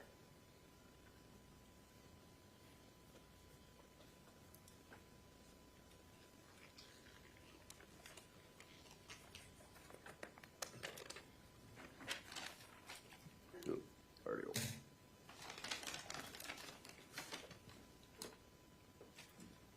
Okay, so as you can see, it's like this fabric material. So when you place the firearm inside of here, it is retained. The retention is achieved by this fabric is tight.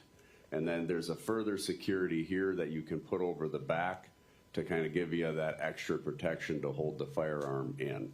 And again, it's not uncommon for anyone, as I'm wearing a holster right now, for that exterior portion to be accidentally or touched or rubbed against something. However, the inside, as you can see, is extremely narrow and not a place you would normally reach your hands or touch, or at least I don't in my own holster. And I kind of did, when I was talking about this, brainstorming it with the other investigators, I was kind of polling them on, hey, have you ever cleaned your holster? Have you ever reached on the inside? And it was a resounding no across the board. So I did complete a transmittal. I sent this evidence down to the Wisconsin State Crime Lab.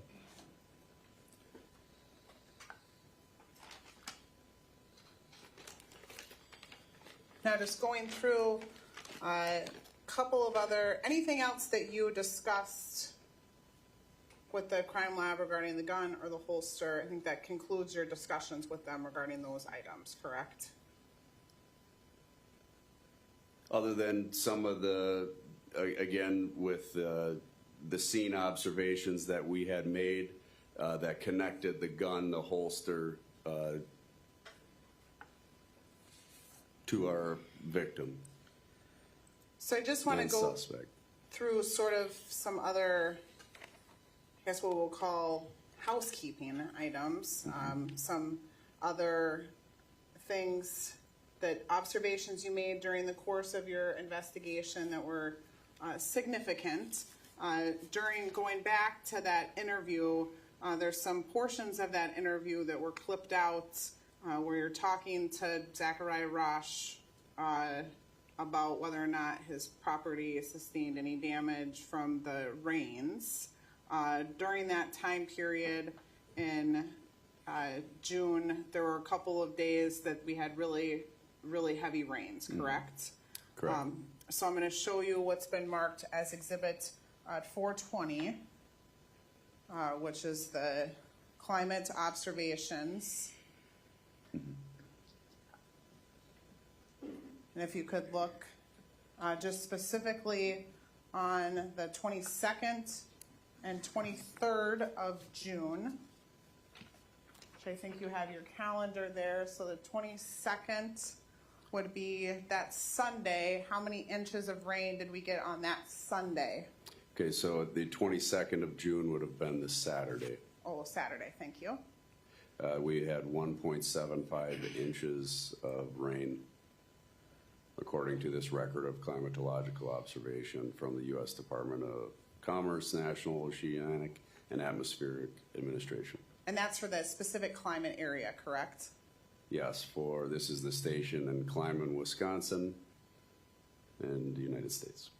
And then on the 23rd, how many inches of rain did we get? 1.25 inches of rain. So now the state would move Exhibit 420 into evidence. No objection. Received. During your follow-up investigations, did you also have some enhancement done on Deputy Kukan's squad video and body camera video? Yes, I did. And why did the sheriff's office do that? So in reviewing the video from Deputy Kukan's squad and body-worn camera when he had his initial contact with Zachariah Rasch on the 23rd at about 6:30 in the afternoon, I've watched it many times, of course, but as he walked out of the wood line, it appeared there was billowing smoke behind him in the area that I knew later on to be where we located human remains and where the fire occurred. So I'm showing you Exhibit 403.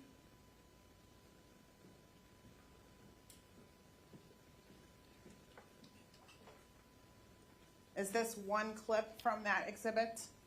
Yes, it is. And is there a zoomed in portion then of photo 403? Yes. And what is depicted in that? The smoke is clearly depicted traveling towards it's a white Chevrolet van, I believe, that was junked near the shed area, and that again is just adjacent to where the fire burn area was. So I would move Exhibit 403 into evidence and just permission to briefly display that to the jury. No objection. It will be received, can be published.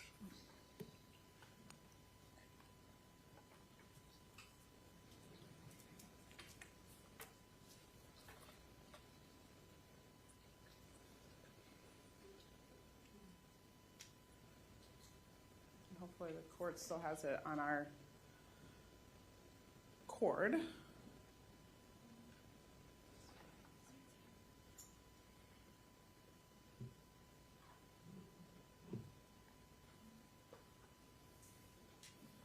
Just give it. Don't look at me, I've flunked out of AV class. Pass it around. So I'll just show this. We'll go old fashioned here. So the little orange box is where the smoke is, correct? The Right. enhanced. So if you can just see those orange boxes there.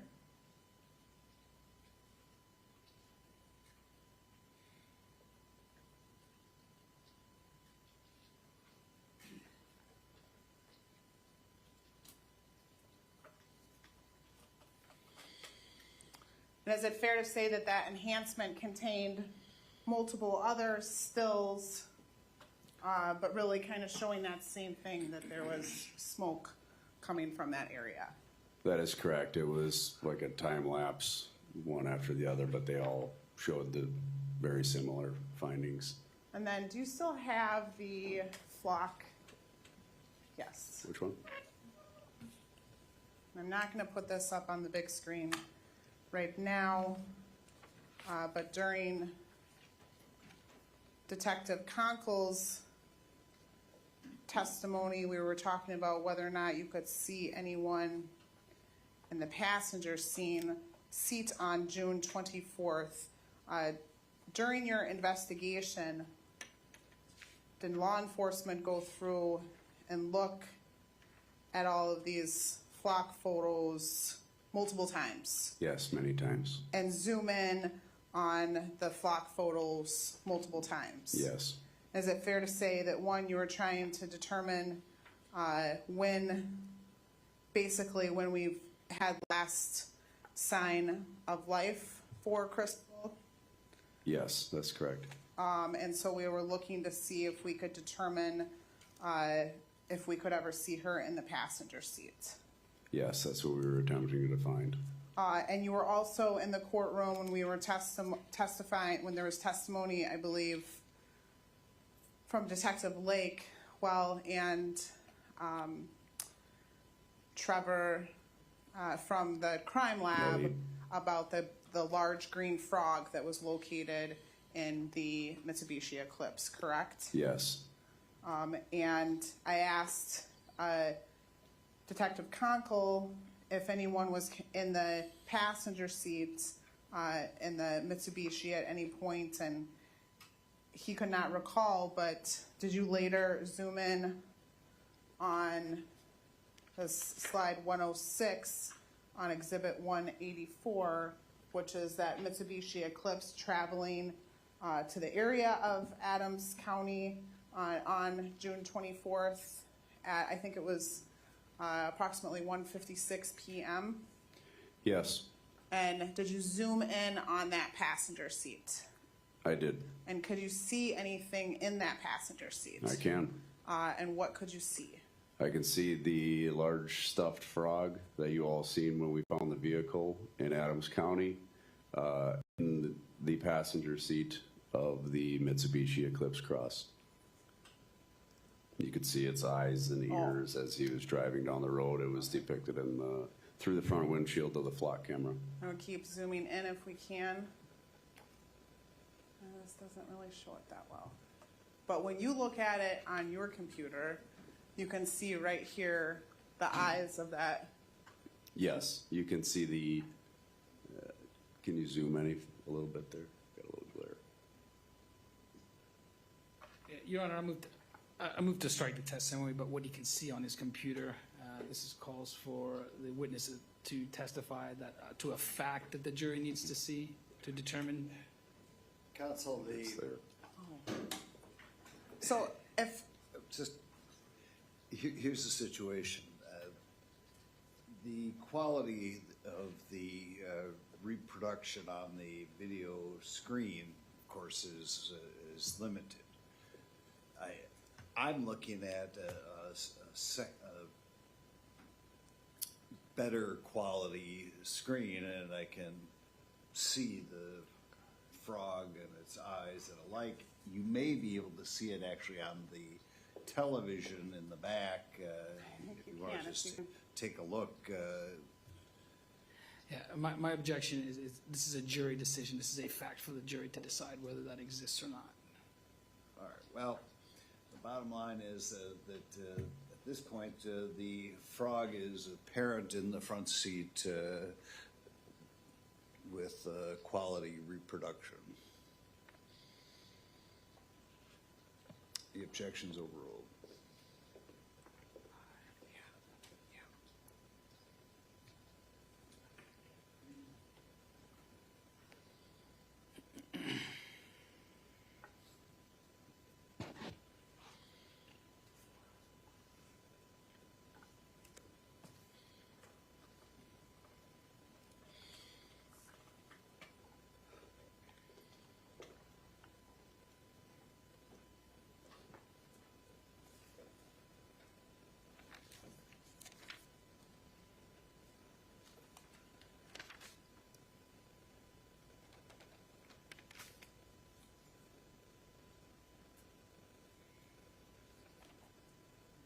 I do not have any further questions for this witness on direct.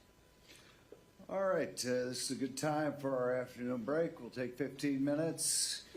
Folks, again, remind you cannot discuss the case.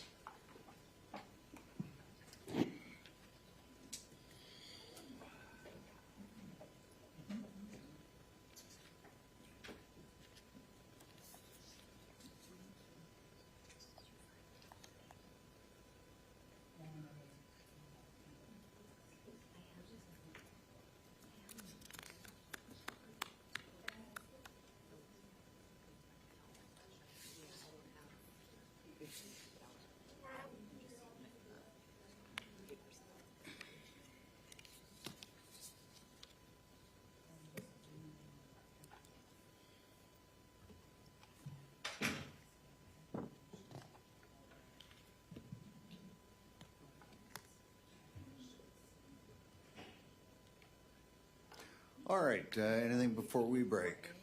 I was just talking to the clerk and I never marked the exhibit, PowerPoint of Conkle's exhibits, I think it's 65. 84. So I would mark that as just 84A since I zoomed in on it like that. I think that digital copy needs to be part of the record. So I would mark that as 84A. Any objection to the receipt? You want to take a look at it? This, yeah. This is one.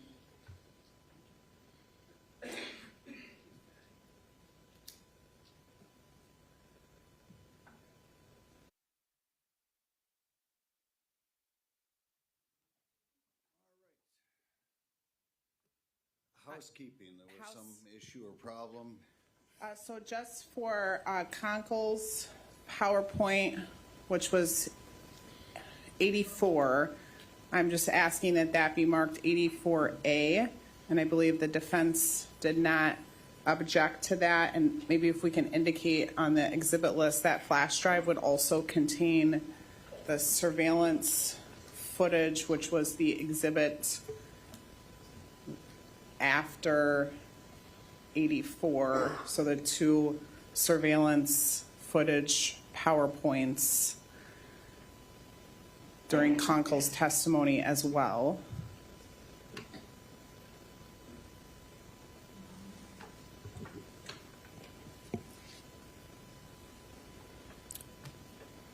No objection. Okay, it also has what on it? I'm sorry, I'm trying to find where you're at. I have 84 PowerPoint block information. All right, the one exhibit that we were clearly able to identify will be received without objection.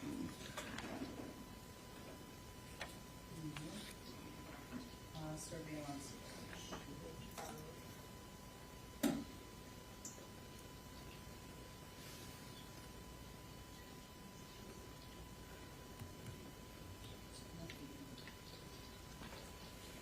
And so I'll find that. We'll find that. I'll put that on the record later. And then I also provided her with Detective Taylor Nail's PowerPoint, which contains some video footage, and she's marking that Exhibit 7A because that is the first slide in his PowerPoint, and the PowerPoint from Detective Lake's testimony, and that's being marked as Exhibit 255A because that is the first slide in his testimony. And then I will find that surveillance footage from Detective Conkle's testimony at a later time so that we can. All right, 7A and 255A, any objection? No, Your Honor. They will be received. Anything else before we bring in the jury? No, thank you. I just want to make sure that my PowerPoint works one last time, Your Honor.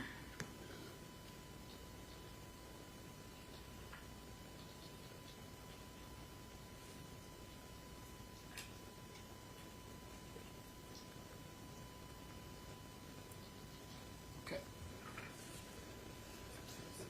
Thank you.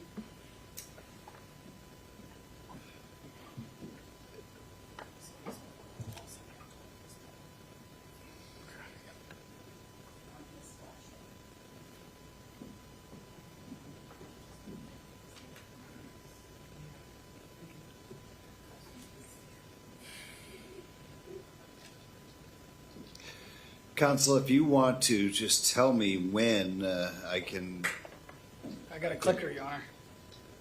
there you go. So, and I don't object to any of the photos that are contained in this PowerPoint. So I don't have an objection of them with them being displayed to the jury right away, so we don't have any technical difficulties. The first photo being up right away. That's okay. I can Okay. blank screen it. All right, this PowerPoint exhibit, It is they are exhibits numbers 405 through ultimately 419, and included in the exhibit are in the PowerPoint are some other exhibits that have already been introduced, 76, 77, 78. All right, so the PowerPoint itself, that was 405. I think that the way that, when I discuss it with your clerk, it's PowerPoint, it's each photograph is a different number. I asked whatever's best for them.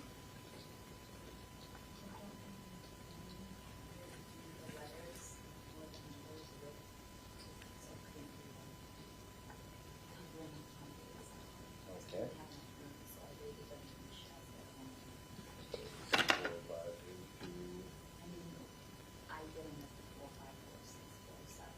Okay. And it is 405 through...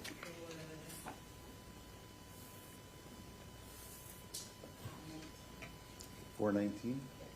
All right, so it is apparently contains 405 through 419. Correct. Excellent. All right, bring in the jury.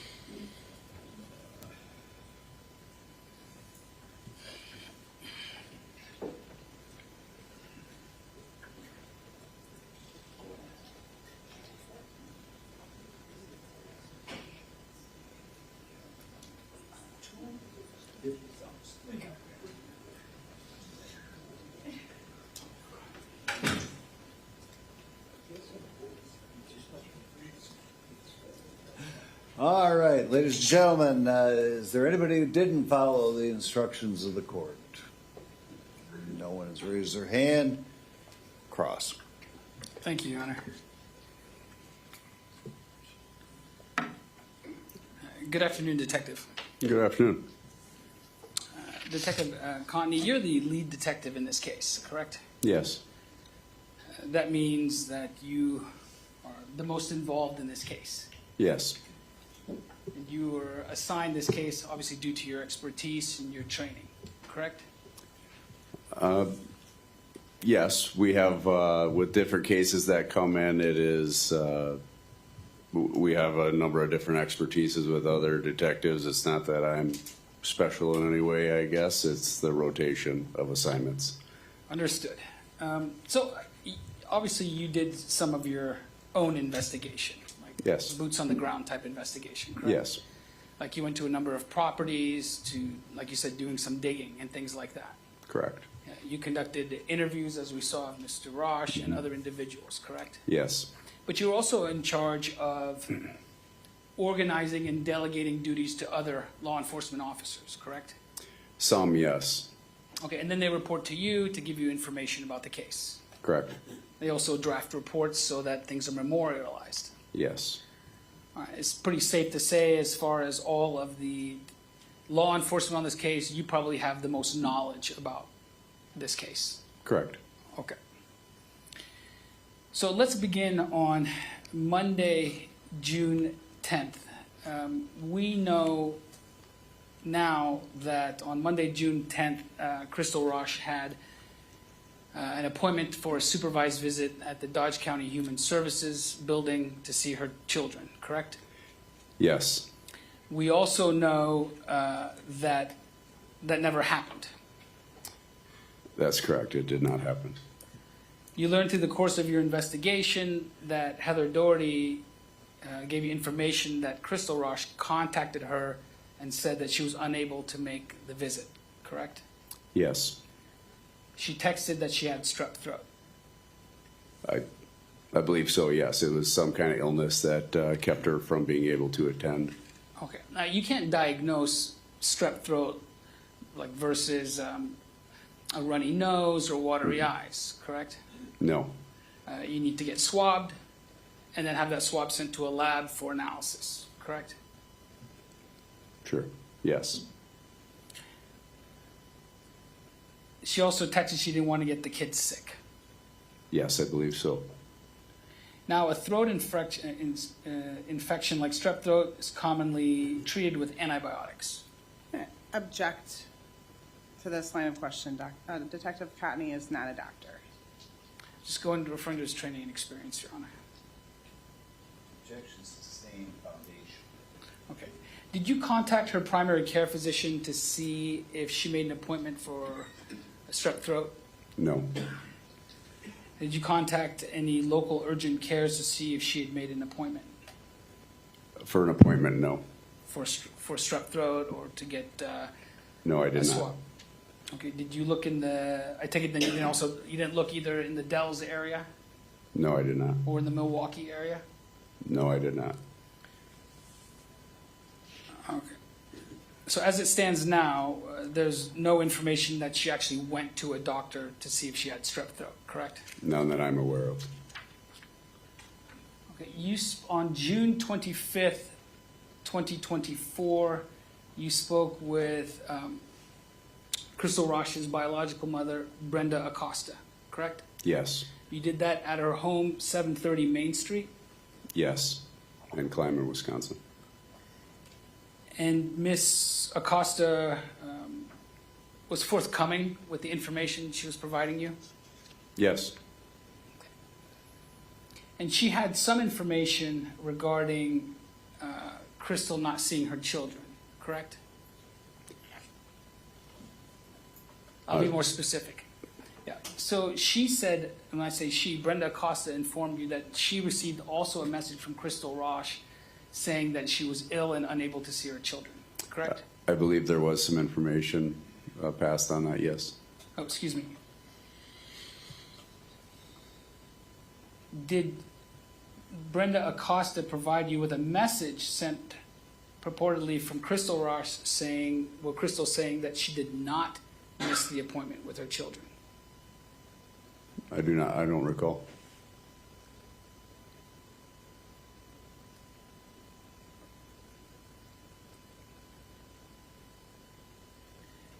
Was Brenda Acosta, to your knowledge, did she believe that Crystal Rasch made the appointment with her children? I don't believe so, no, because she hadn't seen her since earlier in that weekend. Okay. You asked Miss Acosta where she thought Crystal Rasch might be, correct? Yes. And she did discuss that she speculated that she might have gone up north. Right. And she also didn't have any idea why Crystal would not take her car with her, correct? Well, let me ask you. Let me That's put it, let me not ask correct. You, let me ask you this way: the car was still in the garage. Yes. All right. And at this point, the investigation was being considered a missing persons investigation. Yes. You asked Crystal Rasch's mother whether she had any, what concerns she may have. And she told you that one of her concerns was that Crystal was on medications, correct? That it wasn't that she was on medications that I recall, it's that she didn't have everything she would usually have with her for being gone as long as she had at that point.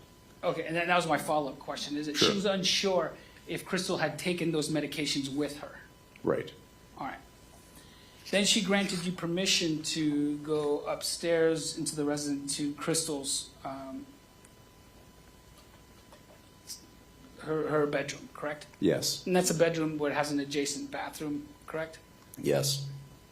And the pictures that we saw of that, you actually went there and saw that bedroom and bathroom, correct? Yes. And then, so I want to talk about some of the items that you saw yourself when you were up there. And you were with Detective Rolfs at the time? Yeah, so originally I went up on my own after consent was obtained because he was working through the security camera system. And then later on he came up and looked as well. Okay. So I'm going to show you a piece of paper. Actually, let me do this first, if I may approach you. I'm going to hand you exhibits 405 through 419. If you can look through those briefly and look up when you're through familiarizing yourself with them.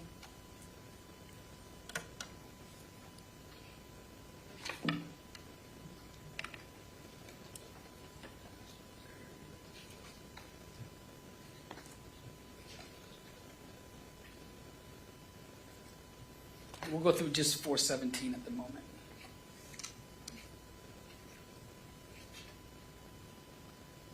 Yes, Okay, you're familiar with exhibits 405 through 417? I am. Okay, and those are photographs that were either taken by you or Detective Rolls from Crystal Rasch's bedroom on June 25th, 2024, correct?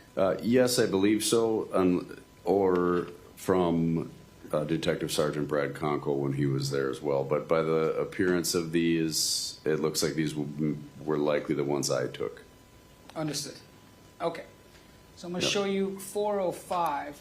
This is a document with the watermark Watertown Regional Health Center, and on the top right it says Pain Management Center. Is that Yes. correct? And this is for an appointment for Crystal Rasch, June of 2024, correct? Yes, it appears so. All right. Moving to 406. Here is another document found in Crystal Rasch's room. This is a patient care summary for Crystal Rasch in the middle of the page. Is that correct? Yes. And you can see from that far or look down on the document you have before you. That's for May 7, 2024. Yes, I see that. Okay, and the reason for the visit is dealing with bilateral trauma injury in the upper body, correct? Yes. And from your investigation, did you feel that this was probably related to the car accident she and Mr. Rasch were in, and after also talking with the attorney David Lang? Could have been. I really don't know for sure. Okay. Moving to 407, this is some medication that you found in her room. Yes. This is albuterol sulfate, Yes. and it looks like it was prescribed by Dr. Amber Miller, correct? Yes. We at 408. Here's other medication, Fluticus, also prescribed by Dr. Amber Miller. It appears so. 409. This is hydroxyzine, Yes. and looks like it's prescribed by Dr. Jennifer Taylor. Yes. And this is just the bottle rotated a little bit in 410, It appears so, yes. showing you 411. This medication is for Vraylar, is that correct? Yes. And that was prescribed by, it appears, Dr. Jennifer Taylor. Yes. 412, we have other medication, Montelukast, prescribed by Amber Miller. Yes.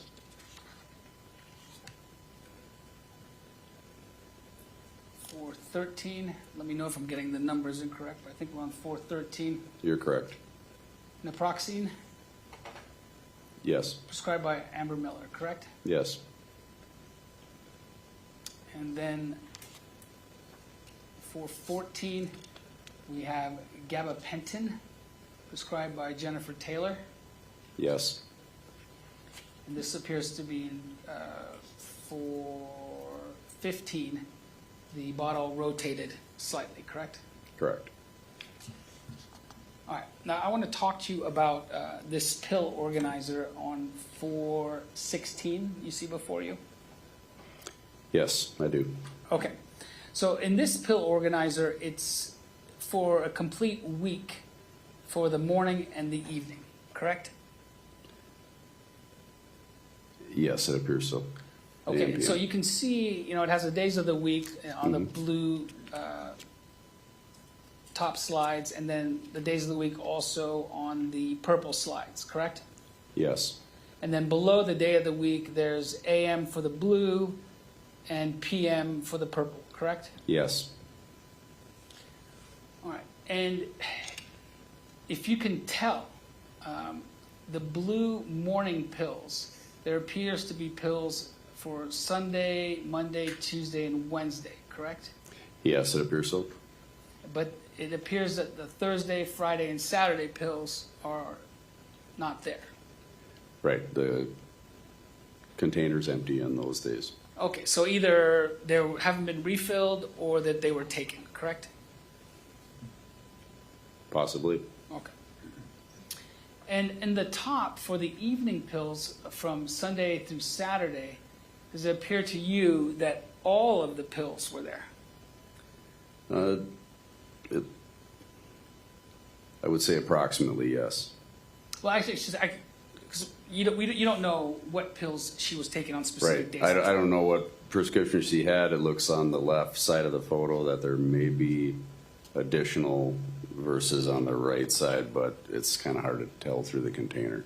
Okay. I guess a better question to ask is, on the evening pills, none of them are empty. No, they all have some kind of medication in them. Okay, and that includes, like the Thursday morning, it appears is empty, but there are pills in the Thursday evening, correct? Right. Correct. And for Friday morning, it is empty, but for Friday evening, it's not empty, correct? Correct. And then Saturday morning is empty, but Saturday evening is not empty, correct? Correct. All right.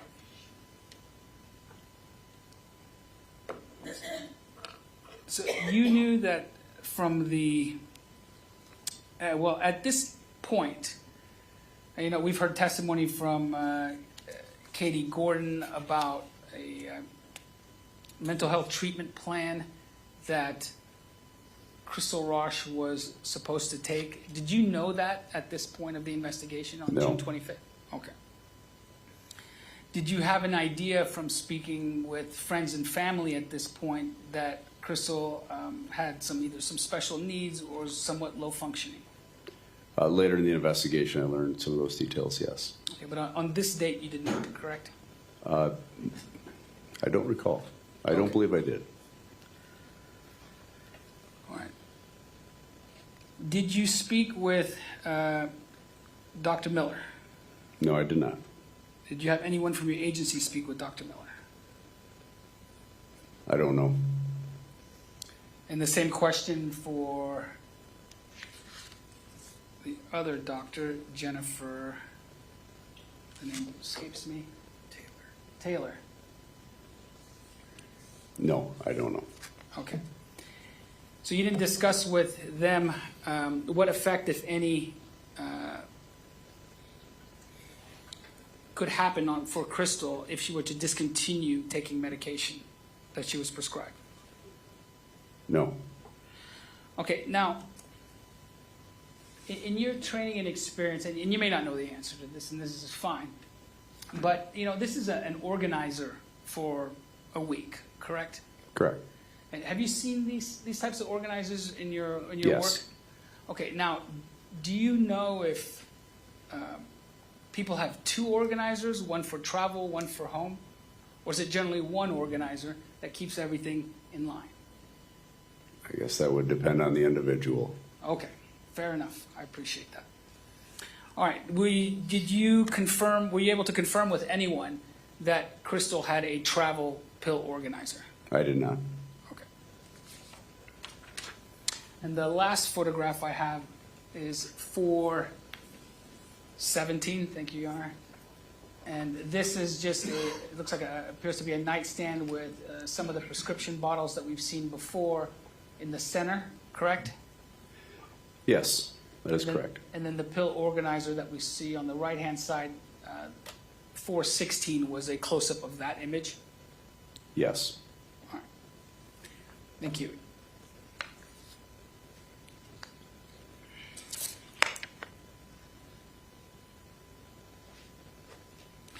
Now, there was also a wall calendar that's been introduced into evidence, correct? Yes. And this was a wall calendar that was found in Crystal Rasch's room. Yes, on the wall. There were no dates marked or anything on the calendar marked showing an appointment or a date or time spent with Zach Rasch, correct? No, not to my knowledge. And from your investigation, you had no information from any individuals that said or informed you or your team that Crystal had told them that she was going camping with Zach Rasch, correct? Correct.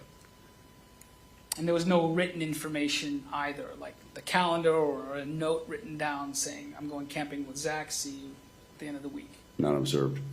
All right. So I'm gonna, Your Honor, if you could hit the lights one more time for me, please. I'm showing you exhibit number 76. And you recognize exhibit 76 as one of the calendar for the month of May in Crystal Rasch's room. Yes, I do. All right, so I want to highlight a few things. Is on May 7, you see an appointment Yes. for shoulder and arm here. Yes. Okay. And there's also, above that is Jennifer Taylor, who you recognize as the name of one of her doctors. I do. And on May 16th, you see a pain management appointment for 10:30 a.m. with, it looks like Jean. Yes. On Friday, May 17, there is an appointment with Dr. Zorler at 10:30 for, it looks like neck. Yes. All right. I'd like to show you exhibit 77 for June of 2024. You recognize this as, again, the calendar that was found in Crystal Rasch's room. Yes. So on June 11, she had an MRI scheduled for 9:15 a.m. for, I don't know if you can read that. Can you read that from there? Does it say Brookfield? Brookfield. Is that correct, maybe? All right, that's a local community. Yes, in the Milwaukee area. And then South side of Dodge. on June 21st, there was, on that Friday, another appointment with Dr. Zoller at 9 a.m. I can't make out the writing there, but at 9 a.m. Yes. On June 28th, on that Friday, there's another appointment with a doctor, and I can't make out the name, and it says checkup. It looks like 10 a.m. Is that correct? Correct. An exhibit, I'm showing you now exhibit 78 for July. And again, you recognize this as the wall calendar in Crystal Rasch's room for the month of July 2024, correct? Yes. And on that calendar, you can see for the 24th, it says nerve block and pain procedure at 11 a.m. pain management in parentheses, correct? Yes.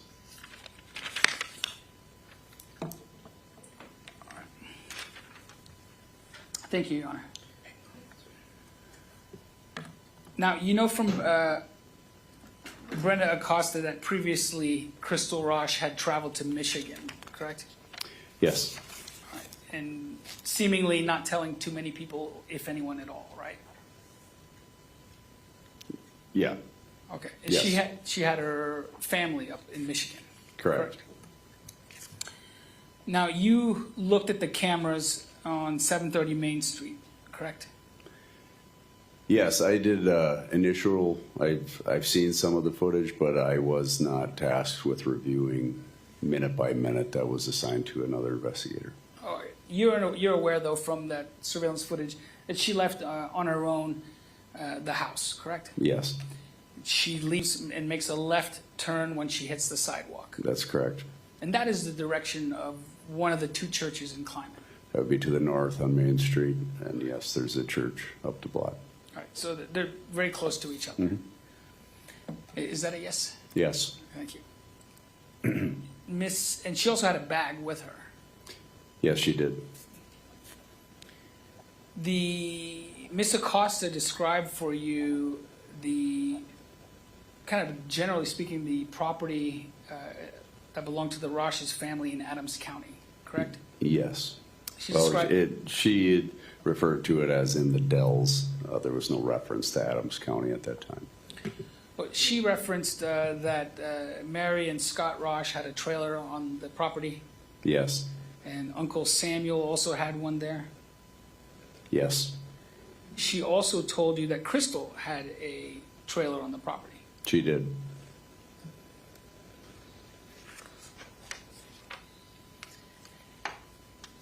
Now, this isn't the first homicide case you've investigated, correct? As a detective at the time, it was. This was your first one. Yes, Okay. You've investigated other homicide cases as a. I've assisted. Okay. Now, you know that there are, when speaking with a coroner or medical examiner, that there are what is described as 5 manners or causes of death, correct? Yes, You understand that one of those manners of death is called a homicide. yes, Now, homicide doesn't mean anything but that the death occurred at the hands of somebody else. yes, It's not saying that there was any intent to do anything, whether it was negligent or reckless. It's just that's how it happened, at the hands of somebody else. right. The medical examiner's classification is different than in criminal statute, for example. So that's one. A second one is suicide, correct? Yes, All right, and that's, stating the obvious is somebody taking their own life. yes, There's also accidental cause of death. That's a third one. yes, Natural cause of death. That's the Yes. fourth one. And then the last one is simply undetermined. right, yes, Okay. And I know that the prosecutor covered a little bit of this on direct examination with you, but I just wanted to confirm is that the firearm purchased, the Taurus 9mm purchased by Zachariah Rasch, it was bought from a licensed firearm dealer, correct? yes, it was. And he had a CCW permit in June of 2024. To my knowledge, yes, he did. Okay, so one of the things that happens is that when you buy a firearm from a licensed firearm dealer, the gun is registered, correct?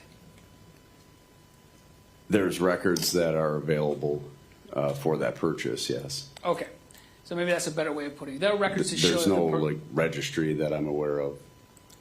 Okay, so there's a record of that purchase, Yes, and that's a record that law enforcement can obtain.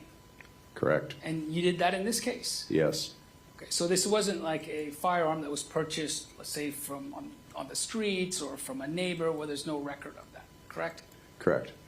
And also, when you get a CCW, there's also a record of that that's available to law enforcement. There is. Okay, so there are two sources where records can be obtained by law enforcement to show who is perhaps the owner of a gun or who was transferred to. Yes,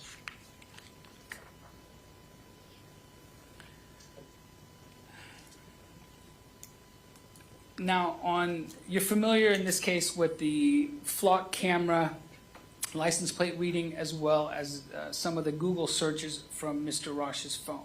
I correct? am. So one thing that we do know is that on June 10th, 2024 at 11:49 p.m., there was a search on Mr. Rasch's phone that was recovered for, quote, child custody lawyers in Milwaukee, unquote. Is that correct? Yes. And then 2 minutes later, there was a website visited, child custody attorneys, Milwaukee, Mangi, and Huneke, unquote. I don't recall the name, but yes, I'll take your word for it. Okay, thank you. And then on June 11th, there was a Google search from Mr. Rasch's phone at 1:22 p.m. for 5217 South 51st Street in Greenfield, correct? Yes, I believe so. And then there was a website visited shortly thereafter for Konstanski Law Office, correct? Yes, I believe. Is it Konstanakis? I'm going to take your word for on that one, but I think you're correct. Okay. So let's. So that was both at 1:22 p.m. And you remember you were here for the testimony regarding the flock camera, correct? Yes, I was. And then one of the flock cameras was located at the intersection of West Loomis Road and 51st Street in Greenfield, Wisconsin, correct? Yes, as I recall. And I'm going to show you. And there was a capture taken at 1:26 p.m. at that flock camera and one at 1:41 p.m. Do you remember that? Yes. Okay. And this is, I'm showing you Exhibit 84, Slide 61. Yes, I recognize. You recognize the June 11th, 1:26 p.m. And here is the pin drop showing it on the map of the intersection of West Loomis Road and 51st Street, correct? Correct. And it's got an E in parentheses, meaning that the camera is facing east or west. I believe that would be eastbound traffic that it's monitoring. Okay. And then we have Exhibit 84, Slide 63, and we see on this camera the Mitsubishi at 142. It looks like it's making a turn. Correct? Yes. And this is the same camera. It appears Showing so. you a couple of Google overhead exhibits that I showed you previously. Mm-hmm. So this is the intersection of West Loomis and 51st. You can see that here, correct? Yes, I can. And I'm showing you that it's labeled as such in the middle of Exhibit 418, correct? Yes. And you can see just below that the law firm Konstantakis Law Office, correct? Yes, I can see it. All right.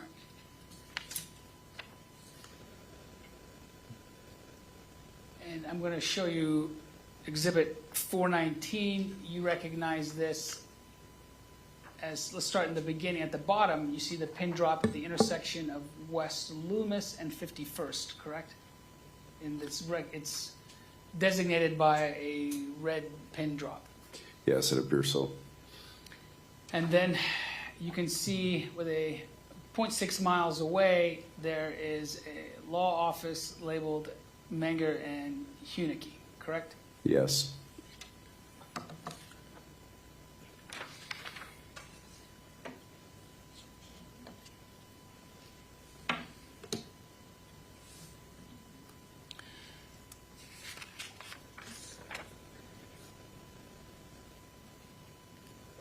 All right.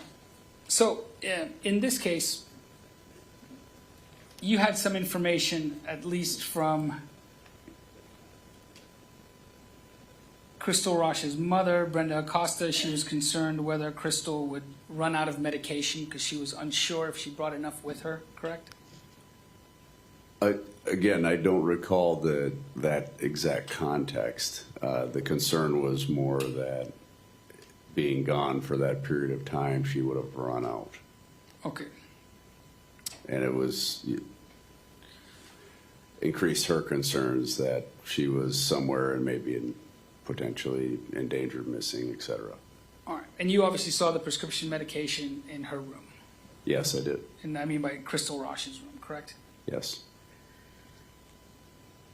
And in this case, there were also witnesses that gave you information about some of the cognitive limitations Crystal may have.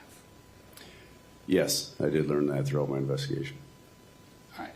Maybe not at first, but eventually that's something you uncovered through the course Yes. of your investigation. All right. You knew also at some point that Crystal was either making attempts to take a CCW class or did in fact take a CCW class, correct?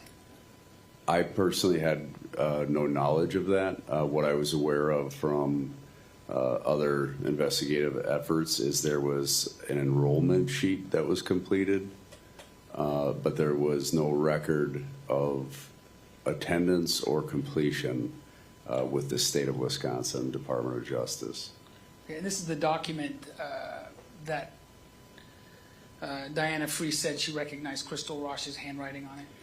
Is Exhibit 4? Yes, I believe so. And if it's the same document I recall, there's a notation on it that it was an online submission. So I cannot speak to whose writing it was or was not. If I may approach.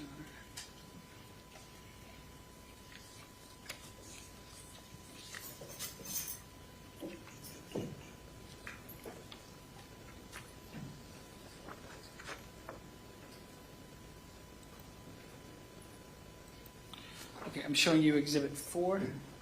This is the document that we're discussing? Yes, I believe so. Okay. And could you hold that up for the jury, just so they can reference what, thank you. Okay, and you can see at the bottom of that document that there was payment accepted, and it was done by a card.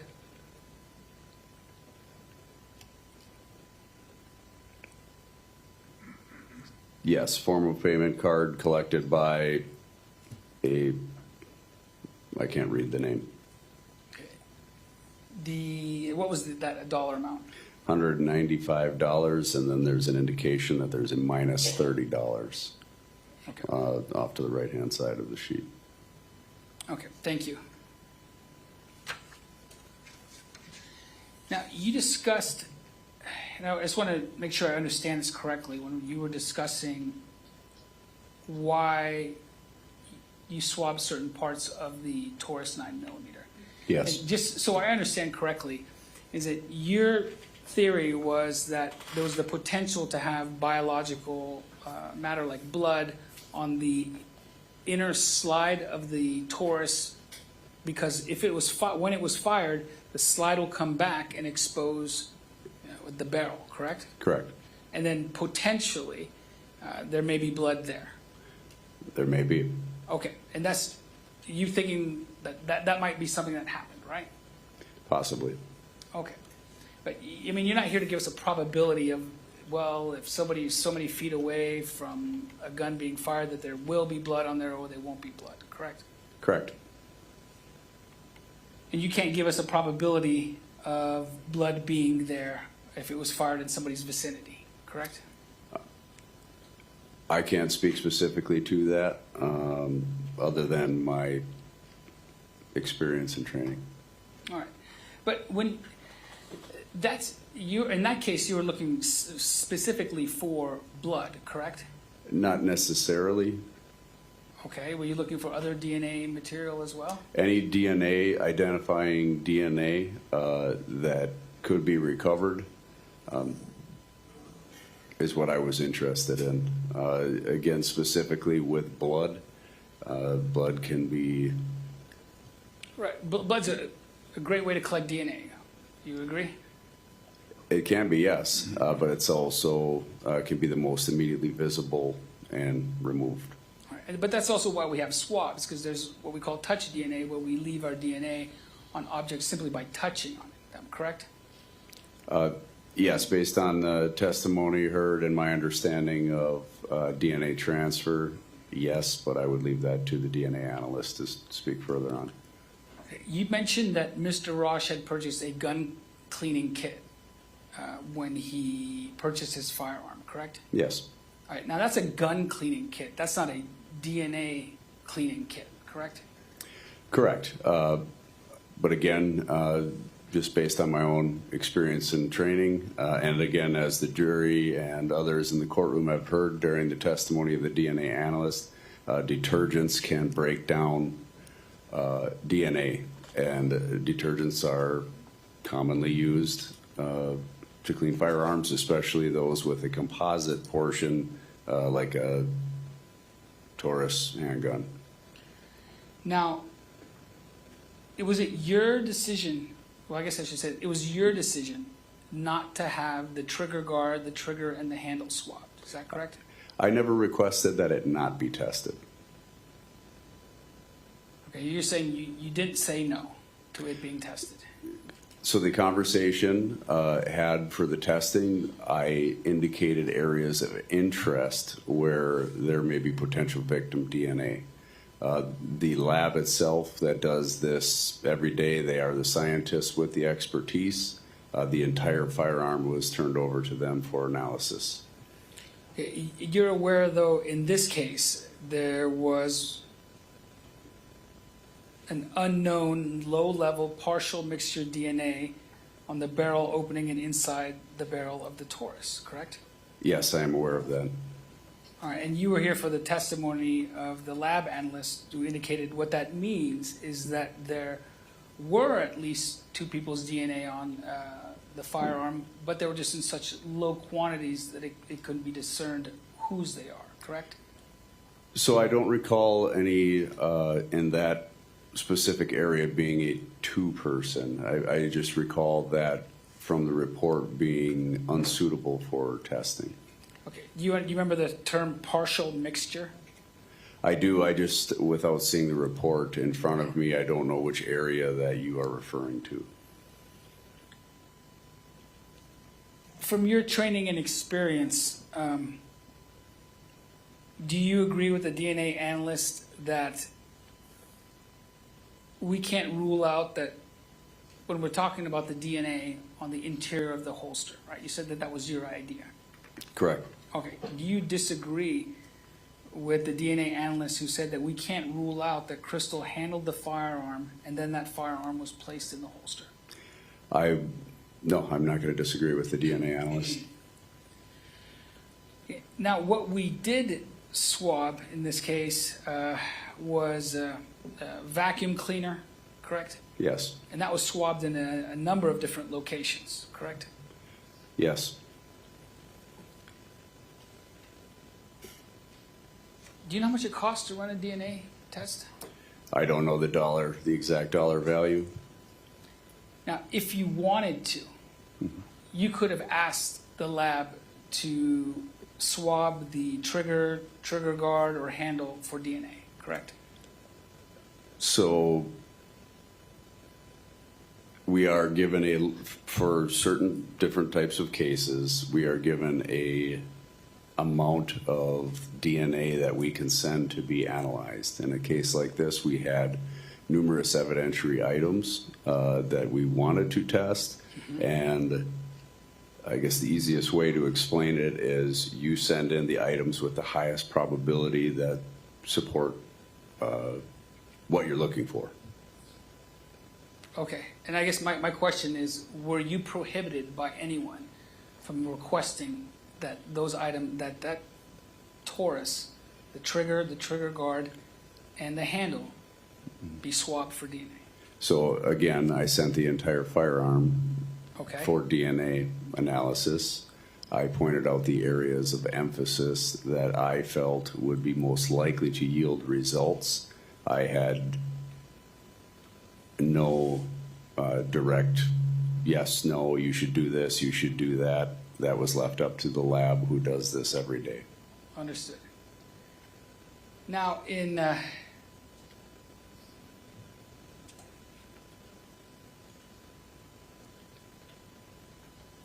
this case, we know we've handled, or actually you and some other witnesses have handled items with gloves up on the witness stand. Yes. Okay. Now, but that's not as secure an environment as a laboratory. No. Okay, and just to give you an example, when I saw you with the firearm, I saw you, even with the gloves on, touch your jacket and touch the desk in front of you and then handle the firearm. Right? Sure. Right, Yes. so, I mean, at this point, we can't realistically swab that Taurus, the trigger guard, or the handle, and expect, a meaningful result, can we? Object. I would leave. Calls for speculation. Overruled, if you can answer. I would leave that to the analyst. I don't know how the exact duration that it would stay or leave. I would expect in that scenario, because of the time duration and because of what you speak, that may cause some issues. But again, I don't know specifically. But at the end of the day, we'll never know whether Crystal Rasch's DNA was on the trigger guard, or handle of that Taurus, will we? No. I don't have anything further, Your Honor. Oh.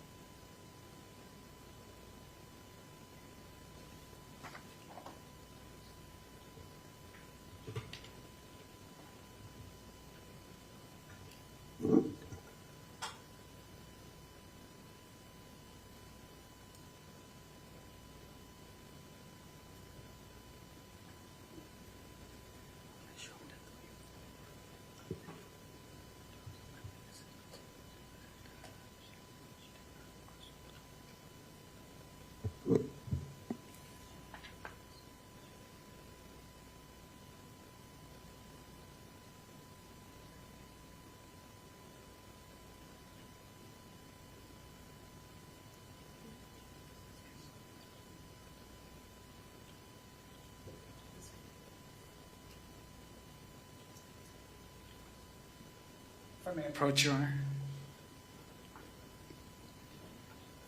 I'm going to show you evidence Bates 1034. And I asked you earlier about whether Crystal Rasch had messaged Brenda Acosta about the appointment with her children, and that Crystal Rasch claimed she did not miss the appointment. Do you remember that? I remember the question. Okay, would referring to your report help you remember the answer to that question? Counsel, do you Yes, have it a absolutely would. hard copy of that so you can take a look I do at not, it? Your Honor. The prosecution has, they know it's Bates 1034. I'm not introducing it into evidence, Your Honor. It's just to refresh memory.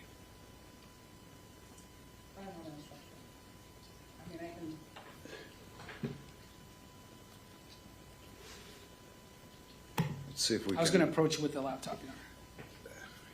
I'd prefer, counsel, that we simply identify the report for the record and as to what he was looking at. We won't, unless otherwise agreed upon, have it admitted.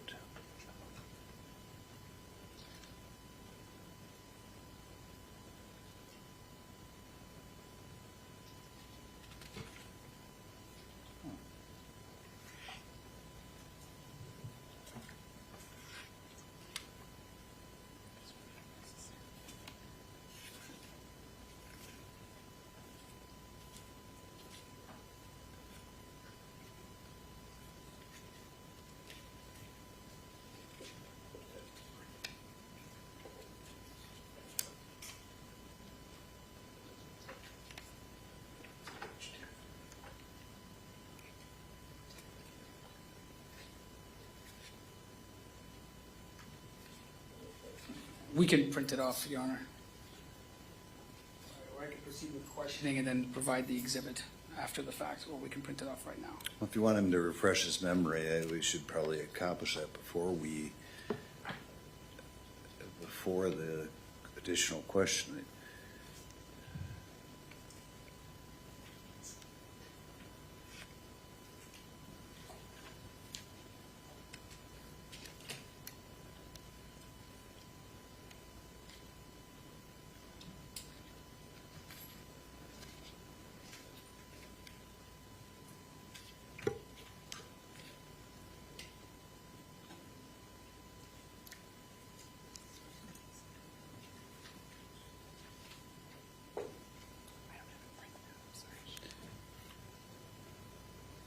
Do we have a page number or something from? It's Bates 1034. Our assistant's printing out. I can ask a couple follow-up questions while we're waiting. Go ahead. Okay, you mentioned that Mr. Rasch had purchased a cleaning kit with the firearm. Yes, Right, and that's something that's pretty typical when people are buying firearms. yes, Right? They get dirty, and to be continuously used in good working order, they need to be cleaned routinely. yes. Did you ever find, you or any other law enforcement officers find the cleaning kit?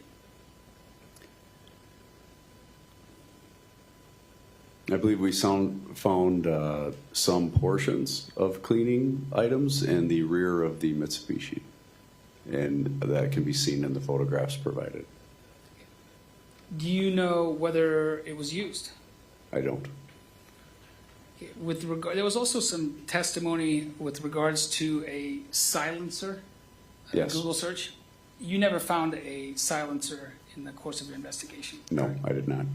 And I may say you, I mean other law enforcement. You as an agency never found anything, correct? No, You didn't find also any tools to make a silencer, no, like a homemade silencer. not that I'm aware. One moment, Your Honor.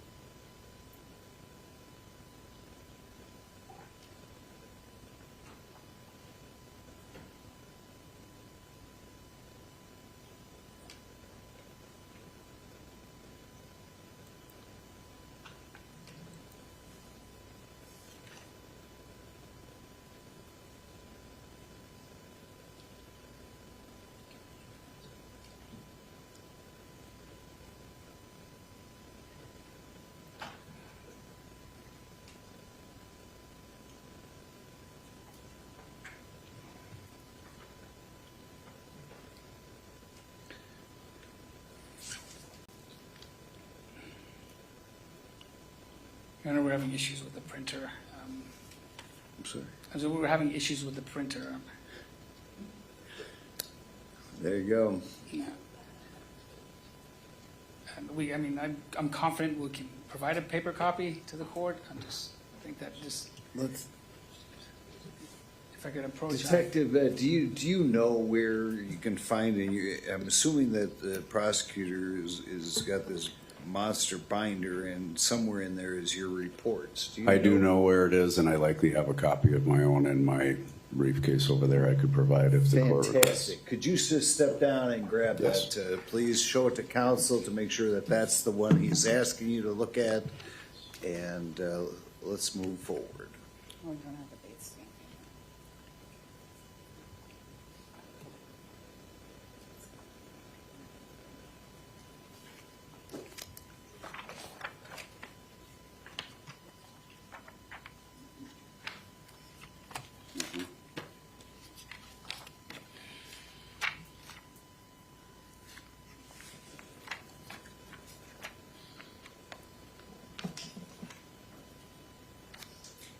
contact with Brenda Acosta. Yes, something about it.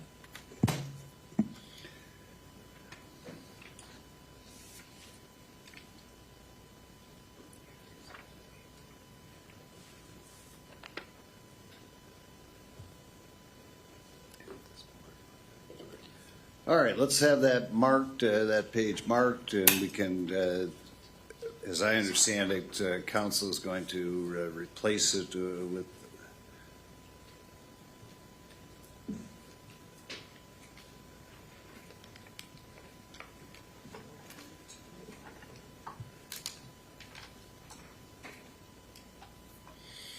Thank you, Detective. I'm going to hand you what's, I hope you recognize, it's Yes. 422. Yes. And you recognize this as a report that you drafted? Yes, I do. And you did it, say, relatively contemporaneous with the interview with Miss Brenda Acosta? Yes. Okay, do you remember discussing with, after looking at your report, does it refresh your memory as to whether Crystal, the text messages between Crystal Rasch and Brenda Acosta? Yes, if you just give me one moment. Sure. When you're done, just flip it over, please. Yes.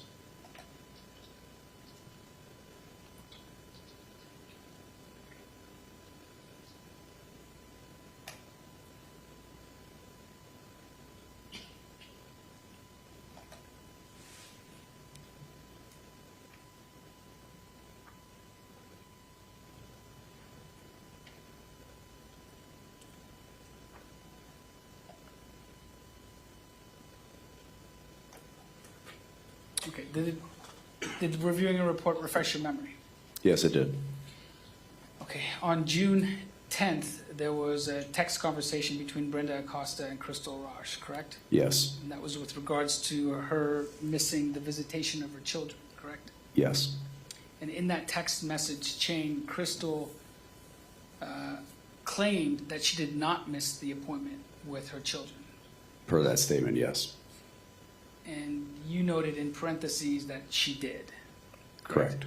All right, and this is the same visitation that she had scheduled for June 10th, correct? Yes, the Monday. Okay. Thank you, Your Honor. Nothing further. Thank you, Detective. Attorney Will. So going directly back to that text message first, that was based on your report and Brenda's information, that message would have been sent on June 10th, correct? Yes. And we know that Crystal and Zach were together on June 10th, correct? Yes. And so do you know who would have been utilizing Crystal's phone on that date? I do not. So going back up to the sort of start of the cross-examination, there were some questions about the medications, and you don't know really what any of those medications that she had in her bedroom were for, correct? Correct, I do not. But you did state during your direct, I think, last Thursday or Friday, that we did check area hospitals to determine whether or not Crystal had been admitted to any of those area hospitals, correct? Correct. And those area hospitals would have included the Watertown Regional Medical Center, correct? Yes. And so would information from Dr. Miller or Dr. Taylor on treating her for, I think one of those was an albuterol inhaler, correct?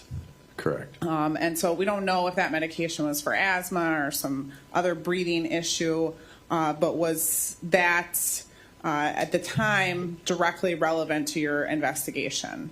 No.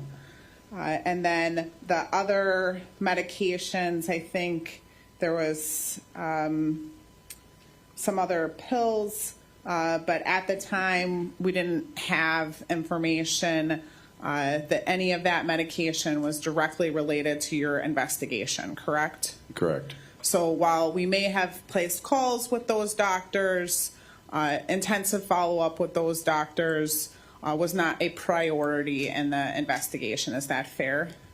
Yes, that's fair. Other investigative leads were prioritized at that time. Did anyone in this investigation, family members, friends, Facebook messages, I don't know if Crystal used Instagram, any kind of social media messages, anything that we had, ever give us any indication that Crystal was suicidal? No, So that is not an avenue that law enforcement actively pursued at any point in this case, correct? correct. Because we didn't have any information about that, correct? That's correct. So is it fair to say that law enforcement follows the evidence? Yes, Okay. So we were looking at those calendars, and there were lots of appointments listed on there, doctor's appointments, court dates. I think there was a birthday party. There wasn't on the calendar, though, you know, hang out with Robin or hanging out with friends or visiting parents or anything like that, right? So other social meetings were not on the calendar, correct? no, not that I recall. But based on your investigation, there was really never anyone that Crystal told, except for maybe Brenda sometimes when she was spending time with Zach. Is that correct? Objection leading, Your Honor. Overruled. To my knowledge, yes, that's correct.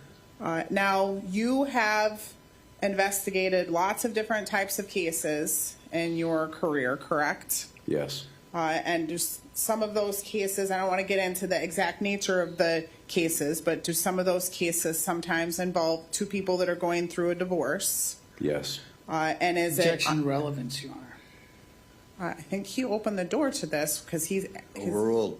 Please continue.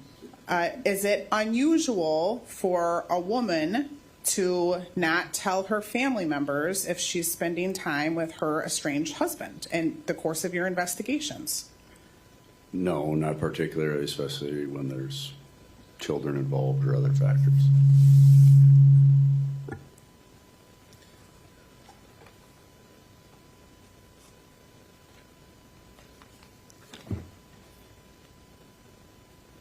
So I want to go to this trip to first starting with the CCW for Zachariah Rasch. We were able to confirm that he completed his CCW class at that Moose Lodge in March. I think he enrolled like March 10th of 2024, correct? Yes, I believe that's correct. We located a certificate and we were able to verify with the state of Wisconsin that he did possess a CCW license. And that license we got from the state, and then I think he also posted on social media, correct? Yes, that's correct. So then going to these lawyer contacts, the maps that counsel showed you on the screen, we do not have any evidence that either Zach or Crystal made personal contact with either of those law firms, correct? Objection leading, Your Honor. Overruled. Not that I'm aware of, no. So did we ever recover Crystal's phone that she was using? I think there were two phone numbers that Lieutenant Nails referenced, correct? Correct. And one registered up in the Adams County area, correct? Yes. Did we ever locate that phone that registered up in the Adams County area? No. And did we ever have any phone calls? So I just want to clarify, Detective Taylor Nels had a phone call on June 10th of her calling Gruber Law Office. Was that your understanding? Yes. And what attorney was that?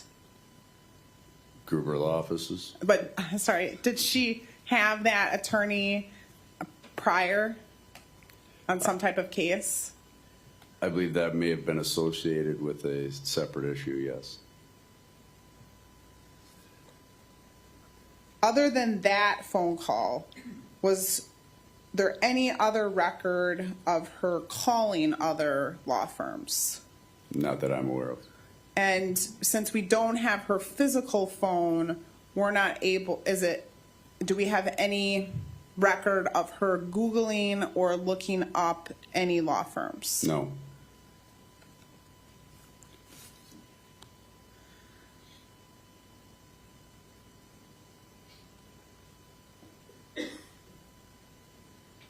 Defense counsel asked you some questions about Crystal Rasch's cognitive limitations. Based on your investigation, did she appear to be living independently? Yes. And those bank records that we collected prior to her disappearance, it looks like she saved up about $8,000, correct? Correct. And she was paying her own bills? Yes.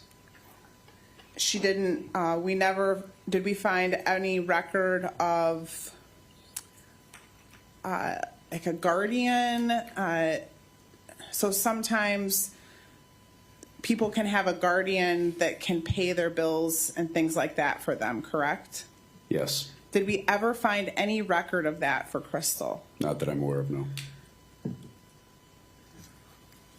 And did we review Crystal's bank records going back to, did you review her bank records going back to March and April of 2024?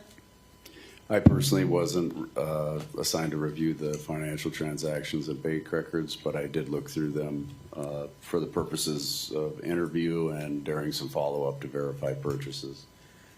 And you still have that CCW exhibit in front of you? I do.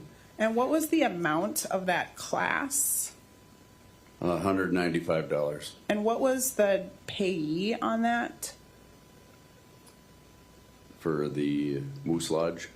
So it was Moose Lodge, and then I think on the payment line, there's also, it's like Freedom Firearms or something, correct?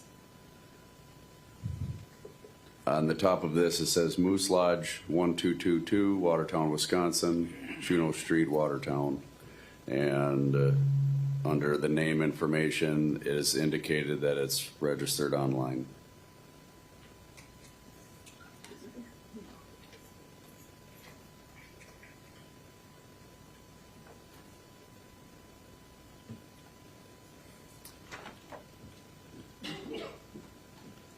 There is a line that states checks are made out to Freedom Firearms LLC. Were there ever any checks written on Crystal Rasch's account during the month of March or April to that Freedom Firearms? Not that I'm aware of. And were there any debit transactions and the amount listed on that receipt that seemed to be consistent with either Freedom Firearms or the Moose Lodge? Again, none of which I have knowledge of. And just confirming, we never got a certificate of completion from the state of Wisconsin like we did for Zach Rasch, correct? Correct. The state, I believe, their response was that they have no record. No record of Crystal Rasch. Correct, of Crystal Rasch. They did have Zachariah Rasch. Then, just going to the firearm.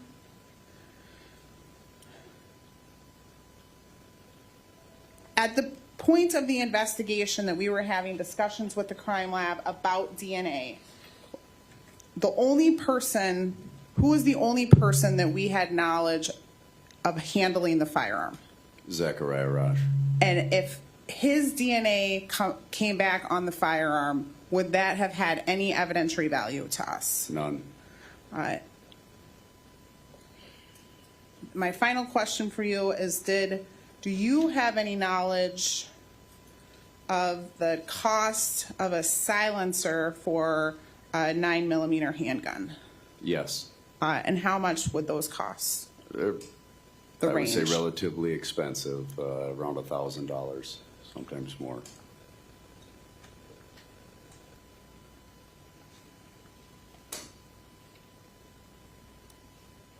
Nothing further, thank you. Recross. Thank you. Detective, on redirect, you were asked about the text messages between Crystal Rasch and Brenda Acosta on June 10th, correct? Yes, And the question was, at that time, it was believed that Mr. Rasch and Crystal Rasch were together, correct? yes, And the question was asked of you is, do you know who was using Crystal's phone, correct? yes, that's Or correct. or something like that, right? The implication being that maybe Mr. Rasch sent that text message, correct? It could be, yes, Okay. I mean, that's the way I understood the question, right? yes. Okay. Now, you, at this point in 2024, Brenda Acosta had been living with Crystal Rasch for a number of years, correct? Yes, I believe so. Okay. Did she express any concerns with regards to the text message indicating it didn't sound like Crystal? I believe she did. She said that that the text message she received about I made it to the meeting, that's something with her children. She said that message didn't. No, not that message that I recall. You're asking me if that message regarding the meeting with the children, if she had concerns that it was not Crystal? Yeah. Okay. No, I do not recall her having that concern. It's also safe to say that Crystal Rasch at this time was, I think, 33 years old. Born in '86. Well, she was a grown woman, correct? Yes, And living independently. yes, It's fair to say through the course of your investigation, she didn't share everything about her life with everyone that was involved in her life. no, No, as in that's a correct statement. correct. I'm sure there were factors of her life that were private, as with every person. Understood. Thank you. The two law firms that were mentioned on redirect, you never sent anyone to go to those law firms to attempt to collect surveillance footage?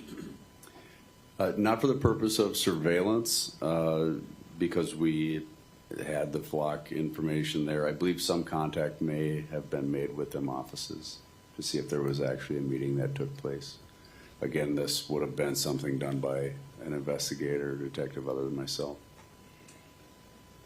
Okay, and are you aware if law offices or the policies and procedures of these two law offices, if somebody comes in and they're turned away because they don't have an appointment, whether they track that or not? I don't know. Okay.